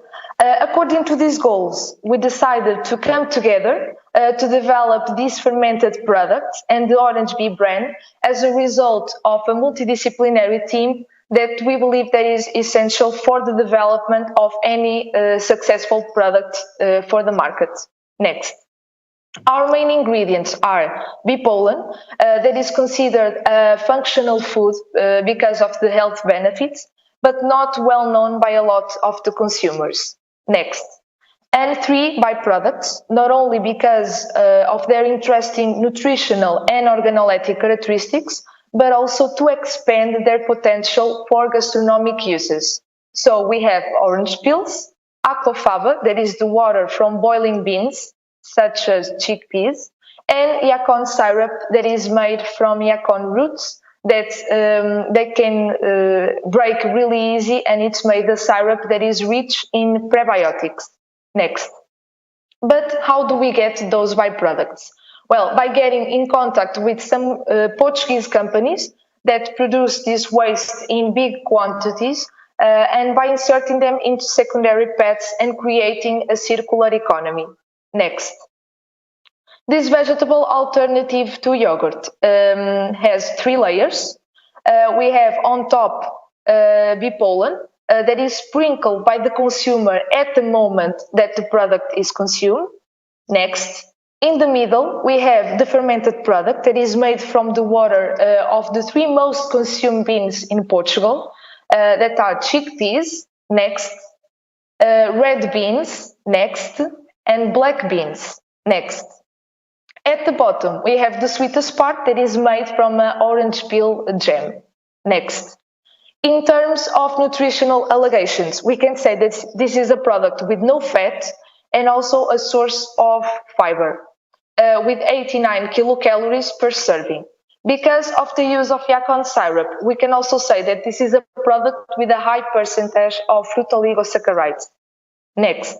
We can also say that this is a vegetarian product with no gluten and no lactose. Next, please. About the packaging, it meets the sustainable concept of the project. The container is in glass because it's recyclable and it's reusable. And to seal, in order to find an innovative solution for the cover, we decided to use this starch material that it's really similar to plastic, and it's made from starch of potato wash at the ships companies. Next. There's also an individual label in each container that differs from each bean water that has been used to produce it, and the colors were inspired in those formulations. Next. This product is innovative by himself, but what makes it differ in the market is really the pedagogical and educational side of it, because the products will be sold in a pack of 2 containers. Next. And the packaging aims not only to inform the consumer about each Orangebe ingredient and its nutritional characteristics, but also to teach the consumer to change their domestic habits relative to wasted parts of the products that are culturally rejected, but are in a very good condition and are also safe to be eaten. Those are the cards for the consumer to collect and to gradually change their perspective about those ingredients. Next. The way to be consumed is to open the sacket, to pour the bee pollen and then mix and enjoy all the flavors. Next, about the timeline of the campaign. This is divided in 2 different parts, before and after the product is released, and it's planned to be online on social media and websites, but also physically in posters, for example. During the pre-launch, the product is not revealed, only the concept and the brand, in order to create some curiosity and suspense in the consumers. Next, after the products are launched, people will relate the identity released before, and this is how the website will look like. Next, for an analysis of the internal and external environment of the Orange Bee product, SWOT analysis was used as a tool. The evaluation of food byproducts and the use of recyclable and biodegradable packaging are present as trends in the market, as they fit in the emerging trend of purchasing sustainable products. Next. So our product aims to enter the market as a product for all audiences, with a very wide range of ages, from children to elderly people, but it's also a product for vegetarians, for consumers that are concerned with environmental sustainability, and also for intolerance to gluten and lactose. As we work with byproducts, it was really important to establish contact with some possible suppliers and partners and make a simulation of the production of Orange Bee products with real values. Next, so regarding the financial analysis, in the first phase, and taking into account the amount of byproducts that the company Gertal produces and will provide us, an estimate of 500 kilograms of orange peels and 100 kilograms of aquafaba per day will be able for us to produce 2,000 Orange Bee fermented products per day. Next, video. So after 6 months, we intended to have contact with more suppliers in order to increase the production to the double, ending the first year with the production of 360,000 Orange Bee packs. Next, so each pack will contain 2 vegetable preparations, each with 125 grams in glass containers and sealed with biodegradable starch material. And the selling price to the distributor will be of €1.15 each pack. Orange Bee will thus obtain a profit margin of 20%. Next, in terms of management in 3 years, we want to promote our product and brand in large commercial areas and also by publicity in social media. In the second year, we intend to increase the sales by establishing contact with more suppliers and customers. This product appears in the market to demystify the products that are actually in use industrially and domestically. Unfortunately, we are presenting this project online, but something that we've learned from this pandemic is the power of each one of us and the importance of the individual role in the world. Next video. So as we could show here in the video, well, we believe that we can gradually change the consumers' domestic behaviors to make it more sustainable. For the future, first of all, we want to start to commercialize those Orange Bee fermented products, and then increase the brand's progression capacity and consequently increase the range of products of the brand. For example, next, starting with the production of ice creams from the same ingredients of the vegetable preparations. Next. So bees have arrived. Thank you so much. Next.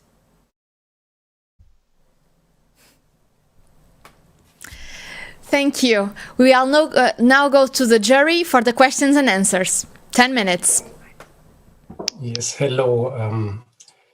That was very interesting and a very sweetie and appealing presentation. Thank you very much. I assume we have a few questions already here. Yes, I see Case posting one here. Please, Case, go. Okay, thanks, Christoph. Yeah, well, that was very interesting, really. 3 questions, a bit related to each other. The citrus peel, I see you use the whole peel, which normally adds a very bitter note to the product. So here it's digitally impossible to taste, but can you comment on that? And secondly, you use whole peel. Did you do any check on residues of crop protection agents? And that's actually it. Okay, so we take a lot of precautions because of the orange peels. The orange peels are disinfected because we know that there's a lot of nutrients that we need to take off before starting even the production of the jelly, of the jam. So I cannot go in detail, but we boil them and they are disinfected. So a lot of these bad nutrients are not in the jam. And about the bitterness, we balance that with the sugar and the honey. So it's a mixture that it's really pleasure in the mouth. Because of the combination of the bitterness and the sweet part of the jam that is on the bottom of the product. On a scale, can I compare it to marmalade, the classical marmalade from Sevilla in Spain?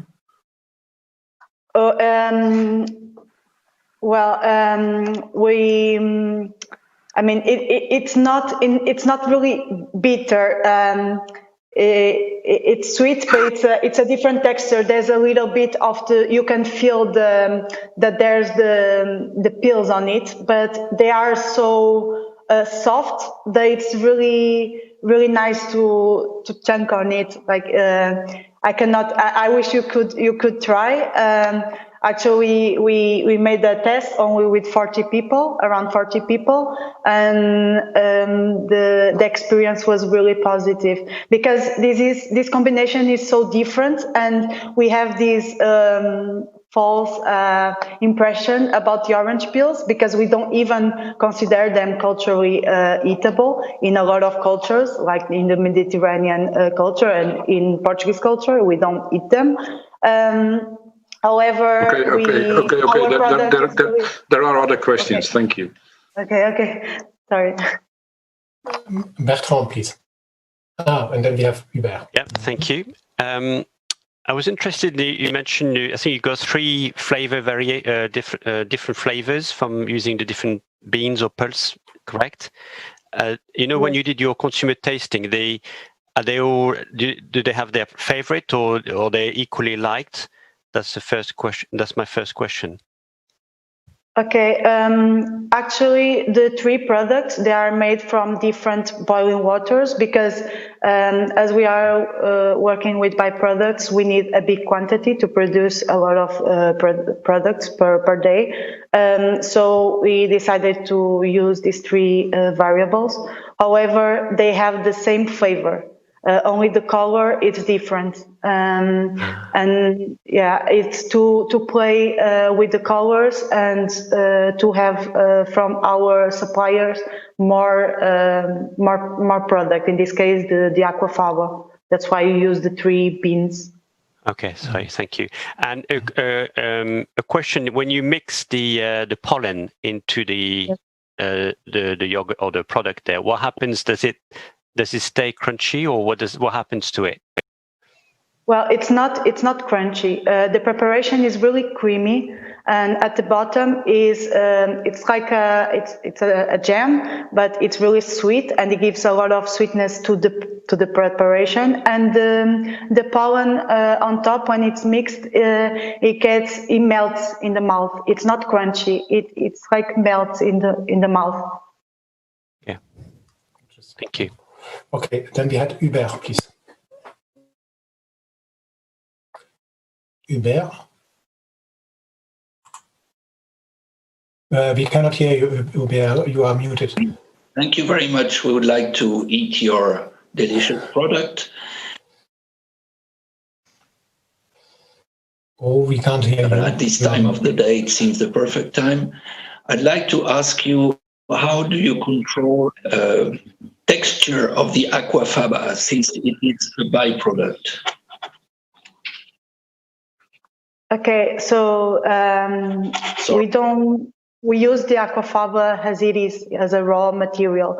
And as this is a vegetable preparation, it's an alternative to yogurt. It's made in the same way as it's inspired by the process of the yogurt. So in the case, for example, of soya yogurts, they use the soya milk. We use the aquafaba. In this case, it's the same process. It's a liquid. We have another question from Vinay. Yes. Can you hear me? Yes. Okay. Congratulations for the presentation and very tasty for the time of the day, as mentioned before. My question is in regards of the cover. Why did you choose this starch origin, potato starch origin material? And what about the permeability of moisture? You are talking about the tap, right? The material, the biomaterial. Yes.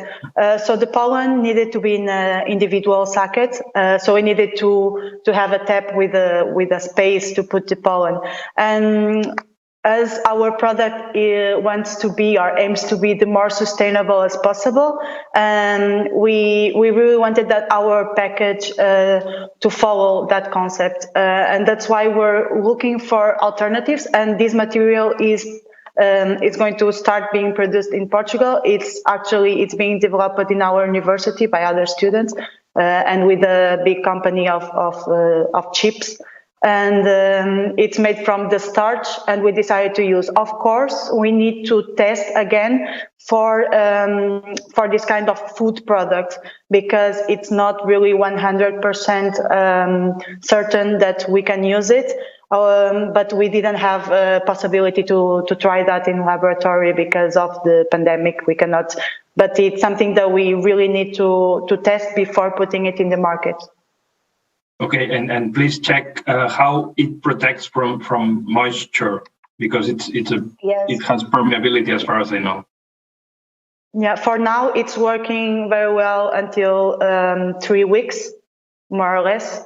But as I said, we test this at home, and we need to make it more, of course, more detailed and more technically in the future. Okay, thank you.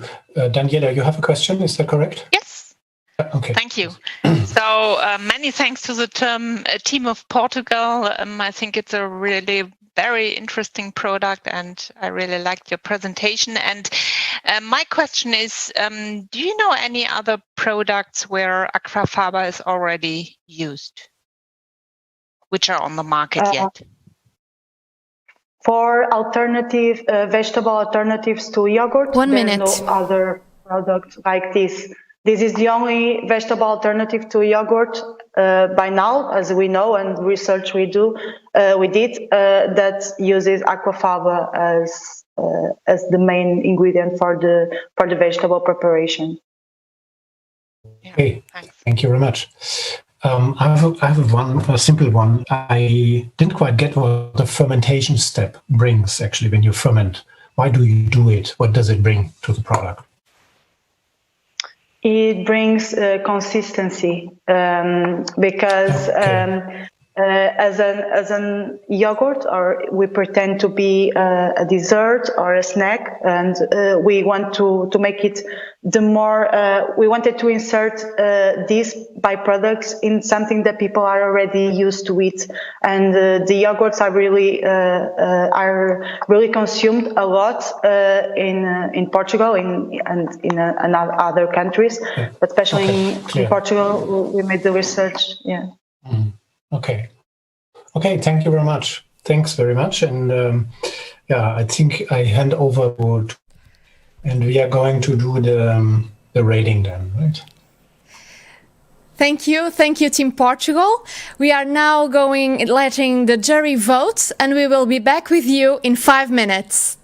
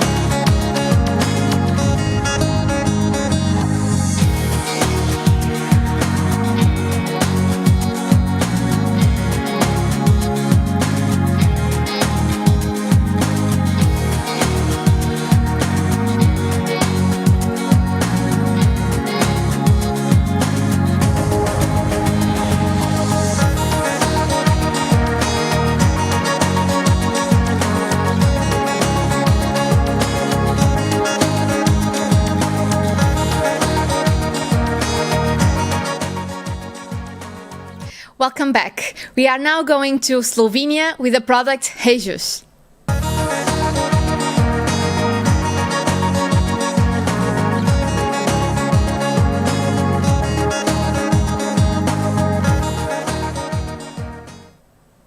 Welcome, Team Slovenia. You have 10 minutes for your presentation. The floor is yours. Hi. Today's customers are becoming more and more aware of the nutritional value of the food they consume. This is why people from urban, trendy environments are looking for alternatives to unhealthy beverages. Next, we recognized clear apple juice is one of such drinks that could be improved because it's finely filtered after pressing, which removes most of useful nourishments. So we said, hey, let's make a great drink that would have a better fit for today's customers who are more and more seeking social responsibility and health. Next, I'm proud to present Hey Juice as 100% unfiltered apple juice with added super herbs. To produce it, we use fresh apples exclusively, from which we press unfiltered apple juice. Juice made this way retains most of beneficial nutritional value of an apple, fiber, and as much as 4 times more antioxidants. And what is most important, the juice keeps more full and fruitful taste. Next, we have 4 great flavors. The first one is our original branded unfiltered apple juice, which we included because it often replaces clear apple juice in our channels. Next, our 2 already established herb flavors are Hey Juice lemongrass and Hey Juice peppermint. Next, our 4th newest flavor is Hey Juice matcha, which we market as a natural energy drink. Matcha is Japanese green tea, which is naturally rich in caffeine and L-theanine. Both compounds are one of key functional components of today's energy drinks because they provide us with more energy and prevent sudden crash of energy. Next, so who is our customer? According to our own market pivoting in different areas of Slovenia, our main customers are foodies. Foodies are people who are generally more educated and informed about the food they consume and are keen on trying new alternatives to existing food. Our target buyers are also active people, vegetarians, and vegans. From feedback we got from the market, we also noticed Hey Juice is loved by children and their parents who are happy to buy them healthier alternatives despite higher price tag. Next, market of fruit juices is huge. In 2019, it reached 46 billion liters and is expected to witness a stable growth during the next 5 years of about 6%. Next, our main competition are producers of natural juices and natural energy drinks. The main competitive advantage of Hey Juice are super herbs, which represent one of powerful trends on the natural beverage market right now, and eco-friendly packaging, which is almost completely recyclable. The quality of Hey Juice is also proven by a certificate of highest quality standards in Slovenia. Next, we mainly market our juice directly in our channels through market campaigns with flyers and posters. We also cooperate with local sports and basketball club where we organize promotions on their matches, which hugely helped us with expansion of sales in the local region. We're also in contact with a Michelin star restaurant where we are finalizing a deal to come on their menu. If we succeed, that will be a huge, huge reference for Hey Juice brand. Next, Hey Juice has been on the market in bars and restaurants 1 year now. We started market testing in 3 local bars. After gathering enough market feedback, we made our first bigger batch, which we sold out in record 3 months. And after that, our main focus is expanding our market. Our vision is that we would first become widely available on Slovenian market, which is a goal we are currently working on. We are in contact with 2 large Slovenian store chains, and we expect to start selling in at least one of them in spring 2021.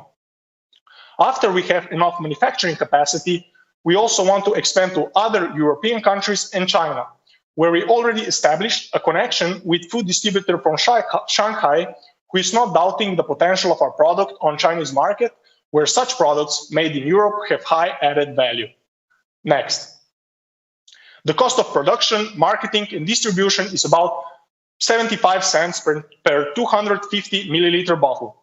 Our wholesale price is currently 1.3 euro, so our margin is about 55 cents per 250 milliliter bottle. Next, Until now, we've made more than 12,000 euros of revenue. For next year, our goal is to reach at least 40,000 euros, despite the pandemic. Next. HeyJuice also got an improvement during the summer. I'm proud to introduce new packaging, which is 25% bigger, more modern, and what we are most proud of, we managed to produce new bottles at the same price as the old ones, due to the higher quantity. Next. Currently, our main partner is a local farm who has fully automated manufacturing line for production of unfiltered apple juice. Our partner is also one of the biggest producers of apples in Slovenia, who can provide us with high and standard quality of apples in large quantities, which is crucial to keep great taste, quality of our juices, and can handle larger orders as our market grows. Next.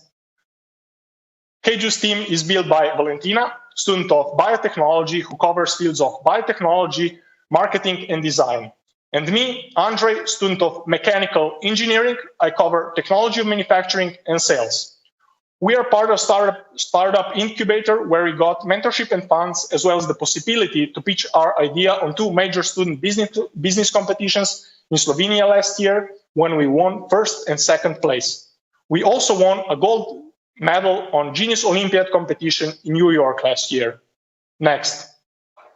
Sorry you couldn't try HeyJuice today, but anyways, bottoms up. Thank you. Thank you, Team Slovenia. We'll now go to the jury for the questions and answers for 10 minutes. And well, congratulations to the awards and the commercial success you already have. That's impressive. Huh? I would like to invite my jury members to raise their hand for questions. Is there any question coming up there? Yeah, okay, we have Emmanuel, please. Yes, how do you pasteurize your apple juice? Yeah, we use high temperature, short time pasteurization. We pasteurize our juice at 90 degrees for about 30 seconds. And then we have a hot filling. And then we want to cool down our juice as quickly as possible. Did you use, or did you have the opportunity to use a high pressure pasteurization in Slovenia? No, unfortunately, the only method we can use right now is high temperature, short time. We would like to use some other methods in the future, but currently our budget doesn't allow us to buy a better pasteurizer. Okay, thank you. Okay, then we have Joy, please. Congrats on the awards, guys. Really good presentation. Quick question. What is the bricks of the juice range you have? And usually apple juice shows a degradation in the aroma with time. So did you do any stability test to see what is the shelf life or a best before date? Okay, yeah, we have shelf life tested. We actually are after past expiration date analysis is in progress right now, because we have just bottles from last year that expired, and now we are doing analysis on that, but that shouldn't be a problem. And the other question was regarding the sugar bricks. The natural the sugar content, yeah. Yes. The natural sugars are, I have a bottle here, I can have a quick look, are 10.3 grams per 100 milliliters. This is all the natural sugar, of course. Okay, thank you. We have Tim, please. Yeah, thank you very much. Very interesting presentation, and it's very interesting that you've already got it on the market. My question is just very technical. You have a supplier for your bottling, so you do bottling from under contract. Does your supplier have a glass management program for breakages, etc.? because if you want to expand to other markets, people are going to be very worried about glass in bottle. That's one of the big problems with glass packaging for liquids. So, does your supplier is he certified? Does he have specific glass breakage management procedures? About glass breakage procedures, I'm not entirely sure. I would have to check. But our supplier for packaging is the most respected in our region. All the huge companies use that provider for smaller bottles, for some companies I know. And I think that we shouldn't have any problem with that. We noticed that we have a problem only if we want to send our juice by post. Otherwise, we didn't have any problems yet. Okay. So then we have one question from Victor. Thank you. Thank you to Slovenian team for excellent presentation. You mentioned in your presentation that you plan to expand your business to some European countries plus China, as it is a really big market. What is your plan in that case related to the fruit supply, for example, plus pilot scale up? You already heard something about the supply of the bottles and so on. Just how do you plan to increase the productivity related to your plans to be present at such a big markets? Okay, so the first thing that we would need to scale up is the better filling line that is faster, and that cost would be around 150,000 euros, I think.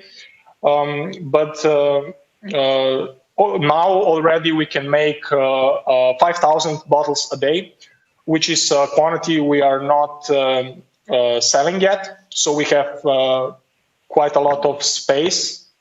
For China, we already had like a smaller order of 500 boxes, but at the time we weren't able to produce that kind of juice, so that opportunity slipped. But we at least got the feedback that we could sell there.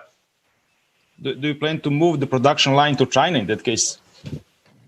No, we weren't thinking about that, because when we were talking to a Chinese distributor, they told us that in their country it is very valued to have like premium foods from Europe. That is premium.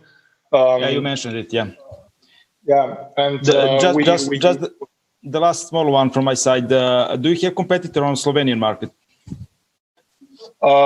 We have some other producers of unfiltered apple juice, but no other apple juice has like added stuff. It's just normal unfiltered apple juice, which is mostly produced by smaller farms.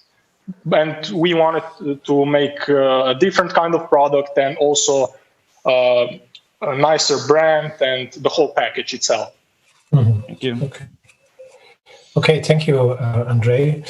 We have a question from Helen, who has problems with the internet connection, so I'll ask at her place. I would like to ask about the innovative step, the innovative edge. I understood now from your recent comment that it's unfiltered apple juice, and then you did something on the formulation, on the recipe, and you add some, let's say, specific ingredients. But is there anything specifically that you did that would allow you to protect, intellectual property besides the formulation, the recipe as such? Yeah, we were thinking about that. The main thing that we could protect, we are currently working on that, is brand protection. And for the recipe, it would be very hard to define what exactly we want to protect. And even if we manage to somehow protect it, we probably wouldn't have the funds to to protect it on court if there would be some larger firms who wanted to copy us. Yeah. No, you just keep it secret, and that's also a protection mechanism. Yeah, and also. Yeah. So all the awards you. Oh, sorry. Go ahead, please. Yeah, I just wanted to add that, for example, some herbs like lemongrass, it is very hard to get the right kind of lemongrass that will that will get you enough of aroma in the juice. And we probably tested like 10 different lemongrasses before we get the right one. So even for the big companies, I think that would be a bit of a problem to copy us right away. Yeah. Okay. And that might then also be your challenge in the future. 1 minute. Okay. Do we have other questions from the audience? From the panel?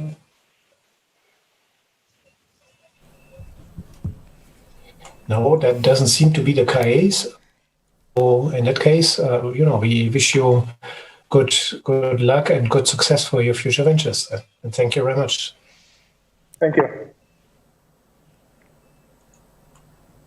Thank you, Team Slovenia. The jury will now vote, and we will be back in 5 minutes with the last team presentation today.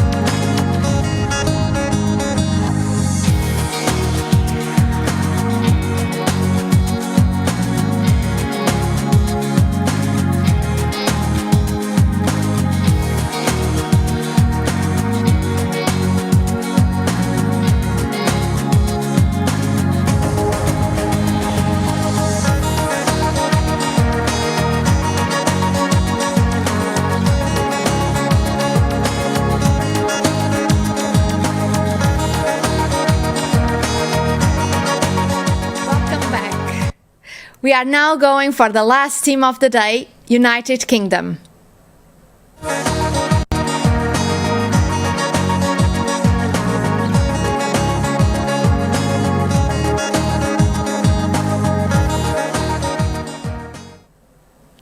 The team Desserts from United Kingdom will present now Delights, their product. You have 10 minutes. I give you the floor. Good afternoon. My team and I are delighted to present to you Redessert, an innovative dessert company aspiring to tackle the huge environmental issue of commercial bread waste through our product range Delights. Next slide, please. I'm Elizabeth and would like to introduce to you my invaluable colleagues, Georgia, Rebecca, Jennifer and Emily. Next slide, please. We collaborated with Foodprint, a redistribution charity aiming to tackle the vast amount of surplus food. Shockingly, over 900,000 tonnes of bread is wasted annually in the UK, an issue which extends across other European countries, for example, Sweden, where 219 tonnes of bread is wasted every single day. Therefore, our aim is to reduce and rework surplus bread into delicious products for people to enjoy. Next slide, please. At Redessert, our motto, bringing bread back to life, is at the heart of everything we do. To reflect our brand values, we created 3 pillars: reduce, redesign, reward. Reduce aims to mitigate commercial bread waste and associated environmental impacts. Redesign follows a product development journey where we incorporated surplus bread into innovative desserts, ultimately bringing bread back to life. Finally, Reward embraces personal indulgence and aspires to give back to customers and communities. With a clear brand understanding and focus, we now proudly introduce to you Delights. Please play the video.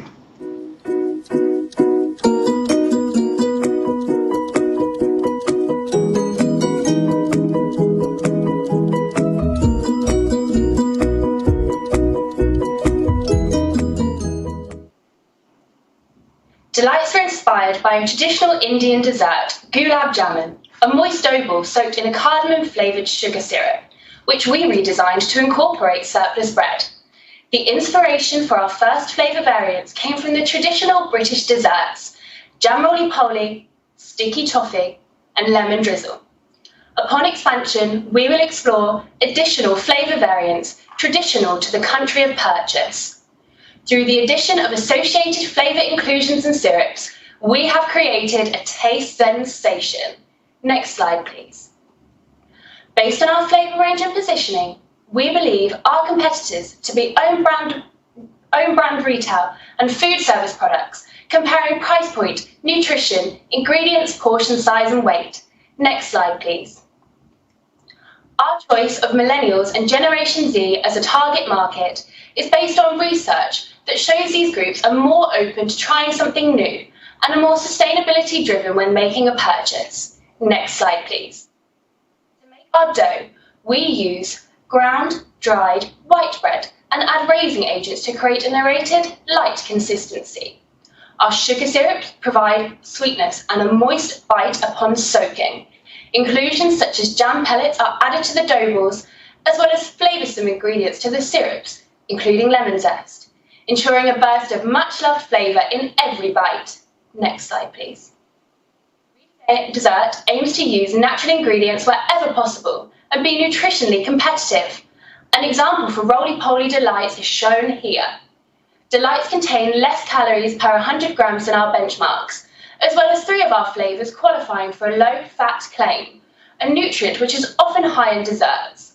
We will continue to improve our nutritionals where possible, without compromising the quality of our product, especially within our sticky toffee Delights, where development is still undergoing. Next slide, please.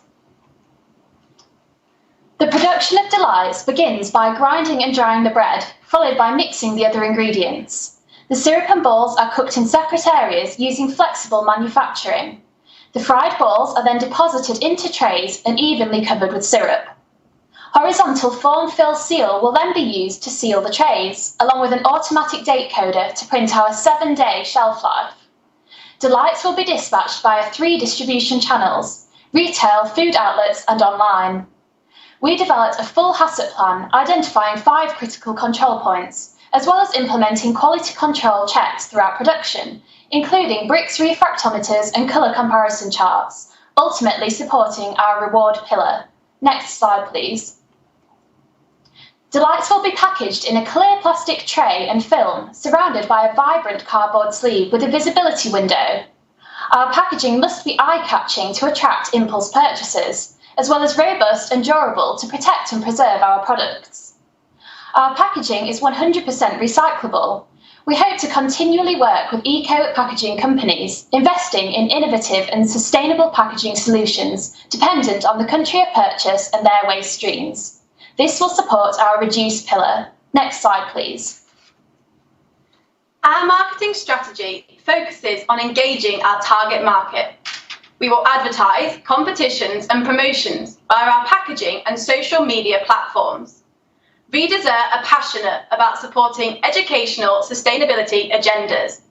We aim to collaborate with universities by selling delights on campus and donating 10% of profits from these sales back to the university. Our target market love a freebie, so what better way to promote delights whilst creating a buzz than by showcasing at food events with brand ambassadors to explain our story and create excitement around Redessert. We also have an active online presence via our website and social media, giving Redessert the initial engagement we need. Next slide, please. Follow our reduce pillar, we support the UN 2030 Sustainable Development Goals. We strongly believe redesigning surplus bread will contribute to goals 2, 12 and 13, which focus on zero hunger, reducing food waste and reducing production impacts on the environment. To achieve these, delights will be affordable and production impacts minimised. 41% of each dough ball will be made up of surplus bread, which may otherwise be destined for landfill. We also support the Love Food Hate Waste charity campaign and the UK Plastics Pact through the use of totally recyclable packaging. Next slide, please. Following Goal 13, we will adopt a circular economy approach, reutilising resources for as long as possible, extracting maximum value, as well as regenerating products and materials at the end of life. For example, we will harvest grey water for non-food uses and invest in ways to reuse frying oil, such as converting to biofuels. As Redessert grows, we will invest in other renewable energy sources, including solar panels. Overall, we strive to reduce waste and drive resource productivity to reduce the environmental impacts of our production. Next slide, please. The pie chart shown maps out predicted costs for Redessert's first year, based on renting food premises in Nottingham. Our current selling price is £1.40 for individual packs and £6.50 for bulk packs, with an expected retail markup of 30%. To establish Redessert, we will need initial personal investment and a bank loan, totalling £85,000, from an investor angel with retail expertise. Our estimated net profit is £8,500 in year 1 and £244,000 in year 5, allowing Redessert to purchase its own premises and invest in more autonomous equipment. Next slide, please. We see Redessert having a very exciting future.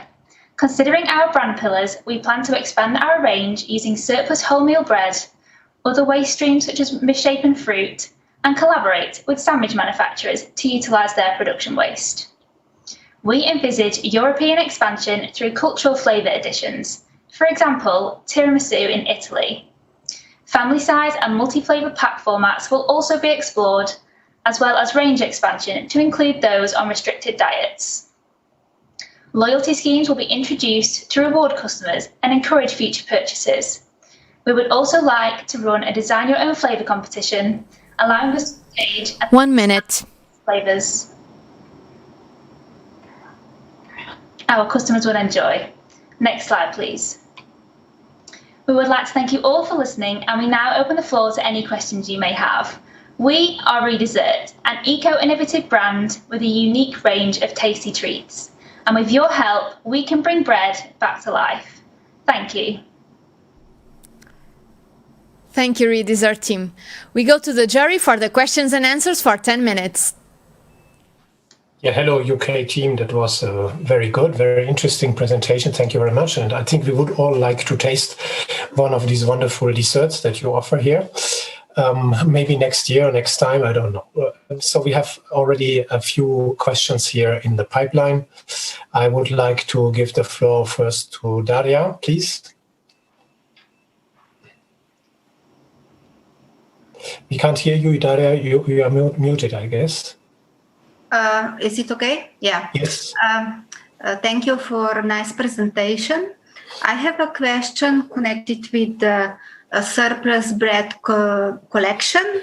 And, we know that we have different bread, different recipes. How you will guarantee the unique quality and recipe?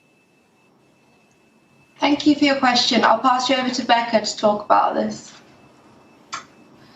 So regarding the quality of the recipe, we've based our ingredient declaration on 5 brands of bread within England, obviously for now, to ensure that we cover the main ingredients. Therefore, this shouldn't make too much of an impact on the quality of the bread.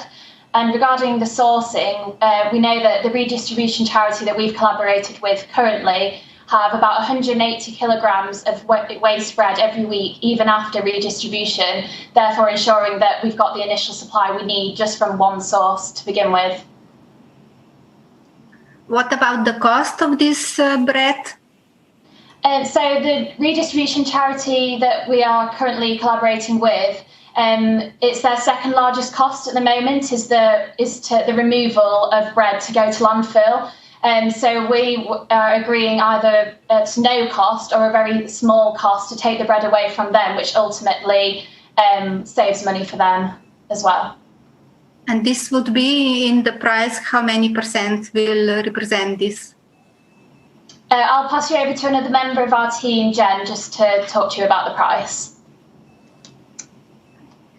So as we mentioned in our presentation, the price of our product is £1.40 for individual packs and £6.50 for bulk packs. And obviously our bread, this portion is 3 balls per 1 portion. So the bread is 41% of our whole recipe. My question was this surplus used bread cost in the price? Initially, as we are receiving the bread free of charge from our current supplier, we haven't scheduled any cost into our price. Obviously, as we look to expand and possibly expand into Europe as well, we will build in a factor of our product cost would be the bread supply. Okay, thank you. We have a question from Hubert. Hubert? Yes, hello. Please. It seems very good in taste. We would like to... Oh, do you hear me or not? Hello? We hear you, Hubert. All good. Did you check that for the European market, it's enough to write on the list of ingredients white bread? Because in the English white bread, there are many other things than just flour and yeast and water. Yeah, thank you for your question. So initially our ingredients deck was on English white bread, but obviously, as we said, we hope to expand. And with that expansion, we'd actually look into different countries and what their bread kind of includes and everything. So we planned that if we did expand, that we'd have production sites at the country of selling. Therefore, we'd ensure that that was always locally sourced and there'd always be similar types of bread. So, for example, with England, we have similar breads here, whereas France might have more fresh baguettes, for example, which are similar recipes. Therefore, we'd make it specific to the country of production and selling.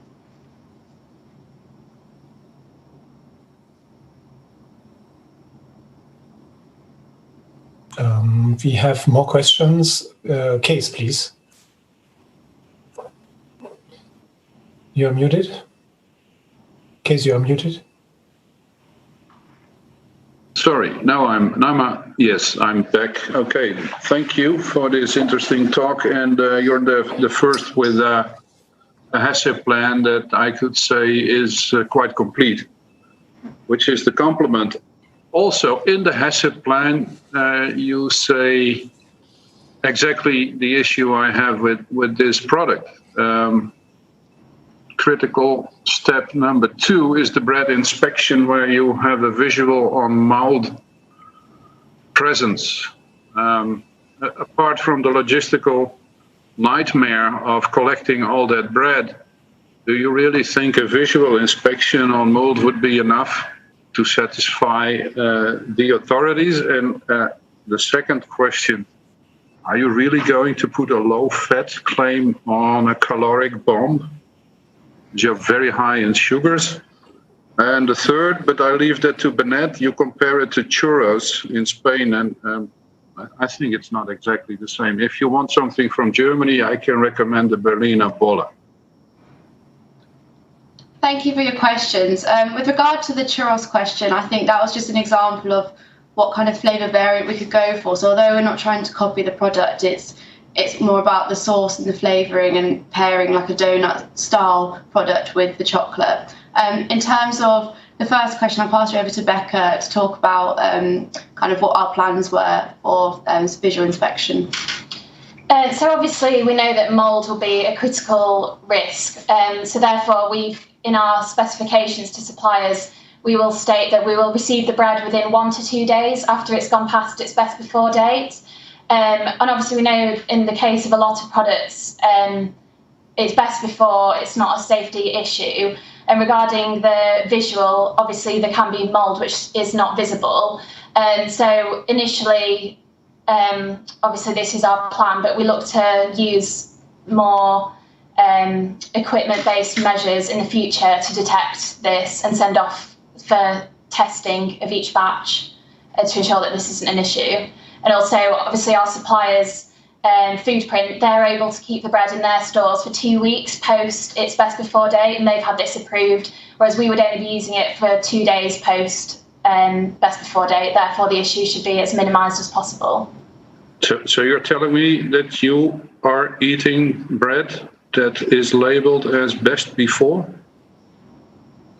So yeah, the bread here is labelled as best before, so it's a quality factor majority rather than safety. So as soon as the supermarkets are unable to sell it and it gets to the best before date, that's the point at which we would intervene and take anything that hasn't been sold. Interesting. Thank you. And in terms of your nutrition question, I'll pass you over to Georgia for that answer. As our product is a dessert, our main focus isn't nutrition. We don't want to compromise the quality of our product. Yes, the product is high in sugar, but the theoretical nutritionals that we got from NutriCalc, did show that our products were low in fat. Due to COVID-19, our analytical nutritional testing wasn't able to go ahead. This is something that we would like to go forward with when we get back into the development process following COVID-19, and we will make any changes accordingly. Very good, thank you. There's a question from Tim. Yeah, thank you very much. I really enjoyed your presentation. I also appreciate how complete your dossier was. My question is a quality question. You haven't been able to do any sensory work, but have you got any casual sensory work you've done yourself about migration of the fillings into the matrix and of the syrup into 1 minute matrix as well, please? So the idea is that is the filling moving out into the matrix, or is it staying in the middle, and is the liquid seeping in? Thank you for your question. I'll pass you over to Emily to answer that for you. Hi, so yes, as you mentioned, we weren't able to carry out any sensory work. However, we wanted to try and understand as much as possible of what we could do given the current situation. So we took photos of our product at different stages, so after it was soaked in the syrup straight away and at different stages past that. We then uploaded these photos to a questionnaire and sent them out to some people to understand what they rated on a scale of 1 to 5, the appearance of our product for all different variants. We had some really positive feedback from this, and including the purchasing intent. which scored really highly, with jam roly-poly scoring the highest. We didn't see any issues as of yet with the movement of filling, moving into the syrup, or vice versa. Actually, the longer the balls soaked in the syrup, the more flavoursome and moist the product got, which is something we really wanted to achieve. Okay, thank you very much. I have a question on the handling. I would assume, because these desserts, they are soaked in the syrup, they would stick to the packaging material, wouldn't they? Thank you for your question. So because the syrup is deposited first and then the balls on top, they kind of sit on top of the syrup, and the syrup is the right viscosity that actually sits on top as opposed to soaks within, but it still allows, the syrup is the right consistency that it still allows soaking of the ball, but it doesn't stick to the packaging because the syrup isn't sticky, as it were, it's more loose than that. Okay. Okay, fine, thanks. Do we have other questions? Yes, Hubert, please. Yes, why do you It should say... be the final question, sorry. 1 second. Why do you say it was impossible to do the testing, the testing to the people? Because the restaurants and everything are opened also in England, or where in the last few weeks? Thank you for your question. So obviously this was kind of a uni project based project as well, which then meant that our facilities that we were using to create the products were not available to us due to COVID. Therefore, we weren't able to make the products and send them out. If we could have done, we obviously would have done. And to be honest, through development, we did always get people to try and taste our products, and there was always positive feedback. Therefore, we were really pleased with the product, and I don't think it would have scored badly, as it were. Thank you very much. I hand back to Anna. And sorry, Anna, I forgot that you mentioned 1 minute to me. Sorry for that. Not a problem. Thank you very much, Team UK. It's a wrap-up for the 13 countries presented today at Ecotrophelia Europe 2020. I'd just like to remember the students to connect to YouTube for the award ceremony at 6 p.m. French time zone, please. What an amazing day. We will let the jury vote for 5 minutes for the UK team, and then we will back to you at 6 p.m. for the award ceremony. Thank you, and see you right back.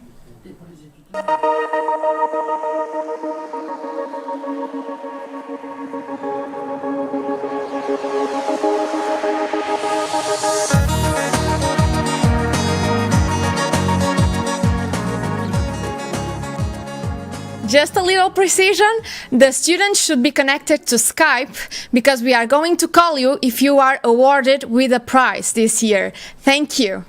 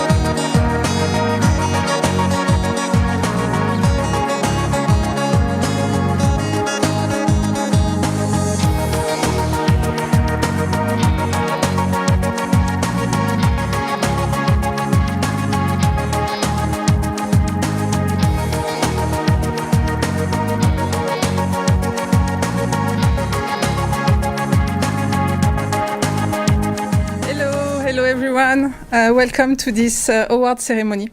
I am very pleased to launch this ceremony. Welcome to the students, welcome to the teams, welcome to the public. I will first give the floor to Catherine Chapelin, that is the administrator of Ecotrophelia Europe. She will say a few words to open officially the ceremony. Thank you, Françoise. Hi, everybody. I'm very pleased to be with you this afternoon for the Ecotrophelia Europe 2020. In the light of the COVID pandemic this past month, I believe that we need, more than ever, hope and positive energy. We need creativity and passion, and we also need quality food. And this is precisely the purpose of Ecotrophelia Europe. For me, this crisis has revealed clearly, first, the importance of a resistant food chain, the importance of food industry that can provide quality and tasteful food every day for people. And second, I think it also reveals the importance of Europe, the importance of working together like you did this afternoon, and the importance of sharing a common destiny. We have had a strong reminder that the food sovereignty, not at a national level, but at European level counts, and it counts for Europeans. Some words about the competition now. The ideas this year have been really innovative and in most cases almost disruptive. And you know, this is a very hard thing to do.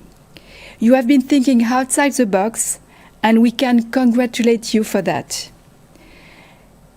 Finally, in spite of this special and very difficult condition for all of you, you are a very talented group and have come through very innovative ideas and products. And I want to take the occasion to thank all of you, and especially our partners. They made this day possible. They made this championship possible. And I want to mention Nestlé, the CIAL, the French Minister of Agriculture, and Camden. Thank you very much. Thank you, Catherine. Now I leave the floor to Gilles Tristram, that is representing the universities and the AI school.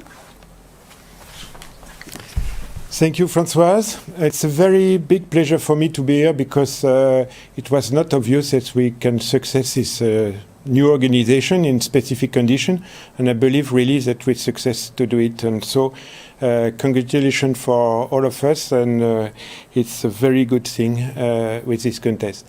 My job is very simple. I have to thank all of you for all the work. The jury first, because they work a lot today. They do a very good selection, I believe. And specific thanks to Christophe Hartmann for the chair of the jury. Secondly, I'd like to thank all the university and countries for the organization, because it was a hard organization this year with a specific condition with the COVID situation. So a lot of thanks for all of you. Third, of course, thank you to the teacher. You have to manage the work with the students, and it was not very easy this year. So thanks a lot. I'm sure you do a very great and an amazing work. And of course, thank you for all the students. What I see for the project is a very interesting set of innovation and new product and reflection about existing product and how to adapt or to make some evolution with this product. So thank you for the work. I'm sure that part of the product you proposed today was probably in the market in the next time. So it will be a great success, and I wish this success to all of you. So thank you a lot, and congratulations for the work, and hope to see you in 1 year for the next Ecotrophelia Europe contest. Thank you. Wishing that the next contest will be physical. So let's begin with the prizes. I give the floor to Vasso Papadimitriou from the Greek organization to give the marketing prize. Ladies and gentlemen, good afternoon. I'm very happy I'll be part of this award ceremony. which is take place under different circumstances, take place virtually. I would like, first of all, to thank all the participating teams for the work done, for their enthusiasm, their passion, and also their creative spirit. As we all know, Ecotrophelia acts as an incubator, and it is also a major meeting point of innovation and competition for the food industry.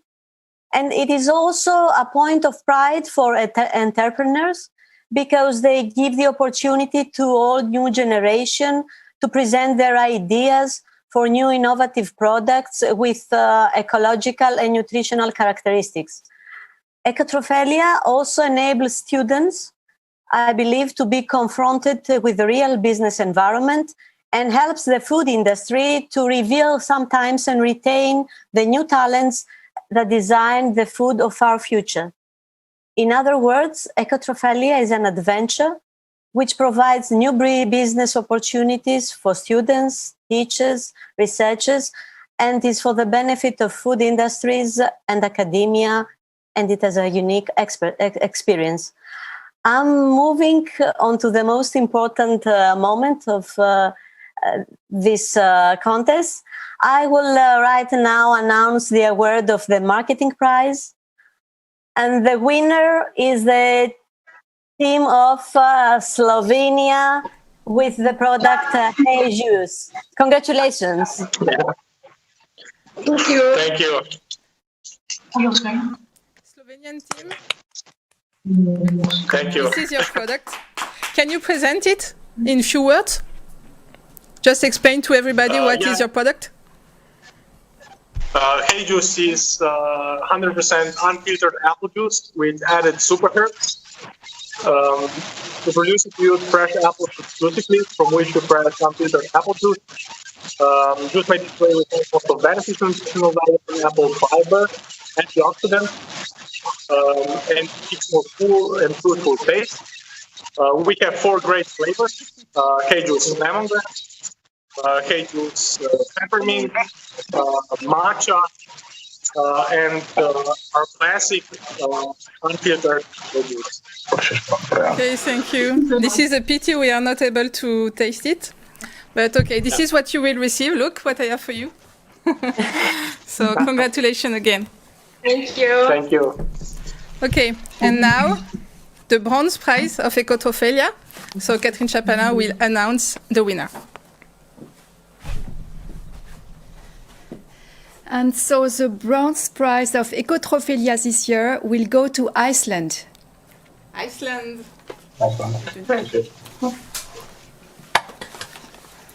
For Frosty.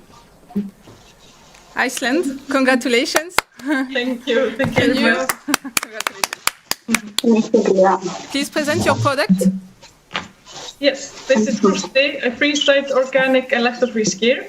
And by freeze-drying a skyr, this unstable product is now very stable and can keep for many years and does not need to be refrigerated. And it also has the blue spirulina superfood added. Okay, thank you. And so you will receive an award of 2,000 euros. Thank you. Okay, congratulations, Iceland. Let's go to the silver prize. So Bertrand Aymon from Camden will announce the winner. Yeah, I'm here. Hello, Bertrand. Hello. Yeah, absolutely delighted to be with you today. The day flew by, and it was such a wonderful display of passion and talent. It was really energizing, so it kept us going all day. So long live Ecotrophelia. I'm so pleased that we managed to make it work this year. And the winner of the silver prize is Greece. With the product olive or olive. Congratulations, Greece. Congratulations. Thank you very much. Thank you. Please present your product, Greece. So olive is a series of filled breadsticks which come in 5 different flavors and consist of use actually the olive seed or pomace flour and have an ecological, fully recyclable packaging. Perfect. So, congratulations again, and this is what you will get. Hope it's the 3,000 euros. Thank you very much. Congratulations. Okay, let's go to the gold prize. So Christoph Hartmann, who led the jury today, will announce the winning team of the Ecotrophelia Europe 2020 contest. Christoph? Yes, hello, good afternoon. Yes, I'm extremely pleased to have the honor today to actually give the award, the gold award, to a team which surprised us so much. Yeah? But before I do this, I would like to thank all teams for their creativity, their know-how they have put into their projects, but first and foremost for their resilience also in these difficult times to still participate in the competition and still, make us such a nice event as we have today. But now I would like to announce the winner, and the winner is the team Orange B from Portugal. Portugal. Congratulations. Congratulations. Well done. And Barbara and Adelaide, you surprised us in many aspects. First of all, I would like to say that your product looks really fantastic. Yeah, I think we all would like to taste it right now and probably for more than one time. Yeah, you have also shown to us how you can bring really side streams into a very innovative and appealing proposition. Yeah, high quality, high value proposition. And then I wanted also to recognize that you have done a really fantastic Q&A with us, very pertinent answers, brief to the point, and that was really well done. And last not least, you were only two, right? So two of you made really a big contribution to, I would say, next generation food innovation landscape, which is Ecotrophelia. Yeah? Okay, thank you very much, and congratulations again. Please, Orange B team, introduce your product.